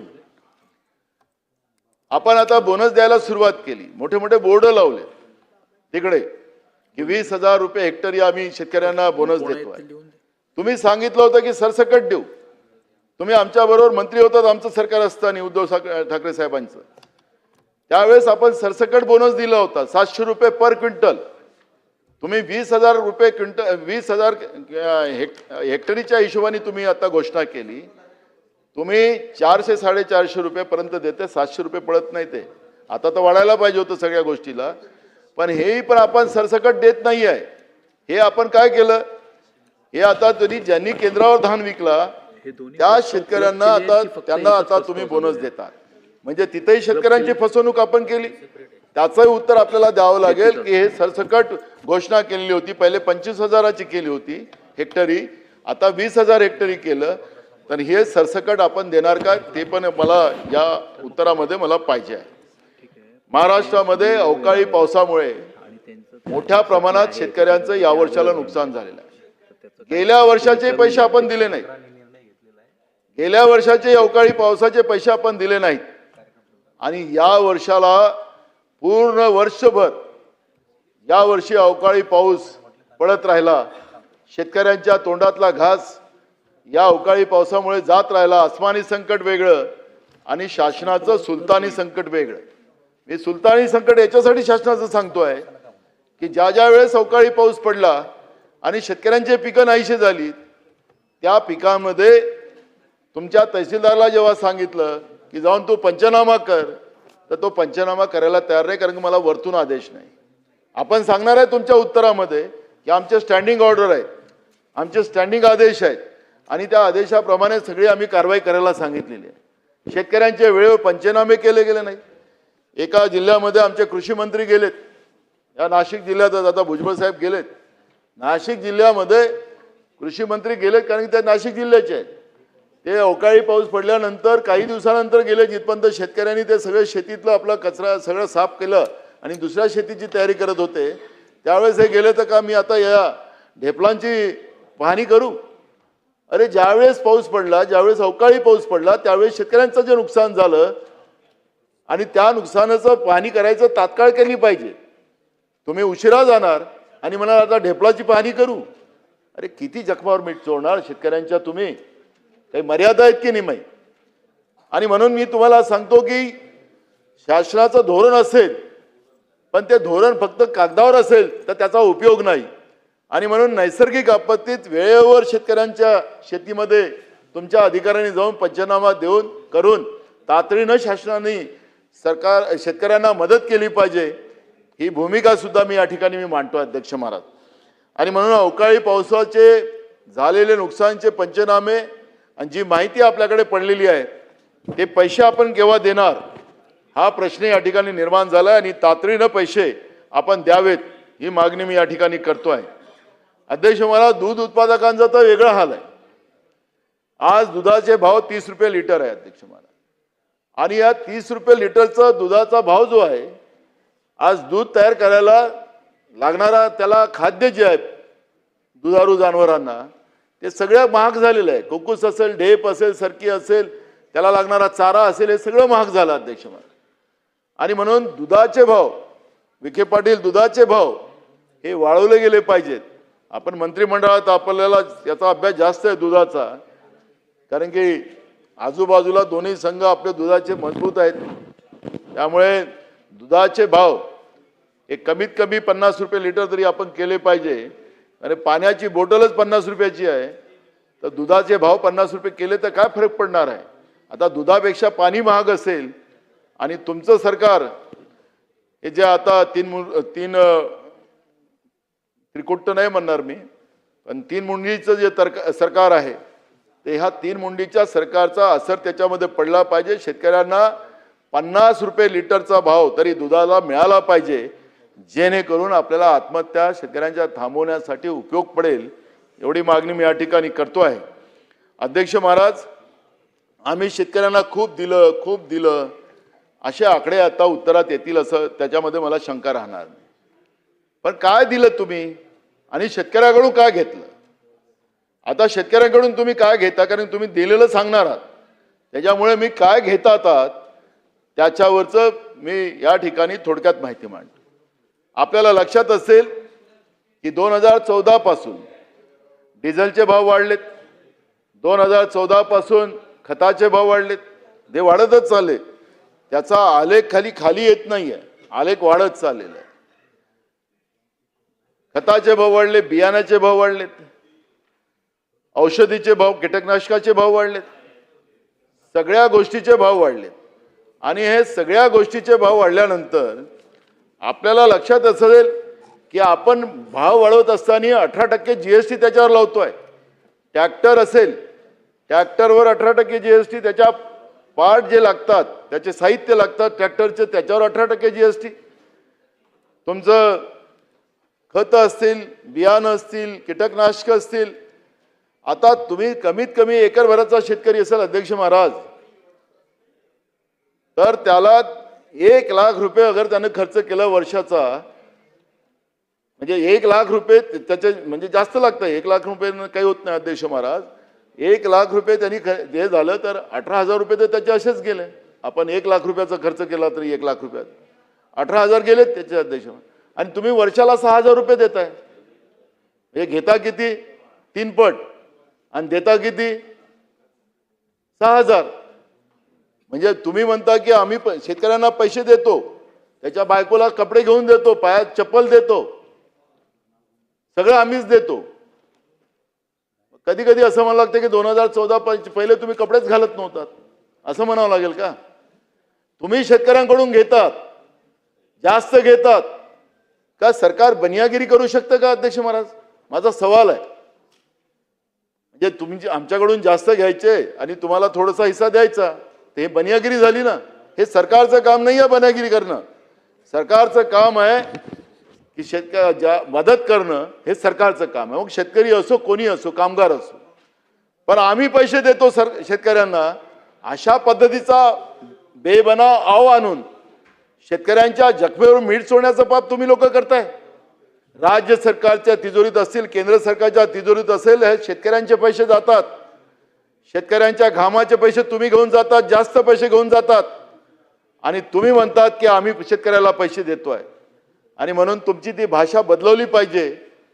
आणि शेतकऱ्यांना अगर भाषा बदलवायची असेल तर शेतकऱ्यांना लावलेले हे GST आपण आहात, हे सगळ्या GSTतून शेतकऱ्याला मुक्त केलं पाहिजे. हे आव्हान मी आपल्याला या निमित्तानं करतो. नाहीतर तुम्हाला तो म्हणायचा अधिकार राहणार नाही की आम्ही शेतकऱ्याला देऊन राहिलो. शेतकऱ्यांना लुटायचं आणि मग मुठभर लोकांना वाटायचं, हे जे तुमच्या सरकारचं धोरण आहे, हे धोरण आपण बदलवलं पाहिजे. या ठिकाणी मी आवर्जून आपल्याला सांगतोय. अध्यक्ष महाराज, सगळ्यात मोठं नुकसान शेतकऱ्यांचं होतं विद्युत पंपाचं कनेक्शन.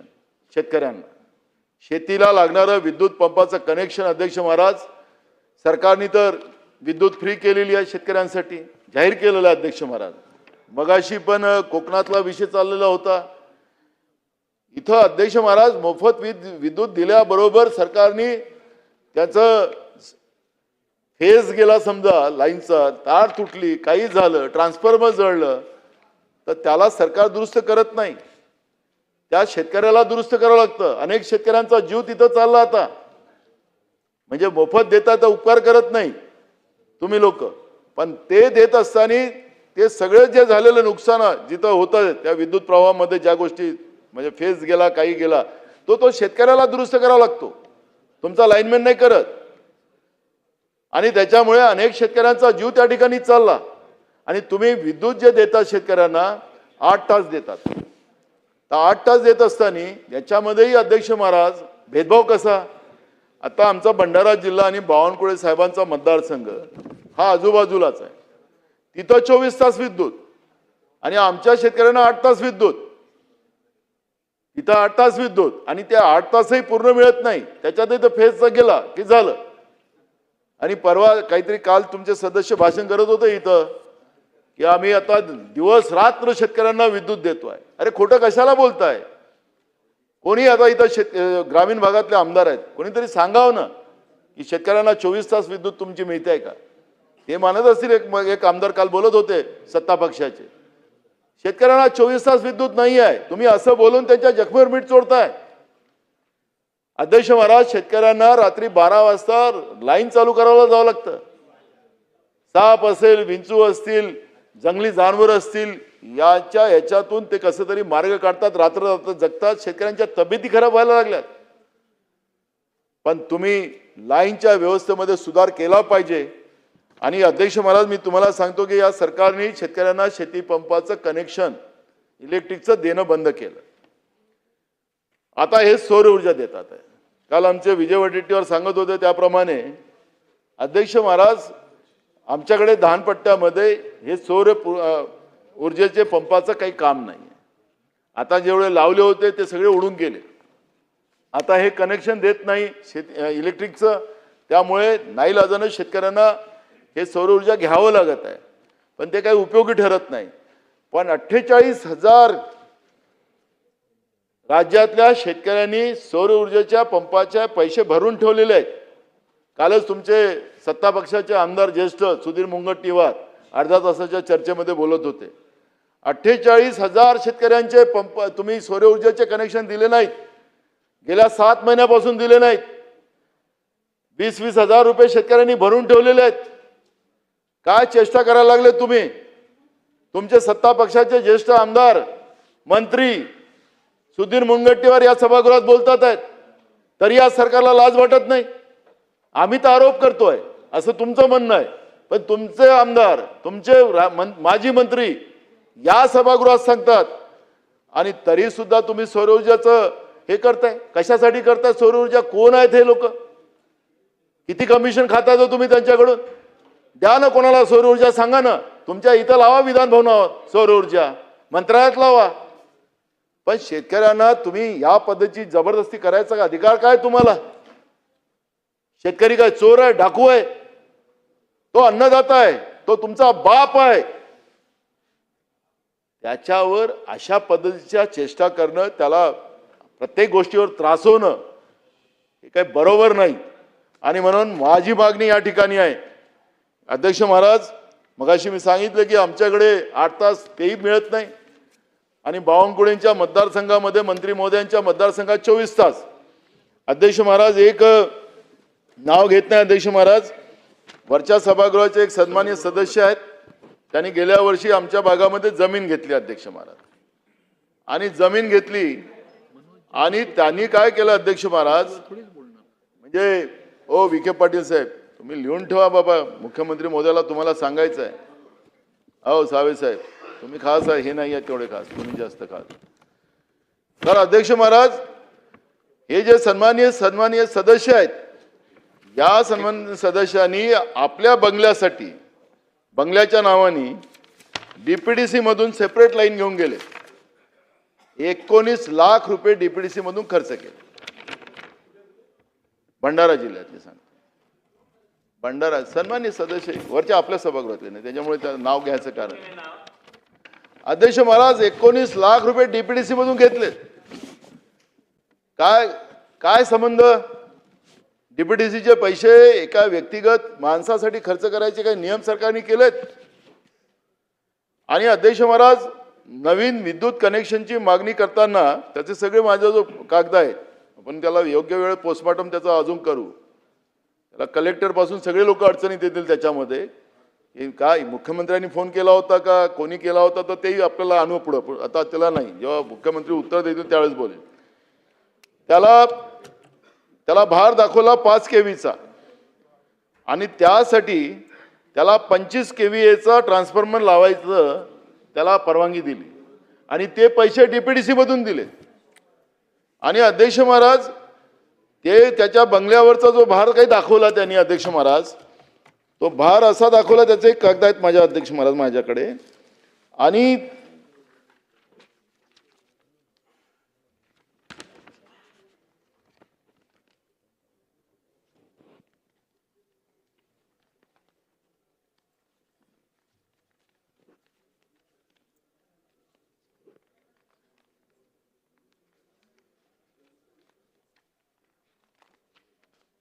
दाखवतो अध्यक्ष महाराज त्याची. अध्यक्ष महाराज, त्याचा जो भार दाखवत असताना त्याचा 5 केव्हीचा भार त्यांनी बरोबर वाटणी करून दिली की त्याच्या घरी 2 AC, त्याच्यामध्ये कूलर, त्याच्यामध्ये फ्रीज, ते लाईट, या सगळ्याच्या गोष्टी करून त्यांनी 5 केव्हीचा त्याचा भार दाखवला. याच्यात आहे कागद अध्यक्ष महाराज. आणि दाखवून त्याला 25 केव्हीचा त्याला ट्रान्सफॉर्मर लावला. सेपरेट लाईन घेऊन गेले 7 किलोमीटर, त्यासाठी 7 किलोमीटर सेपरेट लाईन घेऊन गेले. आणि त्या घराचं लाईन दाखवून तिथं त्यांनी आपल्या शेतीच्या शेती बोर केला आणि शेतीला त्याला कनेक्शन जोडलं. म्हणजे अध्यक्ष महाराज, मग शेतकऱ्यांनी आता शेतीमध्ये झोपड्या बांधायच्या आणि मग त्या शेतीच्या झोपडीच्या नावाने त्यांना कनेक्शन द्यायचं. एक नवीन योजना काढली का सरकारनं? सरकारने नवीन योजना काढली काय? माझं त्यांना काय कनेक्शन दिलं याचा माझा विरोध नाही. माझं म्हणणं एवढंच आहे की तुम्ही संपूर्ण शेतकऱ्यांना जसं विशेष व्यवस्था तुम्ही तुमच्या आमदारांसाठी करतात सत्ता पक्षाच्या, तसं शेतकऱ्यांसाठी काही विशेष व्यवस्था आपण करणार का? हा माझा प्रश्न आहे. त्याला काय कनेक्शन दिलं मला विरोध नाही, पण माझा विरोध एवढा आहे, माझं म्हणणं असं आहे की तुम्ही शेतकऱ्यांना कनेक्शन देणार काय या पद्धतीचं? म्हणजे तुमचा आमदार आहे वॉशिंग मशीनमध्ये साफ झालेला, त्याच्यामुळे तुम्ही त्यांच्यासाठी व्यवस्था करू शकत असाल तर मग शेतकऱ्यांसाठी का नाही? शेतकरी काय तुमचा शेतकरी नाही आहे? शेतकऱ्याला हे सरकार मान्य करत नाही? शेतकऱ्यांचे आवाज ऐकण्याचं या सरकारला काही गरज नाही का? असे प्रश्न या ठिकाणी निर्माण झालेले आहेत. आणि म्हणून मी आपल्याला या निमित्ताने एवढंच सांगतो की शेतकऱ्यांच्या शेतीपंपाला आपल्याला विद्युत कनेक्शन जे तुम्ही बंद केलेलं आहे ते पुन्हा त्यांना द्यावं आणि कमीत कमी 12 तास तरी लाईन शेतकऱ्यांच्या शेतामध्ये द्यावं, ही मागणी अध्यक्ष महाराज आपल्या वतीनं मी सरकारला करतोय. अध्यक्ष महाराज, या ठिकाणी कर्जमाफीचा विषय आहे. अध्यक्ष महाराज, शेतकऱ्यांचं कर्ज माफ करण्याची भूमिका माननीय मुख्यमंत्र्यांनी, जेव्हा तुम्हीच सत्तेत होतात, तुम्ही जेव्हा निवडणुकीमध्ये गेलात लोकांच्या समोर, त्यावेळेस त्यावेळेचे मुख्यमंत्री एकनाथ शिंदे आणि आताचे मुख्यमंत्री महोदय जोरात जोरात भाषण करत होते. आमचे मित्र तर सांगायचे, तुमचा 7-12 कोरा कोरा कोरा कोरा कोरा असं. आता व्हिडिओ आहे अध्यक्ष महाराज माझं, पण ते बरोबर नाही. कोरा कोरा कोरा कोरा करेल असं मुख्यमंत्री महोदय सांगायचे. आता काय गरज आहे? आता काय थांबलेत तुम्ही? आमचं सरकार होतं, उद्धव ठाकरे साहेबांचं सरकार होतं, तर आम्ही पहिल्याच कॅबिनेटमध्ये तुमचं कर्ज माफ करण्याचं, शेतकऱ्यांचं कर्ज माफ करणं, यांचं नाही, शेतकऱ्यांचं कर्ज माफ करण्याचं धोरण आम्ही केलं. तुम्हाला काय अडचण आहे? तुम्ही कशाला आता समितीचं नाव घेताय? का ना शेतकऱ्यांचं कर्ज माफ करत? अनिल अंबानीचं 48,000 कोटीचं कर्ज माफ केलं. मेगा इंजिनिअरिंग, ज्याला सुप्रीम कोर्टाने शिक्कामोर्तब केला, 14,000 कोटी रुपयेचं टेंडर त्याला दिलं तुम्ही, आणि 14,000 कोटीचं टेंडर देऊन त्याच्यामध्ये किती मलिंदा खात होता ते सुप्रीम कोर्टाने मान्य केलं, आणि म्हणून तुम्हाला ते तुमचं टेंडर क्रॅश करायला लावलं. हजारो कोटी रुपये मुठभर उद्योगपत्यांना तुम्ही द्यायला निघाला असाल, राज्याची तिजोरी खाली करायला निघाला असाल, मग शेतकऱ्यांसाठी कमिटी बसवायला काय गरज पडताय? शेतकऱ्यांचं सरसकट कर्ज माफ का करत नाही? याचं उत्तर सरकार देणार काय? आणि म्हणून तुम्ही सरकार म्हणून तुमची जबाबदारी आहे की सरकारचं तातडीनं तुम्ही बोलल्याप्रमाणे कर्ज माफ केलं पाहिजे. नाहीतर कोरा कोरा कोरा शेतकऱ्यालाच संपवायचं, त्यालाच उद्ध्वस्त करायचं, हा त्या कोरा कोऱ्याचा अर्थ होता काय? हा प्रश्न शेतकरी तुम्हाला लोकांना विचारल्याशिवाय राहणार. आणि म्हणून मी तुम्हाला सांगतो की शेतकऱ्यांचं कर्ज तुम्ही लोकांनी माफ केलं पाहिजे, आणि याच अधिवेशनामध्ये केलं पाहिजे. याच उत्तरामध्ये तुम्हाला सांगितलं पाहिजे की आम्ही याच अधिवेशनामध्ये शेतकऱ्यांचं कर्ज आम्ही माफ करू. नाहीतर तुम्हाला तुमच्या खोट्या थापा ज्या आहेत, तुमच्या जुमलेबाजी आहे, हे जुमलेबाजीला शेतकरी माफ करणार नाही, एवढं डोक्यात ठेवलं पाहिजे. अध्यक्ष महाराज, पीक विम्याच्या बाबतचं सुद्धा अध्यक्ष महाराज भयानक परिस्थिती आहे. सरकारची तिजोरी मूठभर ज्या पीक कंपन्या आहेत त्यांना लुटून दिली जाते. शेतकऱ्यांना फायदे काय होतात अध्यक्ष महाराज? आपल्याला लक्षात असेल अध्यक्ष महाराज की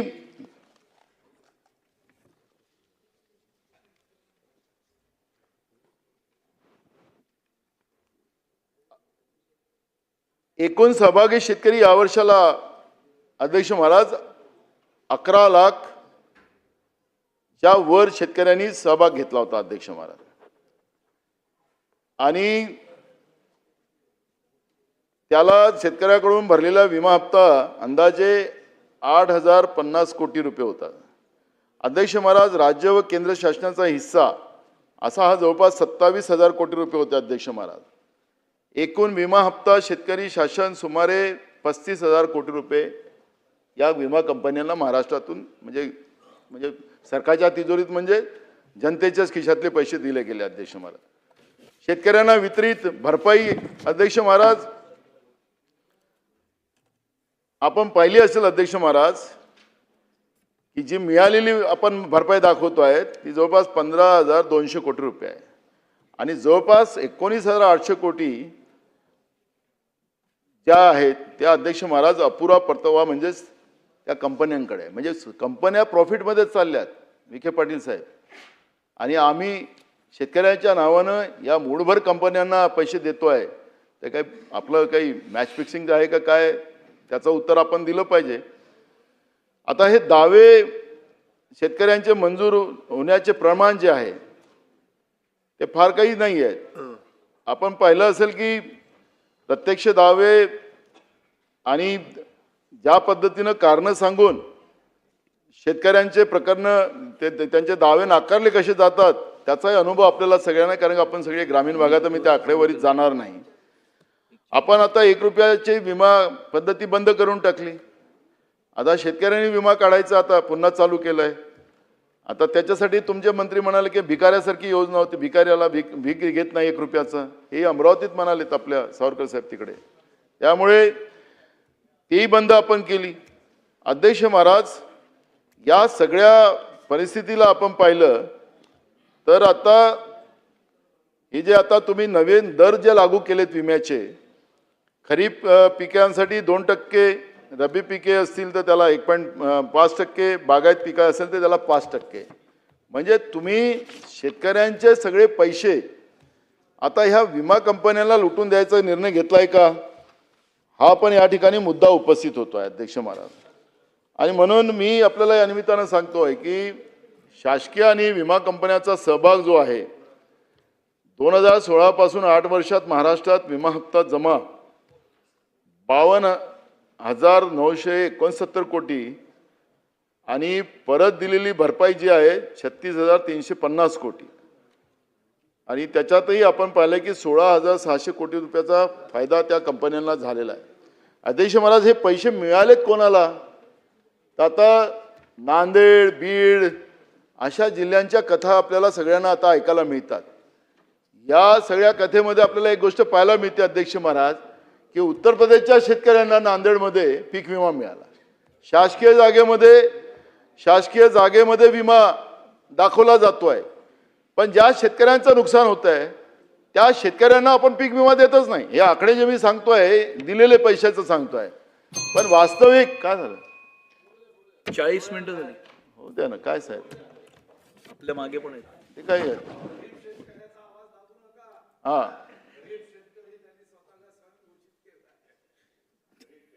शेतकरीच आहे. तेही सांगितलं, सौर ऊर्जा पण सांगितलं तुमचं. हा येस सांग करूच ना अध्यक्ष महाराज. मी ते नसताना त्यांचं नाव घेतलं केलं ना, साठम साहेब पाहिलं ना अध्यक्ष महाराज. तर अध्यक्ष महाराज, या ज्या विमा कंपन्या आहेत, या विमा कंपन्या कसं सरकारची तिजोरी लुटते आहे आणि शेतकऱ्याला कसं लुटते आहे त्याचं मी उदाहरण आपल्याला सांगितलं. अध्यक्ष महाराज, मी अवकाळी पावसाचं मगाशी सांगत होतो अध्यक्ष महाराज. अवकाळी पावसामुळे शेतपिकाचे मोठ्या प्रमाणात नुकसान झाले असून नुकसानीचे पंचनामे पूर्ण झाले आहेत असं सरकारचं म्हणणं आहे. अवकाळी पावसामुळे राज्यात 34,760 हेक्टर क्षेत्रावरील पिके बाधित झाली असून 82,999 शेतकऱ्यांचे नुकसान झालेले आहे. या नुकसानीपोटी राज्य सरकारने 100 कोटी रुपयाच्या मदतीचा प्रस्ताव तयार केलेला आहे. मदत आणि पुनर्विभागाची याच्याकडे ते गेलेलं आहे. अवकाळी पावसामुळे नागपूर विभागात सर्वाधिक नुकसान झालेले आहे. 10,095 हेक्टरवरील 26,287 शेतकऱ्यांचे नुकसान त्या ठिकाणी झालेले आहे अध्यक्ष महाराज. या नुकसानपोटी सुमारे 27 कोटी रुपयाच्या मदतीचा प्रस्ताव तयार केलेला आहे. कोकणातही 3,188 हेक्टर क्षेत्र बाधित झालं आणि 9,259 शेतकरी नुकसानग्रस्त त्याच्यामध्ये आहेत अध्यक्ष महाराज. पुणे महसूल विभागात 2,692 हेक्टर क्षेत्र बाधित झाले आणि 12,229 शेतकऱ्यांचं नुकसान त्या ठिकाणी मान्य केलेलं आहे. जवळपास 41 लाख रुपयाचा प्रस्ताव पडलेला आहे. अवकाळी पावसामुळे 34,760 हेक्टर क्षेत्रातील पिके बाधित झाल्याचे समोर आले असून 82,999 नुकसानग्रस्त शेतकऱ्यांना सुमारे 100 कोटी रुपयाची मदत देण्याचे प्रस्तावित. मला एक कळत नाही अध्यक्ष महाराज, हे जे नुकसानाचा जे प्रस्ताव आपण तयार करतो हे कुठला आधार घेतो? त्यांचे झालेल्या पिकांचं नुकसान जे असते त्या पिकाचं नुकसानाचं कुठल्या आधारावर, त्याला किती खर्च लागला, त्याचं पिकाचं उत्पन्न काय येणार होतं, त्याला 2 पैसे कसे मिळणार होते, पण त्याला कमीत कमी कसे पैसे मिळेल. आता मी एवढे आकडे वाचले, त्याला फक्त 100 कोटी रुपये तुमचे प्रस्तावित आहेत.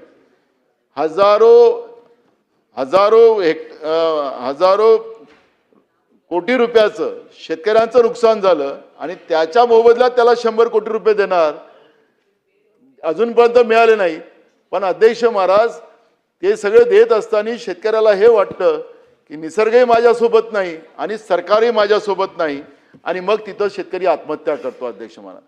आणि म्हणून सरकारने पहिलं प्राधान्य हे शेतकऱ्यांना द्यावं, ही मागणी मी या सभागृहात करतो अध्यक्ष महाराज. आणि झालेल्या शेतकऱ्यांच्या नुकसानीच्या भरपाईच्या बाबत सरकारने तातडीनं त्याला मदत करावी, अशा पद्धतीची मागणी मी या ठिकाणी पुन्हा करतो अध्यक्ष महाराज. आपल्याला लक्षात असेल अध्यक्ष महाराज, की महाराष्ट्रामध्ये बेरोजगारीचं प्रमाण, कारण आमच्या ठरावामध्ये बेरोजगारीचा पण विषय आम्ही मांडलेला आहे. अध्यक्ष महाराज, बेरोजगारीचं प्रमाणही मोठ्या झपाट्याने महाराष्ट्रात वाढत आहे. महाराष्ट्राची आता ओळख हे बेरोजगारांचा महाराष्ट्र अशा पद्धतीची ओळख सुरू झाली. अध्यक्ष महाराज, आपण पाहिलं असेल की MPSCच्या परीक्षा आपण घेतो. आता क्लार्कच्या जागा ते MPSCच भरतात. अध्यक्ष महाराज, या ठिकाणी म्हणजे हजारो मुलं मुली परीक्षा देतात आणि परीक्षा झाल्या की ते कोर्टात प्रकरण चाललं जात. MPSC मध्ये जे काय आता सदस्य निवडले केलेत त्यांचे नावं आलीत, परवा पेपरला वाचत होतो, ते सगळेच्या सगळ्यांवर काही ना काही आरोप आहेत. आता हे सगळं तुम्ही जे या सुशिक्षित बेरोजगारांना ज्या पद्धतीने फसवताय, नोकरीचा आमिष दाखवून, जसं काही चिटफंड कंपन्या येतात पैसे डबल करणारे, तसं तुम्ही नोकरीचा आमिष दाखवून या पोरींना त्यांच्या शिकलेल्या मुलामुलींना फसवताय का? कोर्टात प्रकरण टाकायचं, त्यांचं ओव्हरहेड झालं की त्यांचा विषय संपला. त्यांची पिढीच्या पिढ्या बराबर करतात आहेत. आई वडील गावामध्ये काम करतात, हातावर कमवतात, खातात, आपल्या पोरांना शिकवतात. माझा पोरगा बाबू होईल, कुठेतरी साहेब होईल, कुठेतरी मोठ्या पदावर जाईल, हे स्वप्न बघतात शेतकऱ्यांचे मुलं मुली, गरिबांचे मुलं मुली. पण अध्यक्ष महाराज, तिथं येऊन पहिल्यांदा हे मुलं तिथं पुण्यामध्ये आंदोलन करताना पाहतो आपण. MPSCच्या परीक्षेला आलेले मुलं मुली पुण्यामध्ये पावसामध्ये, मग पोलीस त्यांच्यावर लाठीमार करतो, त्यांच्यावर गुन्हे दाखल करतात. अहो, या पिढीला बर्बाद करायचा अधिकार तुम्हाला कोणी दिलेला आहे? तुम्ही नोकऱ्या देऊ शकत नाही सांगा, पण त्यांची चेष्टा तुम्ही करू नका, त्या तरुणांना तुम्ही फसवू नका, हे सुद्धा तुम्हाला या निमित्तानं सांगितलं पाहिजे. तुम्ही MPSCच्या जागा जेवढ्या काय पद्धतीने तुम्ही भरणार आहात, ते पद केव्हा भरणार, कुठल्या पद्धतीनं भरणार? पोलिसांचे पद तर मोठ्या प्रमाणात महाराष्ट्रात खाली आहेत, त्यालाही तुम्ही सांगतात की आम्ही 10,000 भरू, 20,000 भरू. अहो, तुमची तर परिस्थिती अशी आहे की आता परवाच्या दिवशी माझ्या मतदारसंघात जे ते पोलीस स्टेशन असतात तर चौक्या, त्या चौक्यांना कुलूप लावून टाकलं. मी विचारलं आमच्या ठाणेदाराला, काय तुम्ही कुलूप लावलं? तिथले लोक म्हणतात की पोलीस चौकीला कुलूप लागलं. ते म्हणाले, साहेब आमचा जो स्टाफ नाही. म्हणलं स्टाफ नाही? तर म्हणाले, साहेब नाही आहे. तर VIP लोक येतात. आता जे आमदार आहेत त्यांना पण आजकाल तुम्ही Y+ सिक्युरिटी देऊन ठेवलेली आहे. आता झालं ना, तुम्ही जे पळवापळवी केली होती, हो तुमचा आदित्य ठाकरे, तुमची भीती होती का काय होती त्या लोकांना? आता ह्या सगळ्यांना तुम्ही Y+ सिक्युरिटी देऊन ठेवली होती. आता हे Y+ सिक्युरिटी त्यांना कशासाठी ठेवलेली आहे? अरे अजूनही आहे, अजूनही आमच्याकडे तर ते पोंग वाजवतच राहतात. लोक म्हणतात की हा कोणत्या पदावर आहे बाबा, असं ते चाललेलं आहे. हे कशासाठी चालू ठेवलेलं आहे? तुमच्याजवळ पहिलेच पोलीस कमी आहे, आणि तुमच्याजवळ डिझेल भरायलाही पैसे नाही आहेत आता पोलिसांच्या गाड्यामध्ये. मग हे जे तुमचं चाललेलं आहे VIP कल्चर, तुमचं सत्ता पक्षाच्या लोकांची जे गरमी चाललेली आहे, ते कशासाठी चाललेली आहे? तुमच्या आउटपोस्टमध्ये तुम्हाला कुलूप लावावं लागतं, तुमच्याजवळ स्टाफ नाही, आणि अशी परिस्थिती आहे. आणि तुमचं VIP कल्चर अजूनही चाललेलं आहे. ठेवा ना, प्रोटोकॉलचे लोक असतील त्यांना द्या, काय असेल ते. आता ते तुमच्या सत्ता पक्षाचे आमदार शेळके मगाशी सांगत होते की त्याला मारण्याची धमकी दिली. त्यांनी प्रश्न उपस्थित केला होता मगाशी, सुनील शेळके. अहो, आता पोलिसांचं काही भीती संपली काय संपली काय कळायलाच कारण नाही. पुणे जिल्ह्यात तर जास्तच प्रकार घडले. पण मला या निमित्तानं असं सांगायचं आहे की मी त्या कायदा सुव्यवस्थेवर बोलणार त्याच्यावर. पण अध्यक्ष महोदय, बेरोजगारांचाही प्रश्न हा महाराष्ट्रामध्ये ऐरणीवर आहे. कामगार मंत्री इथं बसलेले आहेत, कामगारांची पण व्यथा तीच आहे. कामगारांनाही फसवलं जात आहे. कामगारांनाही सुद्धा आता तर तुम्ही कायदेच केले, कामगारांच्या बाजूने नाही मालकांच्या बाजूने कायदे केले. त्याच्यामुळे हातावर कमवणारा खाणारा कामगार, त्याची अवस्था फार भयानक आहे. आणि म्हणून मी आपल्याला या ठिकाणी, अध्यक्ष महोदय तुम्ही घंटी वाजवत आहे मगापासून, तुमचाही मान ठेवलाच पाहिजे.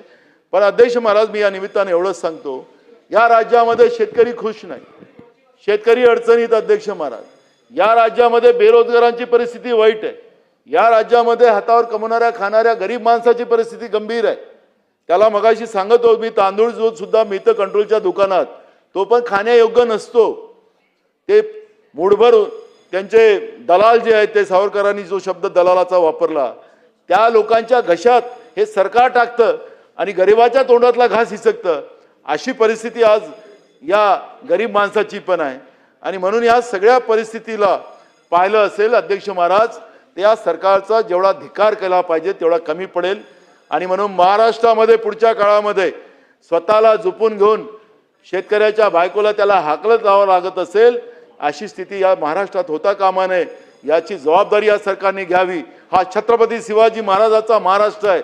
या महाराष्ट्राचं या पद्धतीनं शेतकऱ्यांची दशा असेल, बेरोजगारांची दशा असेल, गरिबांची दशा असेल, तर यांना छत्रपती शिवाजी महाराजाचं नाव घेण्याचे सुद्धा यांना लायकी नाही असं मी म्हणेल.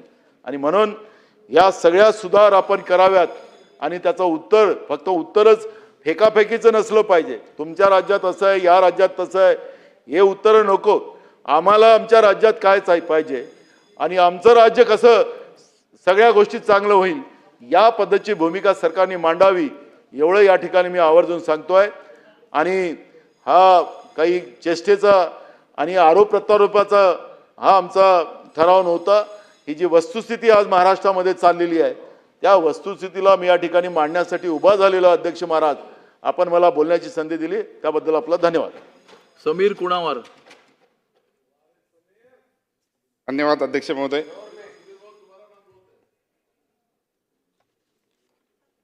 दोनशे 93च्या विरोधी पक्षांनी मांडलेल्या प्रस्तावावर, खास करून या शेतकऱ्याच्या प्रस्तावावर बोलण्यासाठी मी उभा आहे.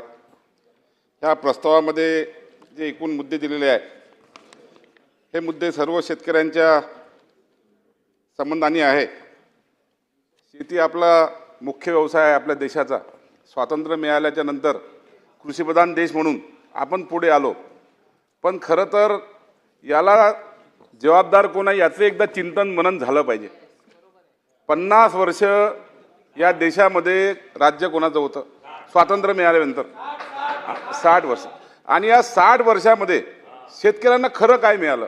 जेव्हा एखादी देश स्वतंत्र होतो, स्वतंत्र झाल्यानंतर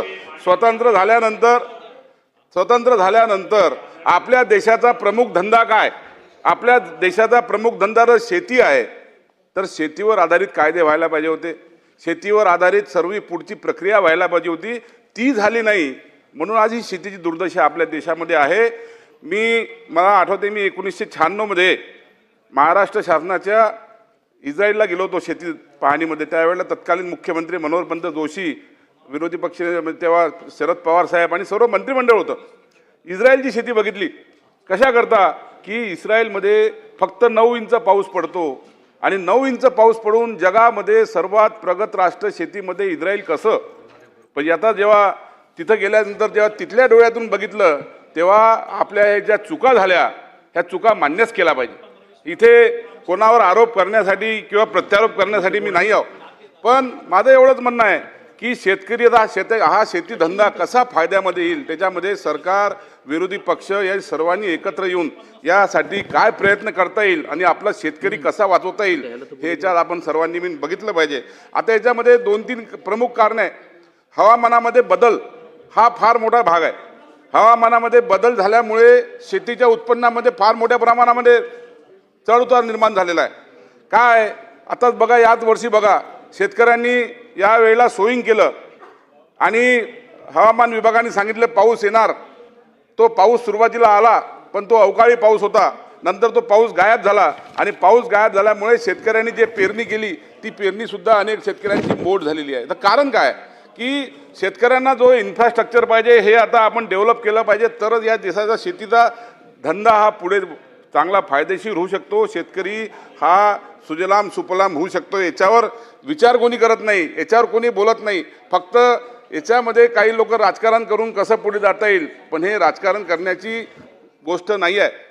शेतकरी आत्महत्या हा आपल्या महाराष्ट्रासाठी आणि देशासाठी कलंक आहे. शेतकरी आपला मायबाप आहे, शेतकरी आपला पोशिंदा आहे. मला सांगा, आज माणसाने किती प्रगती केली असेल, 2 गोष्टी माणूस बनवू शकला नाही. चंद्रावर गेला असेल, सूर्यावर गेला असेल, पण 2 गोष्टी म्हणजे एक माणसाच्या अंगातील रक्त आणि दुसरं धान्य. ह्या 2 गोष्टी माणसाने आतापर्यंत तयार करू शकला नाही. म्हणून ह्या दोन्ही शेतीमधून पिकतात आणि म्हणून शेतीसाठी आपण सर्वांनी प्रयत्न केला पाहिजे असं मला या ठिकाणी वाटते. याच्यामध्ये पीक पद्धती बदलण्याची गरज आहे. आजच्या वातावरणानुसार पीक पद्धती बदलली तर आपण शेतीमध्ये काही प्रमाणामध्ये त्याच्यामध्ये फायदा होऊ शकतो. हवामानाच्या बदलानुसार शेती आपण जर पिकं आपण त्याप्रमाणे लावण्यासाठी आपण प्रयत्न केला पाहिजे. महाराष्ट्रामध्ये कोरडवाहू शेती आहे. कोरडवाहू शेतीला सिंचन कसं मिळेल? 50-60 वर्षामध्ये 70 वर्षामध्ये विचार करा, विदर्भातलं महाराष्ट्रातलं सिंचन किती प्रमाणात आहे? मग याला दोषी कोण आहे? सिंचन का मिळालं नाही? सिंचन तुम्ही शेतकऱ्यांना पाणी देऊ शकले नाही. शेतकऱ्याला पाणी न मिळाल्यामुळे हवामानावर आधारित शेतकऱ्यांना थांबावं लागत आहे. नाही, पण हे याला दोषी कोण आहे? याला नुसतं तात्पुरतं याला आरोप प्रत्यारोप करून काय फायदा नाही. खरी सुरुवात आता झाली आहे, जेव्हापासून नरेंद्र मोदीजी या देशाचे पंतप्रधान झाले आणि आता मुख्यमंत्री देवेंद्र फडणवीस साहेबांची वाट बघावी लागली. नळगंगा, वैनगंगा प्रकल्प, नदीजोड प्रकल्प हे कशा करताय? लाखो शेतकऱ्यांना पाणी मिळालं पाहिजे. पाणी जर दिलं नाही तुम्ही करणार काय? 60 वर्षामध्ये पाणी दिलं नाही शेतकऱ्यांना, शेतकऱ्यांची शेती पिकणार कशी? शेतीची दिवसेंदिवस पोत खराब होत चाललेली आहे, उत्पन्न कमी होत आहे आणि म्हणून याच्यावर विचार करण्याची गरज आहे. म्हणून शेतकऱ्यांना आपण सर्वांनी मिळून मदत केली पाहिजे असं मला या ठिकाणी वाटते. शेतीसाठी योजना अनेक आहेत. शेतकऱ्यांसाठी विहिरी आहेत, आपण जवाहर विहिरी दिलेल्या आहे. अजूनही विहिरीसाठी योजना दिल्या पाहिजे. प्रत्येक शेतकऱ्याला विहीर मिळालीच पाहिजे. त्याचप्रमाणे मागेल त्याला शेततळ्याची योजना होती, ती सुद्धा अनेक शेतकऱ्यांनी घेतली, नसेल घेतली त्यांना आपण दिलं पाहिजे. प्रत्येक शेतामध्ये पीक विमा योजना आलीच. पीक विमा योजना आली केव्हा? इतके वर्ष तर पीक विमा योजना नव्हती. या मागच्या काही कालावधीमध्ये देशाचे पंतप्रधान नरेंद्र मोदीजी झाले आणि नंतरही पीक विमा योजना आता सुरू झाली. ती सर्वांना मिळाली पाहिजे, यासाठी प्रयत्न केला पाहिजे. PM शेतकरी सन्मान योजना आहे, सोलर कनेक्शन आहे, सिंचनासाठी स्प्रिंकलर आहे, ड्रीप आहे. सर्वांचा फायदा शेतकऱ्यांना मिळाला पाहिजे. हे सर्व बरोबर आहे, मान्य आहे. पण याच्यासोबतच एक पुन्हा योजना चांगली दिलेली आहे. मी धन्यवाद देईल देवेंद्र फडणवीस साहेब मुख्यमंत्री झाल्यानंतर पोखरा योजना दिली. आता ही पोखरा योजना काय आहे? नानाजी देशमुख कृषी संजीवनी योजना, याचं बजेट 6000 कोटीचं आहे. माझ्या विधानसभा क्षेत्राचं एक उदाहरण देतो. माझ्या विधानसभा क्षेत्रातली जवळपास 60 गावं या पोखरा योजनेमध्ये आहे. या पोखरा योजनेमध्ये एकूण एक प्रकारच्या योजना या पोखरामध्ये आहे.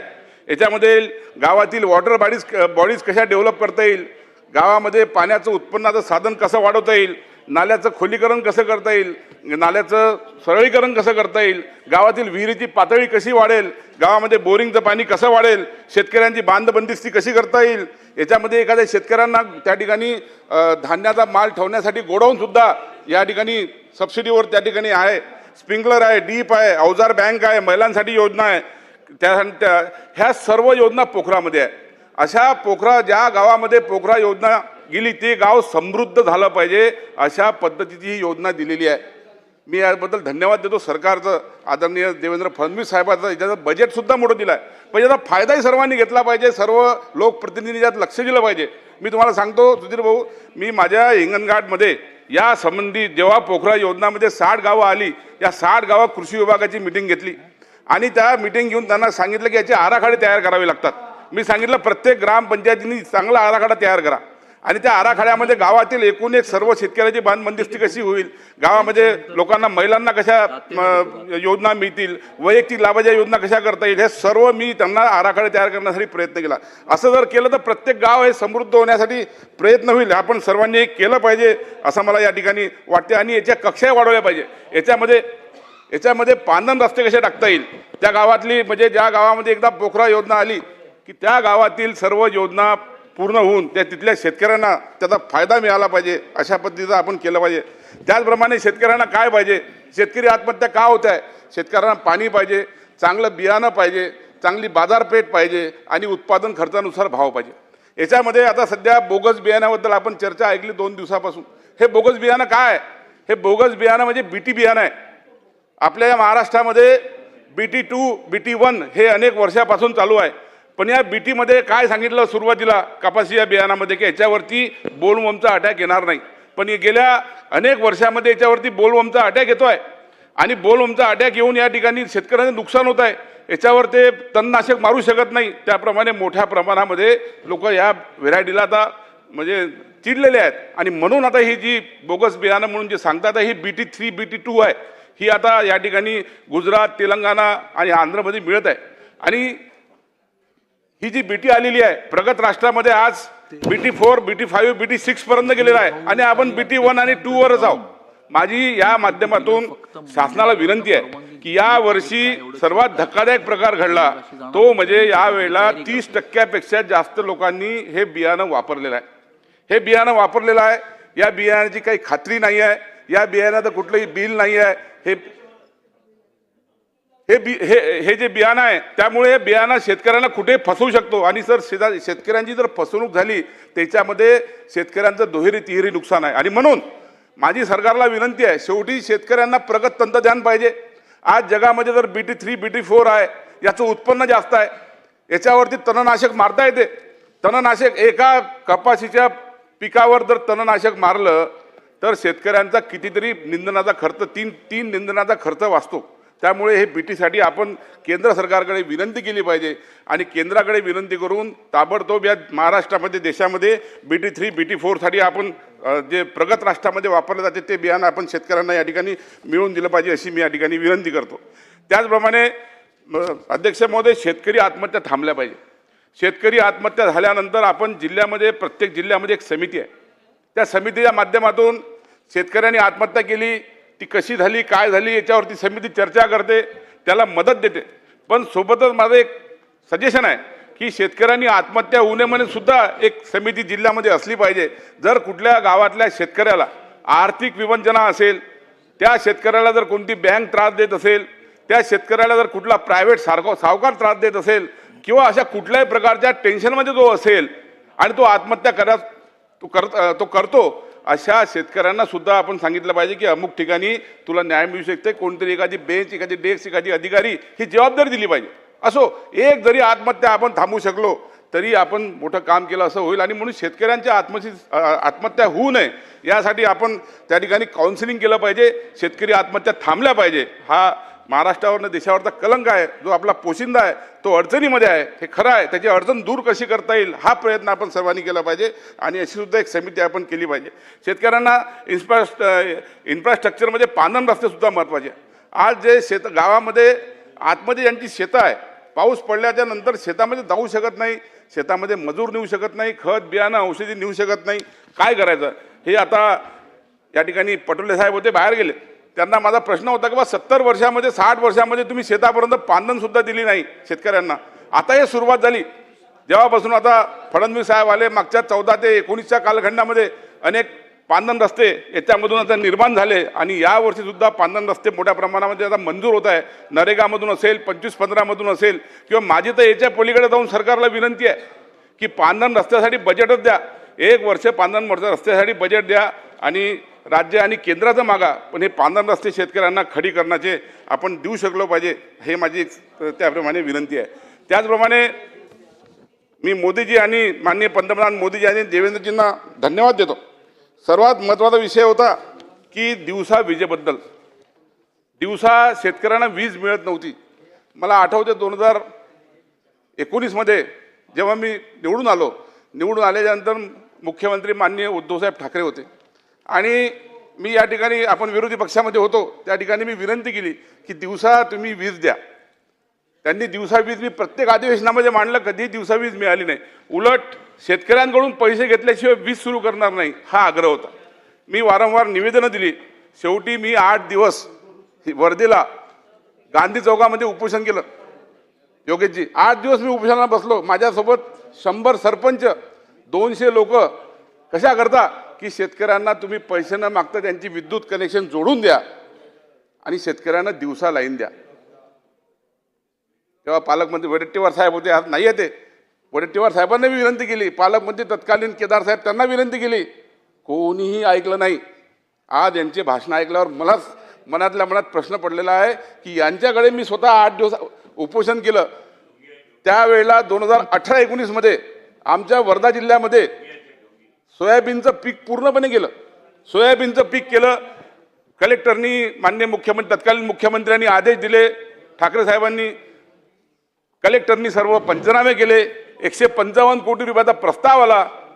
1 रुपया 155 रुपये दिले नाही, 155 पैसे दिले नाही. मी मागू थकलो, कारण की 80% सोयाबीन त्यावेळेला गेलं होतं, पण 1 रुपयासुद्धा ज्या त्यांनी हा प्रस्ताव मांडला त्यांनी तेव्हा दिला नाही, याचं मला दुःख वाटते. लाईनसुद्धा दिली नाही. पण आज धन्यवाद देतो मी माननीय देवेंद्रजींना. अरे केवढा मोठा निर्णय घेतला. जुने 60,000 कोटी रुपये शेतकऱ्यांकडे थकीत असताना शेतकऱ्यांना एकही रुपया न घेता वीज दिली तुम्ही. रात्रीची वीज दिवसा दिली. हे किती मोठी गोष्ट आहे. आणि मोफत वीज सर्वात मोठी गोष्ट आहे. याच्यापेक्षा मोठं मोफत वीज शेतकऱ्यांना दिली. आज एकही रुपया शेतकऱ्यांना, गरीब शेतकऱ्यांना विजेचा भरायची गरज नाही. हे सर्वात मोठं काम झालं. आणि जुने सुद्धा पैसे अजून मागितलेले नाही. आणि आता तर सोलर फीडरसाठी पूर्ण जाळं तयार केलेलं आहे. या सोलर फीडरच्या माध्यमातून पूर्ण महाराष्ट्रामध्ये शेतकऱ्यांना दिवसा रात्री जी वीज पाहिजे ती वीज त्या ठिकाणी मिळणार आहे. त्याच्याबद्दल मी सुद्धा धन्यवाद देतो. मी पुन्हा धन्यवाद देणार आहे एकदा फडणवीस साहेबाला आणि पूर्ण मंत्रिमंडळाला आणि उपमुख्यमंत्री एकनाथ शिंदे आणि अजित पवार साहेबाला की क्रांतिकारी निर्णय घेतला. नळगंगा वैनगंगा प्रकल्प हे जे समुद्रामध्ये वाहून जाणारं पाणी आहे, हे पाणी या माध्यमातून आता इकडे विदर्भापर्यंत येत आहे. याच्यामध्ये नदीजोड प्रकल्प टाकून शेतकऱ्यांना सिंचन तुमच्या मनामध्ये आहे. जोपर्यंत शेतकऱ्यांना पाणी देणार नाही तोपर्यंत शेती ही फायद्यामध्ये येणार नाही. त्यामुळे हे 2 प्रकल्पाचा क्रांतिकारी प्रकल्पाचं केल्याबद्दल मी खऱ्या अर्थानं धन्यवाद देतो. आणि हे प्रकल्प लवकरात लवकर पूर्ण झाले पाहिजे, जेणेकरून शेतकऱ्यांना पाणी मिळालं पाहिजे आणि त्याची शेती ही फायद्यामध्ये कशी येईल ह्यासाठी आपण प्रयत्न करत आहे. आपल्या महाराष्ट्रामध्ये, आपल्या विदर्भामध्ये जास्त 3 पिकं आहेत. चणा, कापूस, तूर आणि धान. हे 3 आमचे प्रमुख पिकं आहे. या तिन्ही पिकाला जे काही लागणारी जी काही मदत आहे, ही मदत सरकारने शेतकऱ्यांना, मग तो फायनान्स असेल, याच्यामध्ये बँकेचा काही त्रास आहे. मला एक या निमित्ताने एक सुचवायचं आहे. हे माझ्या उत्तरामध्ये यावं अशी विनंती आहे की बँकेमध्ये जे प्रत्येक जिल्ह्याला बँकेचा आपण जे फायनान्स करतो शेतकऱ्यांना, आता एक उदाहरण देतो. वर्धा जिल्ह्याचं फायनान्स 700 कोटीचं उद्दिष्ट ठेवलं, पण ते 700 कोटी वाटप झाला नाही. याचे कारण काय आहे? त्या मॅनेजरवर आपण काहीतरी त्याला जबाबदारी फिक्स केली पाहिजे का इतकं कर्ज का वाटलं नाही, कर्ज कुठल्या महिन्यामध्ये वाटलं. शेतकऱ्यांना अनेक चक्रा मारावे लागतात. आणि म्हणून सिबिलची अट मधामध्ये होती, सिबिलची अट आता कमी केली.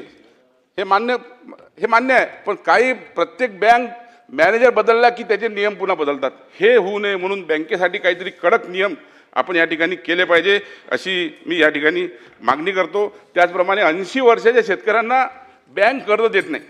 कारण काय साहेब? 5 मिनिटं विदर्भाचा विषय आहे, शेतकऱ्यांचा विषय मांडू द्या जरा. शेतकऱ्यांना बँकेमध्ये ज्यांचं वय 80 वर्ष झालेलं आहे त्याला त्यांनी लोन देत नाही. कारण काय? तर त्याचं वय 80 झालं आहे. अरे बाबा, तुम्ही शेतकऱ्याला तर तुम्ही देत आहात, पण शेतकऱ्यासोबत तुम्ही शेतीला लोन देत आहे. त्या शेतकऱ्याचा कोण ना कोणत्या ठिकाणी वारस आहे ना. या बाबतीमध्ये सुद्धा एक निर्णय शासनाने घेऊन बँकेला कळवला पाहिजे की शेतकरी 80 वर्षाचा हो की 90 वर्षाचा हो, त्याला दरवर्षी पीक कर्ज हे मिळालं पाहिजे. आणि त्यांनी जर या बँकेने नाकारलं, त्या बँकेवर त्या ठिकाणी तात्काळ कारवाई झाली पाहिजे. अशा पद्धतीनं आपण या ठिकाणी केलं पाहिजे अशी माझी विनंती आहे. अजून त्याचप्रमाणे बियाण्यासाठी जो विषय मी या ठिकाणी मांडला, ह्या बियाण्यासाठी बोगस जे RR BT आहे याच्यासाठी प्रयत्न करून महाराष्ट्राने देशामध्ये पुढाकार घ्यावा आणि पुढाकार घेऊन शेतकऱ्यांना बीटीचं बियाणं उत्पन्न करून द्यावं अशी विनंती करतो. याचप्रमाणे मुख्यमंत्र्यांचे मी पुन्हा एकदा आभार मानतो आणि या देशाचे लाडके पंतप्रधान नरेंद्र मोदी साहेबांचे की या महाराष्ट्रामध्ये 20 लाख घरं एका घरकुलाचे मिळाले. काय गंमत आहे. कधी एका गावाने 3 घरं 5 घरं, मोठी ग्रामपंचायत जर असेल 800, 900, 1000 लोकवस्तीची, तर फक्त घरं किती मिळायचे? 3 किंवा 4. त्या गावातली प्रतीक्षा यादी किती आहे? 150 लोकांची. आणि घरं किती मिळतात? दरवर्षी 4. पण या वेळेला ही पूर्ण प्रतीक्षा यादी संपवण्याचं काम माननीय पंतप्रधानांनी केलं आणि याचा पुढाकार माननीय मुख्यमंत्र्यांनी घेतला. 20 लाख घरं मिळाली आणि पुन्हा 10 लाख घरं पुन्हा मिळणार असं आम्हाला माहिती मिळाली.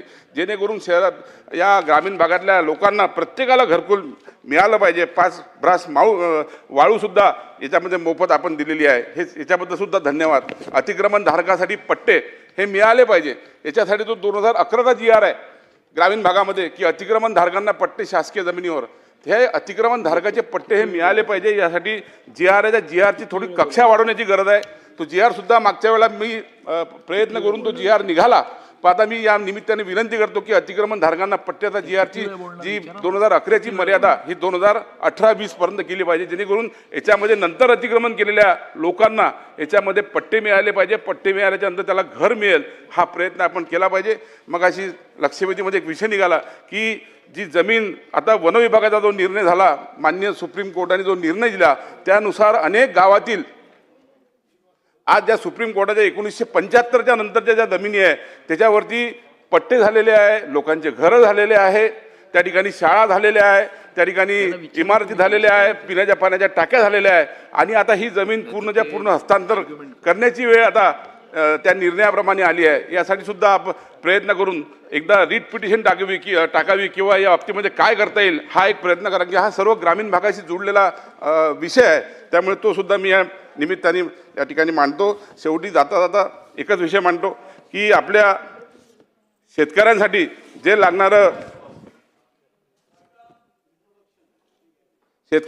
लागणाऱ्या पायाभूत सुविधा आहे, या पायाभूत सुविधावर महाराष्ट्रामध्ये काम करण्याची गरज आहे. हवामान बदलावर लक्ष देऊन हवामान बदलानुसार पिकाची कशी करता येईल आपल्याला लागवड याचा प्रचार प्रसार करून ती मदत करावी. त्याच्यानंतर सिंचनासाठी प्रयत्न करून जास्तीत जास्त हा नदीजोड प्रकल्पाच्या माध्यमातून ग्रामीण भागातील लोकांपर्यंत पाणी पोहोचवण्यासाठी आपण प्रयत्न करताय, ते सुद्धा एक महत्त्वाचं आहे. आणि तिसरा एक महत्त्वाचा विषय पुन्हा एक, ज्या वेळेला सपोर्ट प्राईस कमी होते मार्केटमध्ये, सपोर्ट प्राईसपेक्षा कमी भावामध्ये जेव्हा धान्य विकलं जाते, कापूस असेल, तूर असेल, सोयाबीन असेल, त्यावेळेला केंद्र सरकारने मोठ्या प्रमाणामध्ये खरेदी केली. याच्याबद्दल सुद्धा मी पंतप्रधानांना धन्यवाद देतो की 100% तुरीचं पीक पूर्णपणे केंद्र सरकारने खरेदी केलं.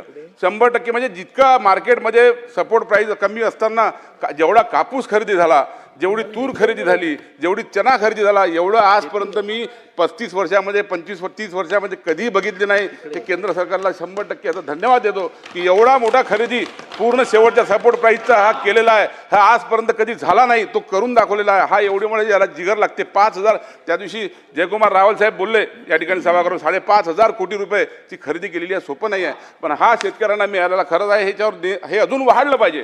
शेतकऱ्यांना सपोर्ट प्राईसपेक्षा कमी किंमत मिळता कामा नाही. आणि म्हणून शेवटी एवढंच सांगतो की विरोधकांनी हा प्रस्ताव आणलेला आहे, पण विरोधकांनी जे काय सांगितलं मी आता की माझ्यासोबत जे झाला वर्धा जिल्ह्यामध्ये जे केलं, या ठिकाणी मुख्यमंत्री आणि सरकार असताना कुठेही शेतकऱ्याच्या तोंडाला पानं पुसली. पण माझा जाता जाता एकच सल्ला आहे की सरकार आणि सत्ताधारी आणि विरोधक या दोघांनी मिळून शेतकरी आपला मायबाप आहे, त्याच्यासाठी काय लागते ते चर्चा करावी. राजकारण हे बाजूला ठेवावं आणि शेतकऱ्याला मदत करावी, तरच आपली जगामध्ये ओळख राहील. आपली खरी एका दाण्याचे 1000 दाणे करण्याची क्षमता फक्त शेतीमध्ये आहे. हे तुम्ही कारखान्यामध्ये जर 1 क्विंटल टाकलं तर 1 क्विंटलचं 99.99 बाहेर येईल, पण शेतीमध्ये 1 दाण्याचे 1000 दाणे 10,000 दाणे होण्याची क्षमता आहे. खरं उत्पन्न याच्यामध्ये आहे. आणि म्हणून शेती हा धंदा पुढे आला पाहिजे, शेतकरी जगला पाहिजे, शेतकरी समृद्ध झाला पाहिजे, शेतकरी आत्महत्या बंद झाल्या पाहिजे. यासाठी सर्वांनी सत्ताधारी आणि सरकार यांनी एकत्र येऊन निर्णय घ्यावा एवढी विनंती करतो. मला बोलण्याची संधी दिली, खूप खूप धन्यवाद. जय महाराष्ट्र. काशीनाथ दाते. अध्यक्ष महोदय, पॉइंटेड मुद्दे मांडा. अध्यक्ष महोदय, विरोधी पक्षानं आणलेला महाराष्ट्र विधानसभा नियम 293च्या प्रस्तावावर चर्चेमध्ये भाग घेण्यासाठी मी आपल्यासमोर बोलत आहे. अध्यक्ष महोदय, जशा शेतकऱ्यांच्या व्यथा विरोधी पक्षाने या ठिकाणी या ठरावान्वये मांडल्यात, तशा आमच्या पहिल्या दुसऱ्या टर्मच्या आमदारांच्या सुद्धा व्यथा आपण कधीतरी ऐकून घेतल्या पाहिजेत. सिनियर पर्सन्स खरं म्हणजे 1-1 तास त्या ठिकाणी बोलत असतात आणि आम्हा नवीन लोकांना मात्र 5-10 मिनिटांमध्ये त्या ठिकाणी आटपायला लावलं जातं. ही आमची देखील व्यथा आपण खरं म्हणजे मनावर घेतली पाहिजे, ऐकली पाहिजे. अध्यक्ष महोदय,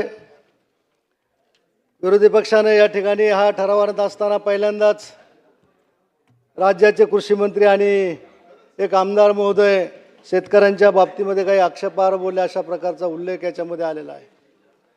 मला वाटतं याच्यामध्ये एवढा अनवधानानं कदाचित बोलून गेले असतील, एवढा भाऊ करण्यासारखी परिस्थिती निश्चितपणे नाही.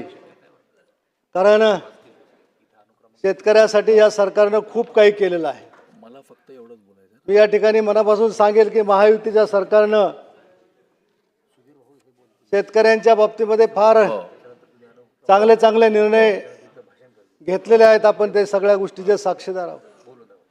मागच्या 50 वर्षाच्या इतिहासामध्ये राज्याच्या यापूर्वी कधीही शेतकऱ्यांना डायरेक्ट बेनिफिट देणारी योजना कुठल्याही सरकारनं आणलेली नव्हती.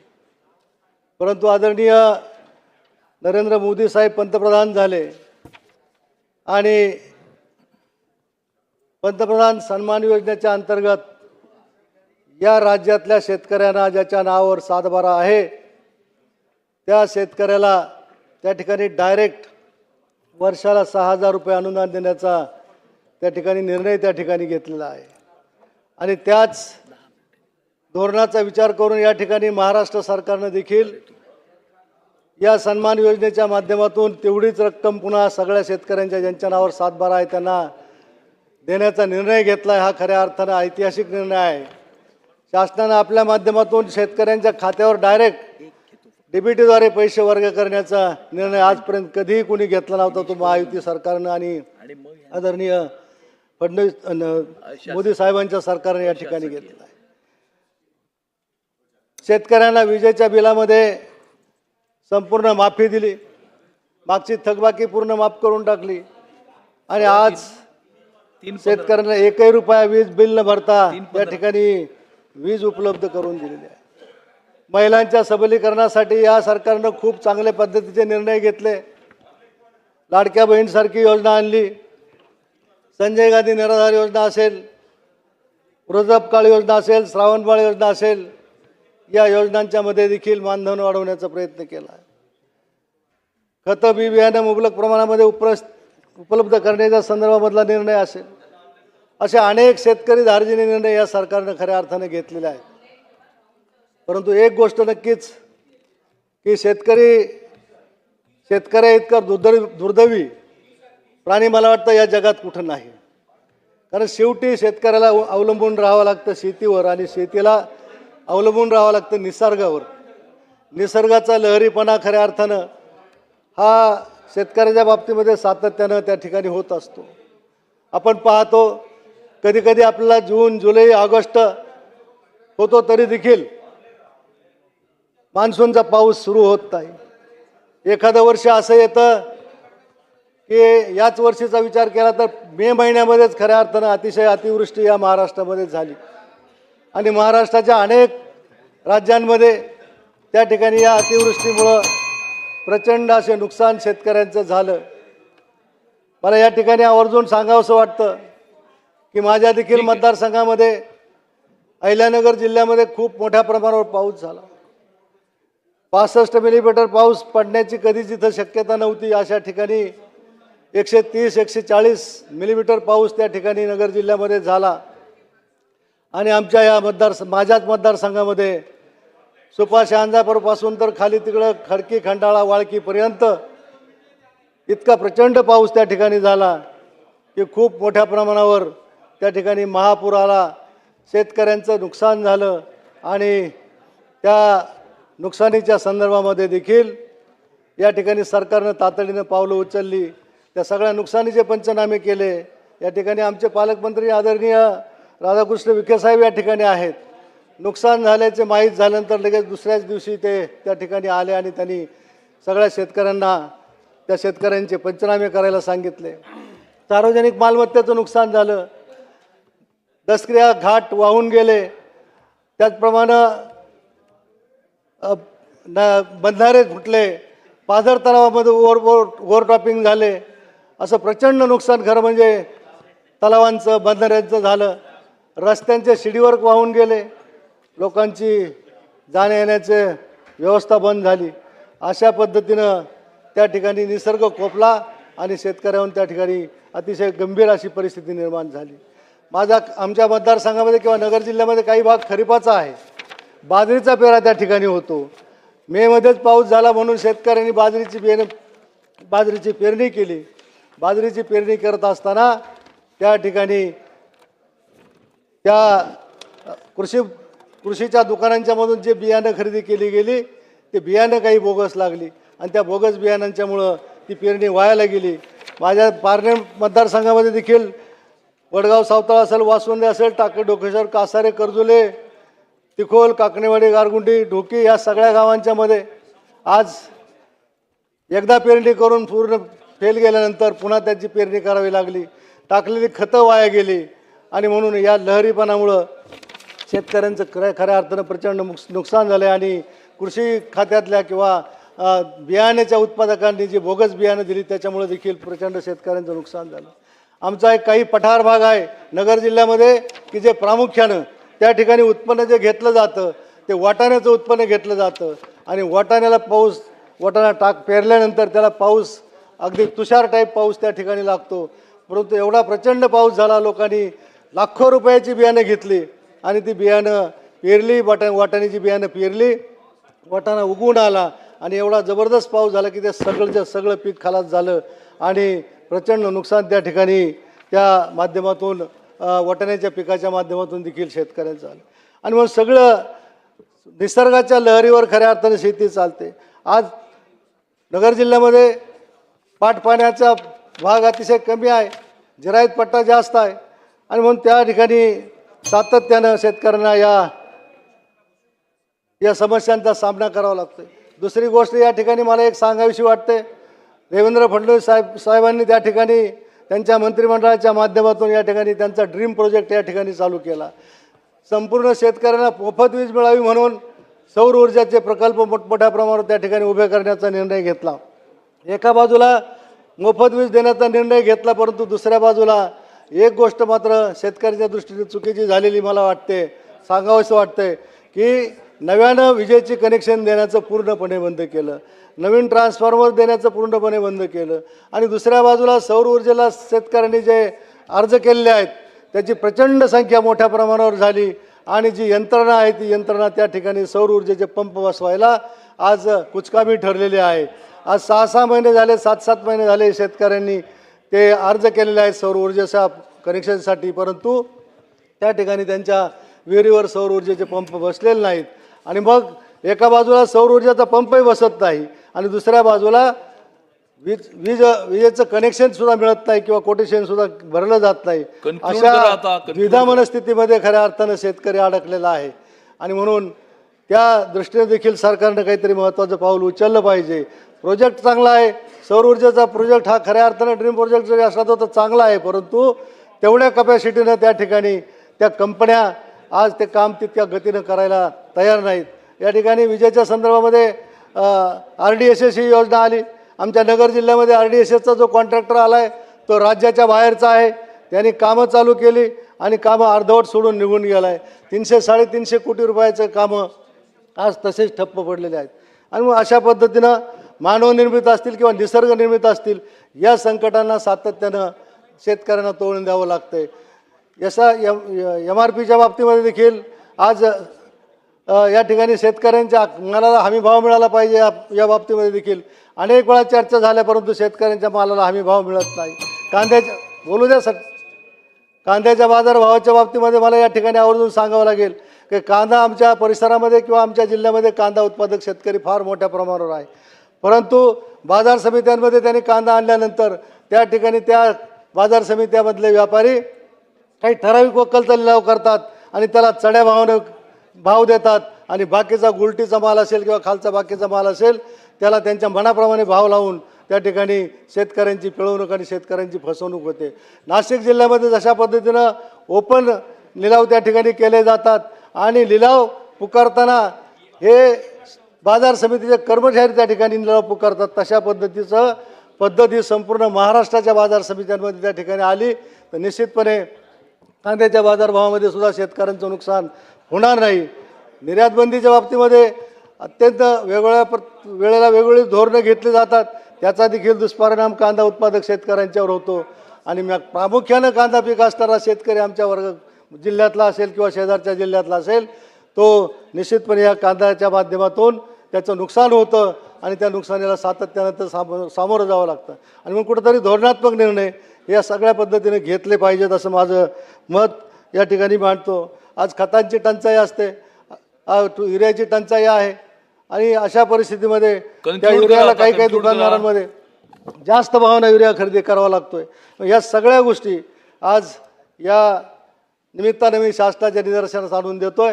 मी आज या ज्या अतिवृष्टीमुळे ज्या काही नुकसानी झालेल्या आहेत त्याचे पंचनामे वगैरे सगळा या ठिकाणी शासनाकडे पोहोच झाले, परंतु शासनानं अजून मदत त्या ठिकाणी जाहीर करण्याचा निर्णय घेतलेला नाही, तो देखील तत्परतेने घ्यावा अशा प्रकारची या चर्चेद्वारे मी आपल्या शासनाच्या निदर्शनास आणून देतो. आणि अध्यक्ष महोदय मला बोलण्याची संधी दिली त्याबद्दल तुमचे मनापासून धन्यवाद व्यक्त करून थांबतो. Namita Mundada on leg. अशासकीय कामकाज.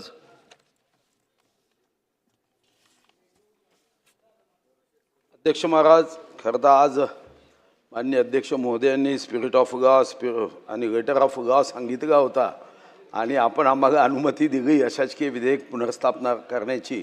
त्याबद्दल आपलं व अध्यक्षांचं दोघांचंही खूप खूप धन्यवाद. खरं तर हे विधान भवन मी मागेही गमतीने म्हणालो की विधान कार्य करण्याच्या ऐवजी विधान भवन हे लक्षवेधी भवन होत चाललं. पण आज तरी तुम्ही अशासकीय विधेयक मांडण्याची संधी दिली, पुनर्स्थापना करण्याची संधी दिली आणि मी रेकॉर्डमध्ये आणू इच्छितो की जी 4 अशासकीय विधेयकं ही अध्यक्ष महाराज ही आपल्याला कन्सिडरेशनसाठी आहे, विचार खंडशा करण्यासाठी आहे, ती मात्र मंगळवार किंवा बुधवारला तुम्ही निश्चितपणे दाखवाल असा तुमच्यावर स्पिरिट ऑफ लॉ आणि लेटर ऑफ लॉ या शब्दावरून विश्वास करतो. अध्यक्ष महाराज महोदय, सन 2025चे विधानसभा विधेयक क्रमांक 32 महाराष्ट्र जिल्हा परिषदा व पंचायत समित्या सुधारणा विधेयक 2025, विधेयक क्रमांक 33 महाराष्ट्र झोपडपट्टी सुधारणा निर्मूलन आणि पुनर्विकास विधेयक 2025, विधेयक क्रमांक 34 विदर्भ पाटबंधारे विकास महामंडळ सुधारणा विधेयक 2025, विधानसभा विधेयक क्रमांक 35 महाराष्ट्र आवाज प्रदूषण प्रतिबंधक विधेयक 2025, विधानसभा विधेयक क्रमांक 36 महाराष्ट्र गुंठेवारी विकास नियमाधीन करणे श्रेणीवाढ व नियंत्रण सुधारणा विधेयक 2025, विधानसभा विधेयक क्रमांक 37 हिंदू विवाह महाराष्ट्र सुधारणा विधेयक 2025, विधेयक क्रमांक 38 मोटर वाहन महाराष्ट्र दुसरी सुधारणा विधेयक 2025, विधानसभा विधेयक क्रमांक 39 महाराष्ट्र नगर परिषदा नगरपंचायती व औद्योगिक नगरी दुसरी सुधारणा विधेयक 2025, विधेयक क्रमांक 40 मुंबई न्यायालय फी सुधारणा विधेयक 2025, विधानसभा विधेयक क्रमांक 41 महाराष्ट्र बेकारी निर्मूलन विधेयक 2025, विधानसभा विधेयक क्रमांक 42 महाराष्ट्र कामगार स्त्रिया व महिला शेतमजूर प्रसूती सहाय्य विधेयक 2025, विधानसभा विधेयक क्रमांक 43 महाराष्ट्र प्रोत्साहनाद्वारे कुटुंब नियोजनाला चालना देण्याबाबतचे विधेयक 2025, विधानसभा विधेयक क्रमांक 44 महाराष्ट्र स्वयंसेवी संस्था विकास व व्यवस्थापन महामंडळ विधेयक 2025, विधानसभा विधेयक क्रमांक 45 महाराष्ट्र कुल वहिवाट आणि शेतजमीन सुधारणा विधेयक 2025, विधेयक क्रमांक 46 महाराष्ट्र रस्त्यावर राहणाऱ्या मुलांना सोयी व सुविधा पुरविणे आणि राज्य शासनाने त्यांची जबाबदारी स्वीकारणे विधेयक 2025, विधेयक क्रमांक 47 महाराष्ट्र राज्यात लैंगिक गुन्ह्यांना प्रवृत्त करणाऱ्या जाहिराती व जाहिरात फलक लावण्यास समाज माध्यमावर व संकेतस्थळावर प्रसिद्ध करण्यास प्रतिबंध करण्याबाबत विधेयक 2025, विधानसभा विधेयक क्रमांक 49 महाराष्ट्र नगर परिषदा नगरपंचायती व औद्योगिक नगरी तिसरी सुधारणा विधेयक 2025, विधेयक क्रमांक 50 महाराष्ट्र माथाडी हमाल व इतर श्रमजीवी कामगार नोकरीचे नियमन व कल्याण विधेयक 2025, विधानसभा विधेयक क्रमांक 51 महाराष्ट्र यंत्रमाग कामगार नोकरीचे विनियमन व कल्याण विधेयक 2025, विधेयक क्रमांक 52 महाराष्ट्र माथाडी हमाल व इतर श्रमजीवी कामगार नोकरीचे नियमन व कल्याण दुसरी सुधारणा विधेयक 2025, विधेयक क्रमांक 53 औषधी द्रव्य व सौंदर्य प्रसाधन महाराष्ट्र सुधारणा विधेयक 2025, विधेयक क्रमांक 56 महाराष्ट्र महानगरपालिका सुधारणा विधेयक 2025, विधेयक क्रमांक 58 महाराष्ट्र नगर परिषद नगरपंचायती व औद्योगिक नगरी चौथी सुधारणा विधेयक 2025, विधानसभा विधेयक क्रमांक 60 महाराष्ट्र खाजगी शाळातील कर्मचारी सेवेच्या सरती विनियमन सुधारणा, विधानसभा विधेयक क्रमांक 61 मुंबई ग्रामपंचायत विधेयक 2025, विधानसभा विधेयक क्रमांक 67 महाराष्ट्र गृहनिर्माण व क्षेत्र विकास सुधारणा विधेयक 2025, विधेयक क्रमांक 68 महाराष्ट्र खाजगी शाळातील कर्मचारी सेवेच्या शर्ती विनियमन दुसरी सुधारणा विधेयक 2025, विधानसभा विधेयक क्रमांक 69 महाराष्ट्र सहकारी संस्था सुधारणा विधेयक 2025, विधानसभा विधेयक क्रमांक 70 हिंदू अज्ञानत्व व पालकत्व महाराष्ट्र सुधारणा विधेयक 2025 आणि विधेयक क्रमांक 71 महाराष्ट्र शेतकरी कारागीर व भूमिहीन मजूर यांना निवृत्ती वेतन देण्याबाबत विधेयक 2025 असे 30 अशासकीय विधेयक अध्यक्ष महाराज मी आज सभागृहासमोर पुनर्स्थापनेसाठी मांडतोय. प्रस्ताव असा आहे की सन 2025चे विधानसभा विधेयक क्रमांक 32 ते 47, 49 ते 53, 56, 58, 60, 61, 67 ते 71 विधेयक 2025 मांडण्यास अनुमती देण्यात यावी. प्रश्न असा आहे की सन 2025 चे विधानसभा विधेयक क्रमांक 32 ते 47, 49 ते 53, 56, 58, 60, 61, 67 ते 71 विधेयक 2025 मांडण्यास सभागृहाची अनुमती आहे काय? अनुकूल असतील त्यांनी होय म्हणावे, प्रतिकूल असतील त्यांनी नाही म्हणावे. होयचे बहुमत आहे, होयचे बहुमत आहे. प्रस्ताव संमत झाला. महोदय, मी आपल्या अनुमतीने सन 2025 चे विषयी क्रमांक 32 ते 47, 49 ते 53, 56, 58, 60, 61, 67 ते 71 विधेयक 2025 मी मांडतो. सन 2025 चे विधानसभा विधेयक क्रमांक 32 ते 47, 49 ते 53, 56, 58, 60, 61, 67 ते 71 विधेयक 2025 मांडण्यात आले. अतुल भटकळकर. अध्यक्ष महोदय, सन 2025 चे विधानसभा विधेयक क्रमांक 63 मुंबई महानगरपालिका दुसरी सुधारणा विधेयक 2025 मांडण्यास मला अनुमती देण्यात यावी. त्याचबरोबर सन 2025 चे विधानसभा विधेयक क्रमांक 64 मुंबई महानगरपालिका तिसरी सुधारणा विधेयक 2025 मांडण्यास परवानगी देण्यात यावी. प्रस्ताव असा आहे की सन 2025 चे विधानसभा विधेयक क्रमांक 63 आणि 64 2025 मांडण्यास अनुमती देण्यात यावी.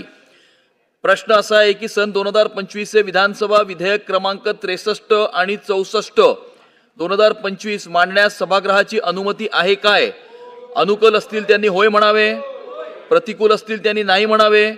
होयचे बहुमत, होयचे बहुमत. प्रस्ताव संमत झाला.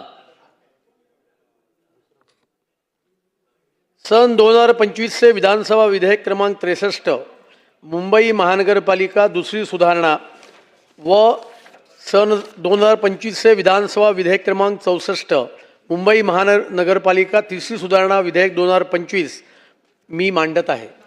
सन 2025 चे विधानसभा विधेयक क्रमांक 63 व 64 2025 मांडण्यात आले. सभागृहाची बैठक आता स्थगित होत आहे. सोमवार दिनांक 7 जुलै 2025 रोजी सकाळी 11 वाजता सभागृहाची बैठक भरेल.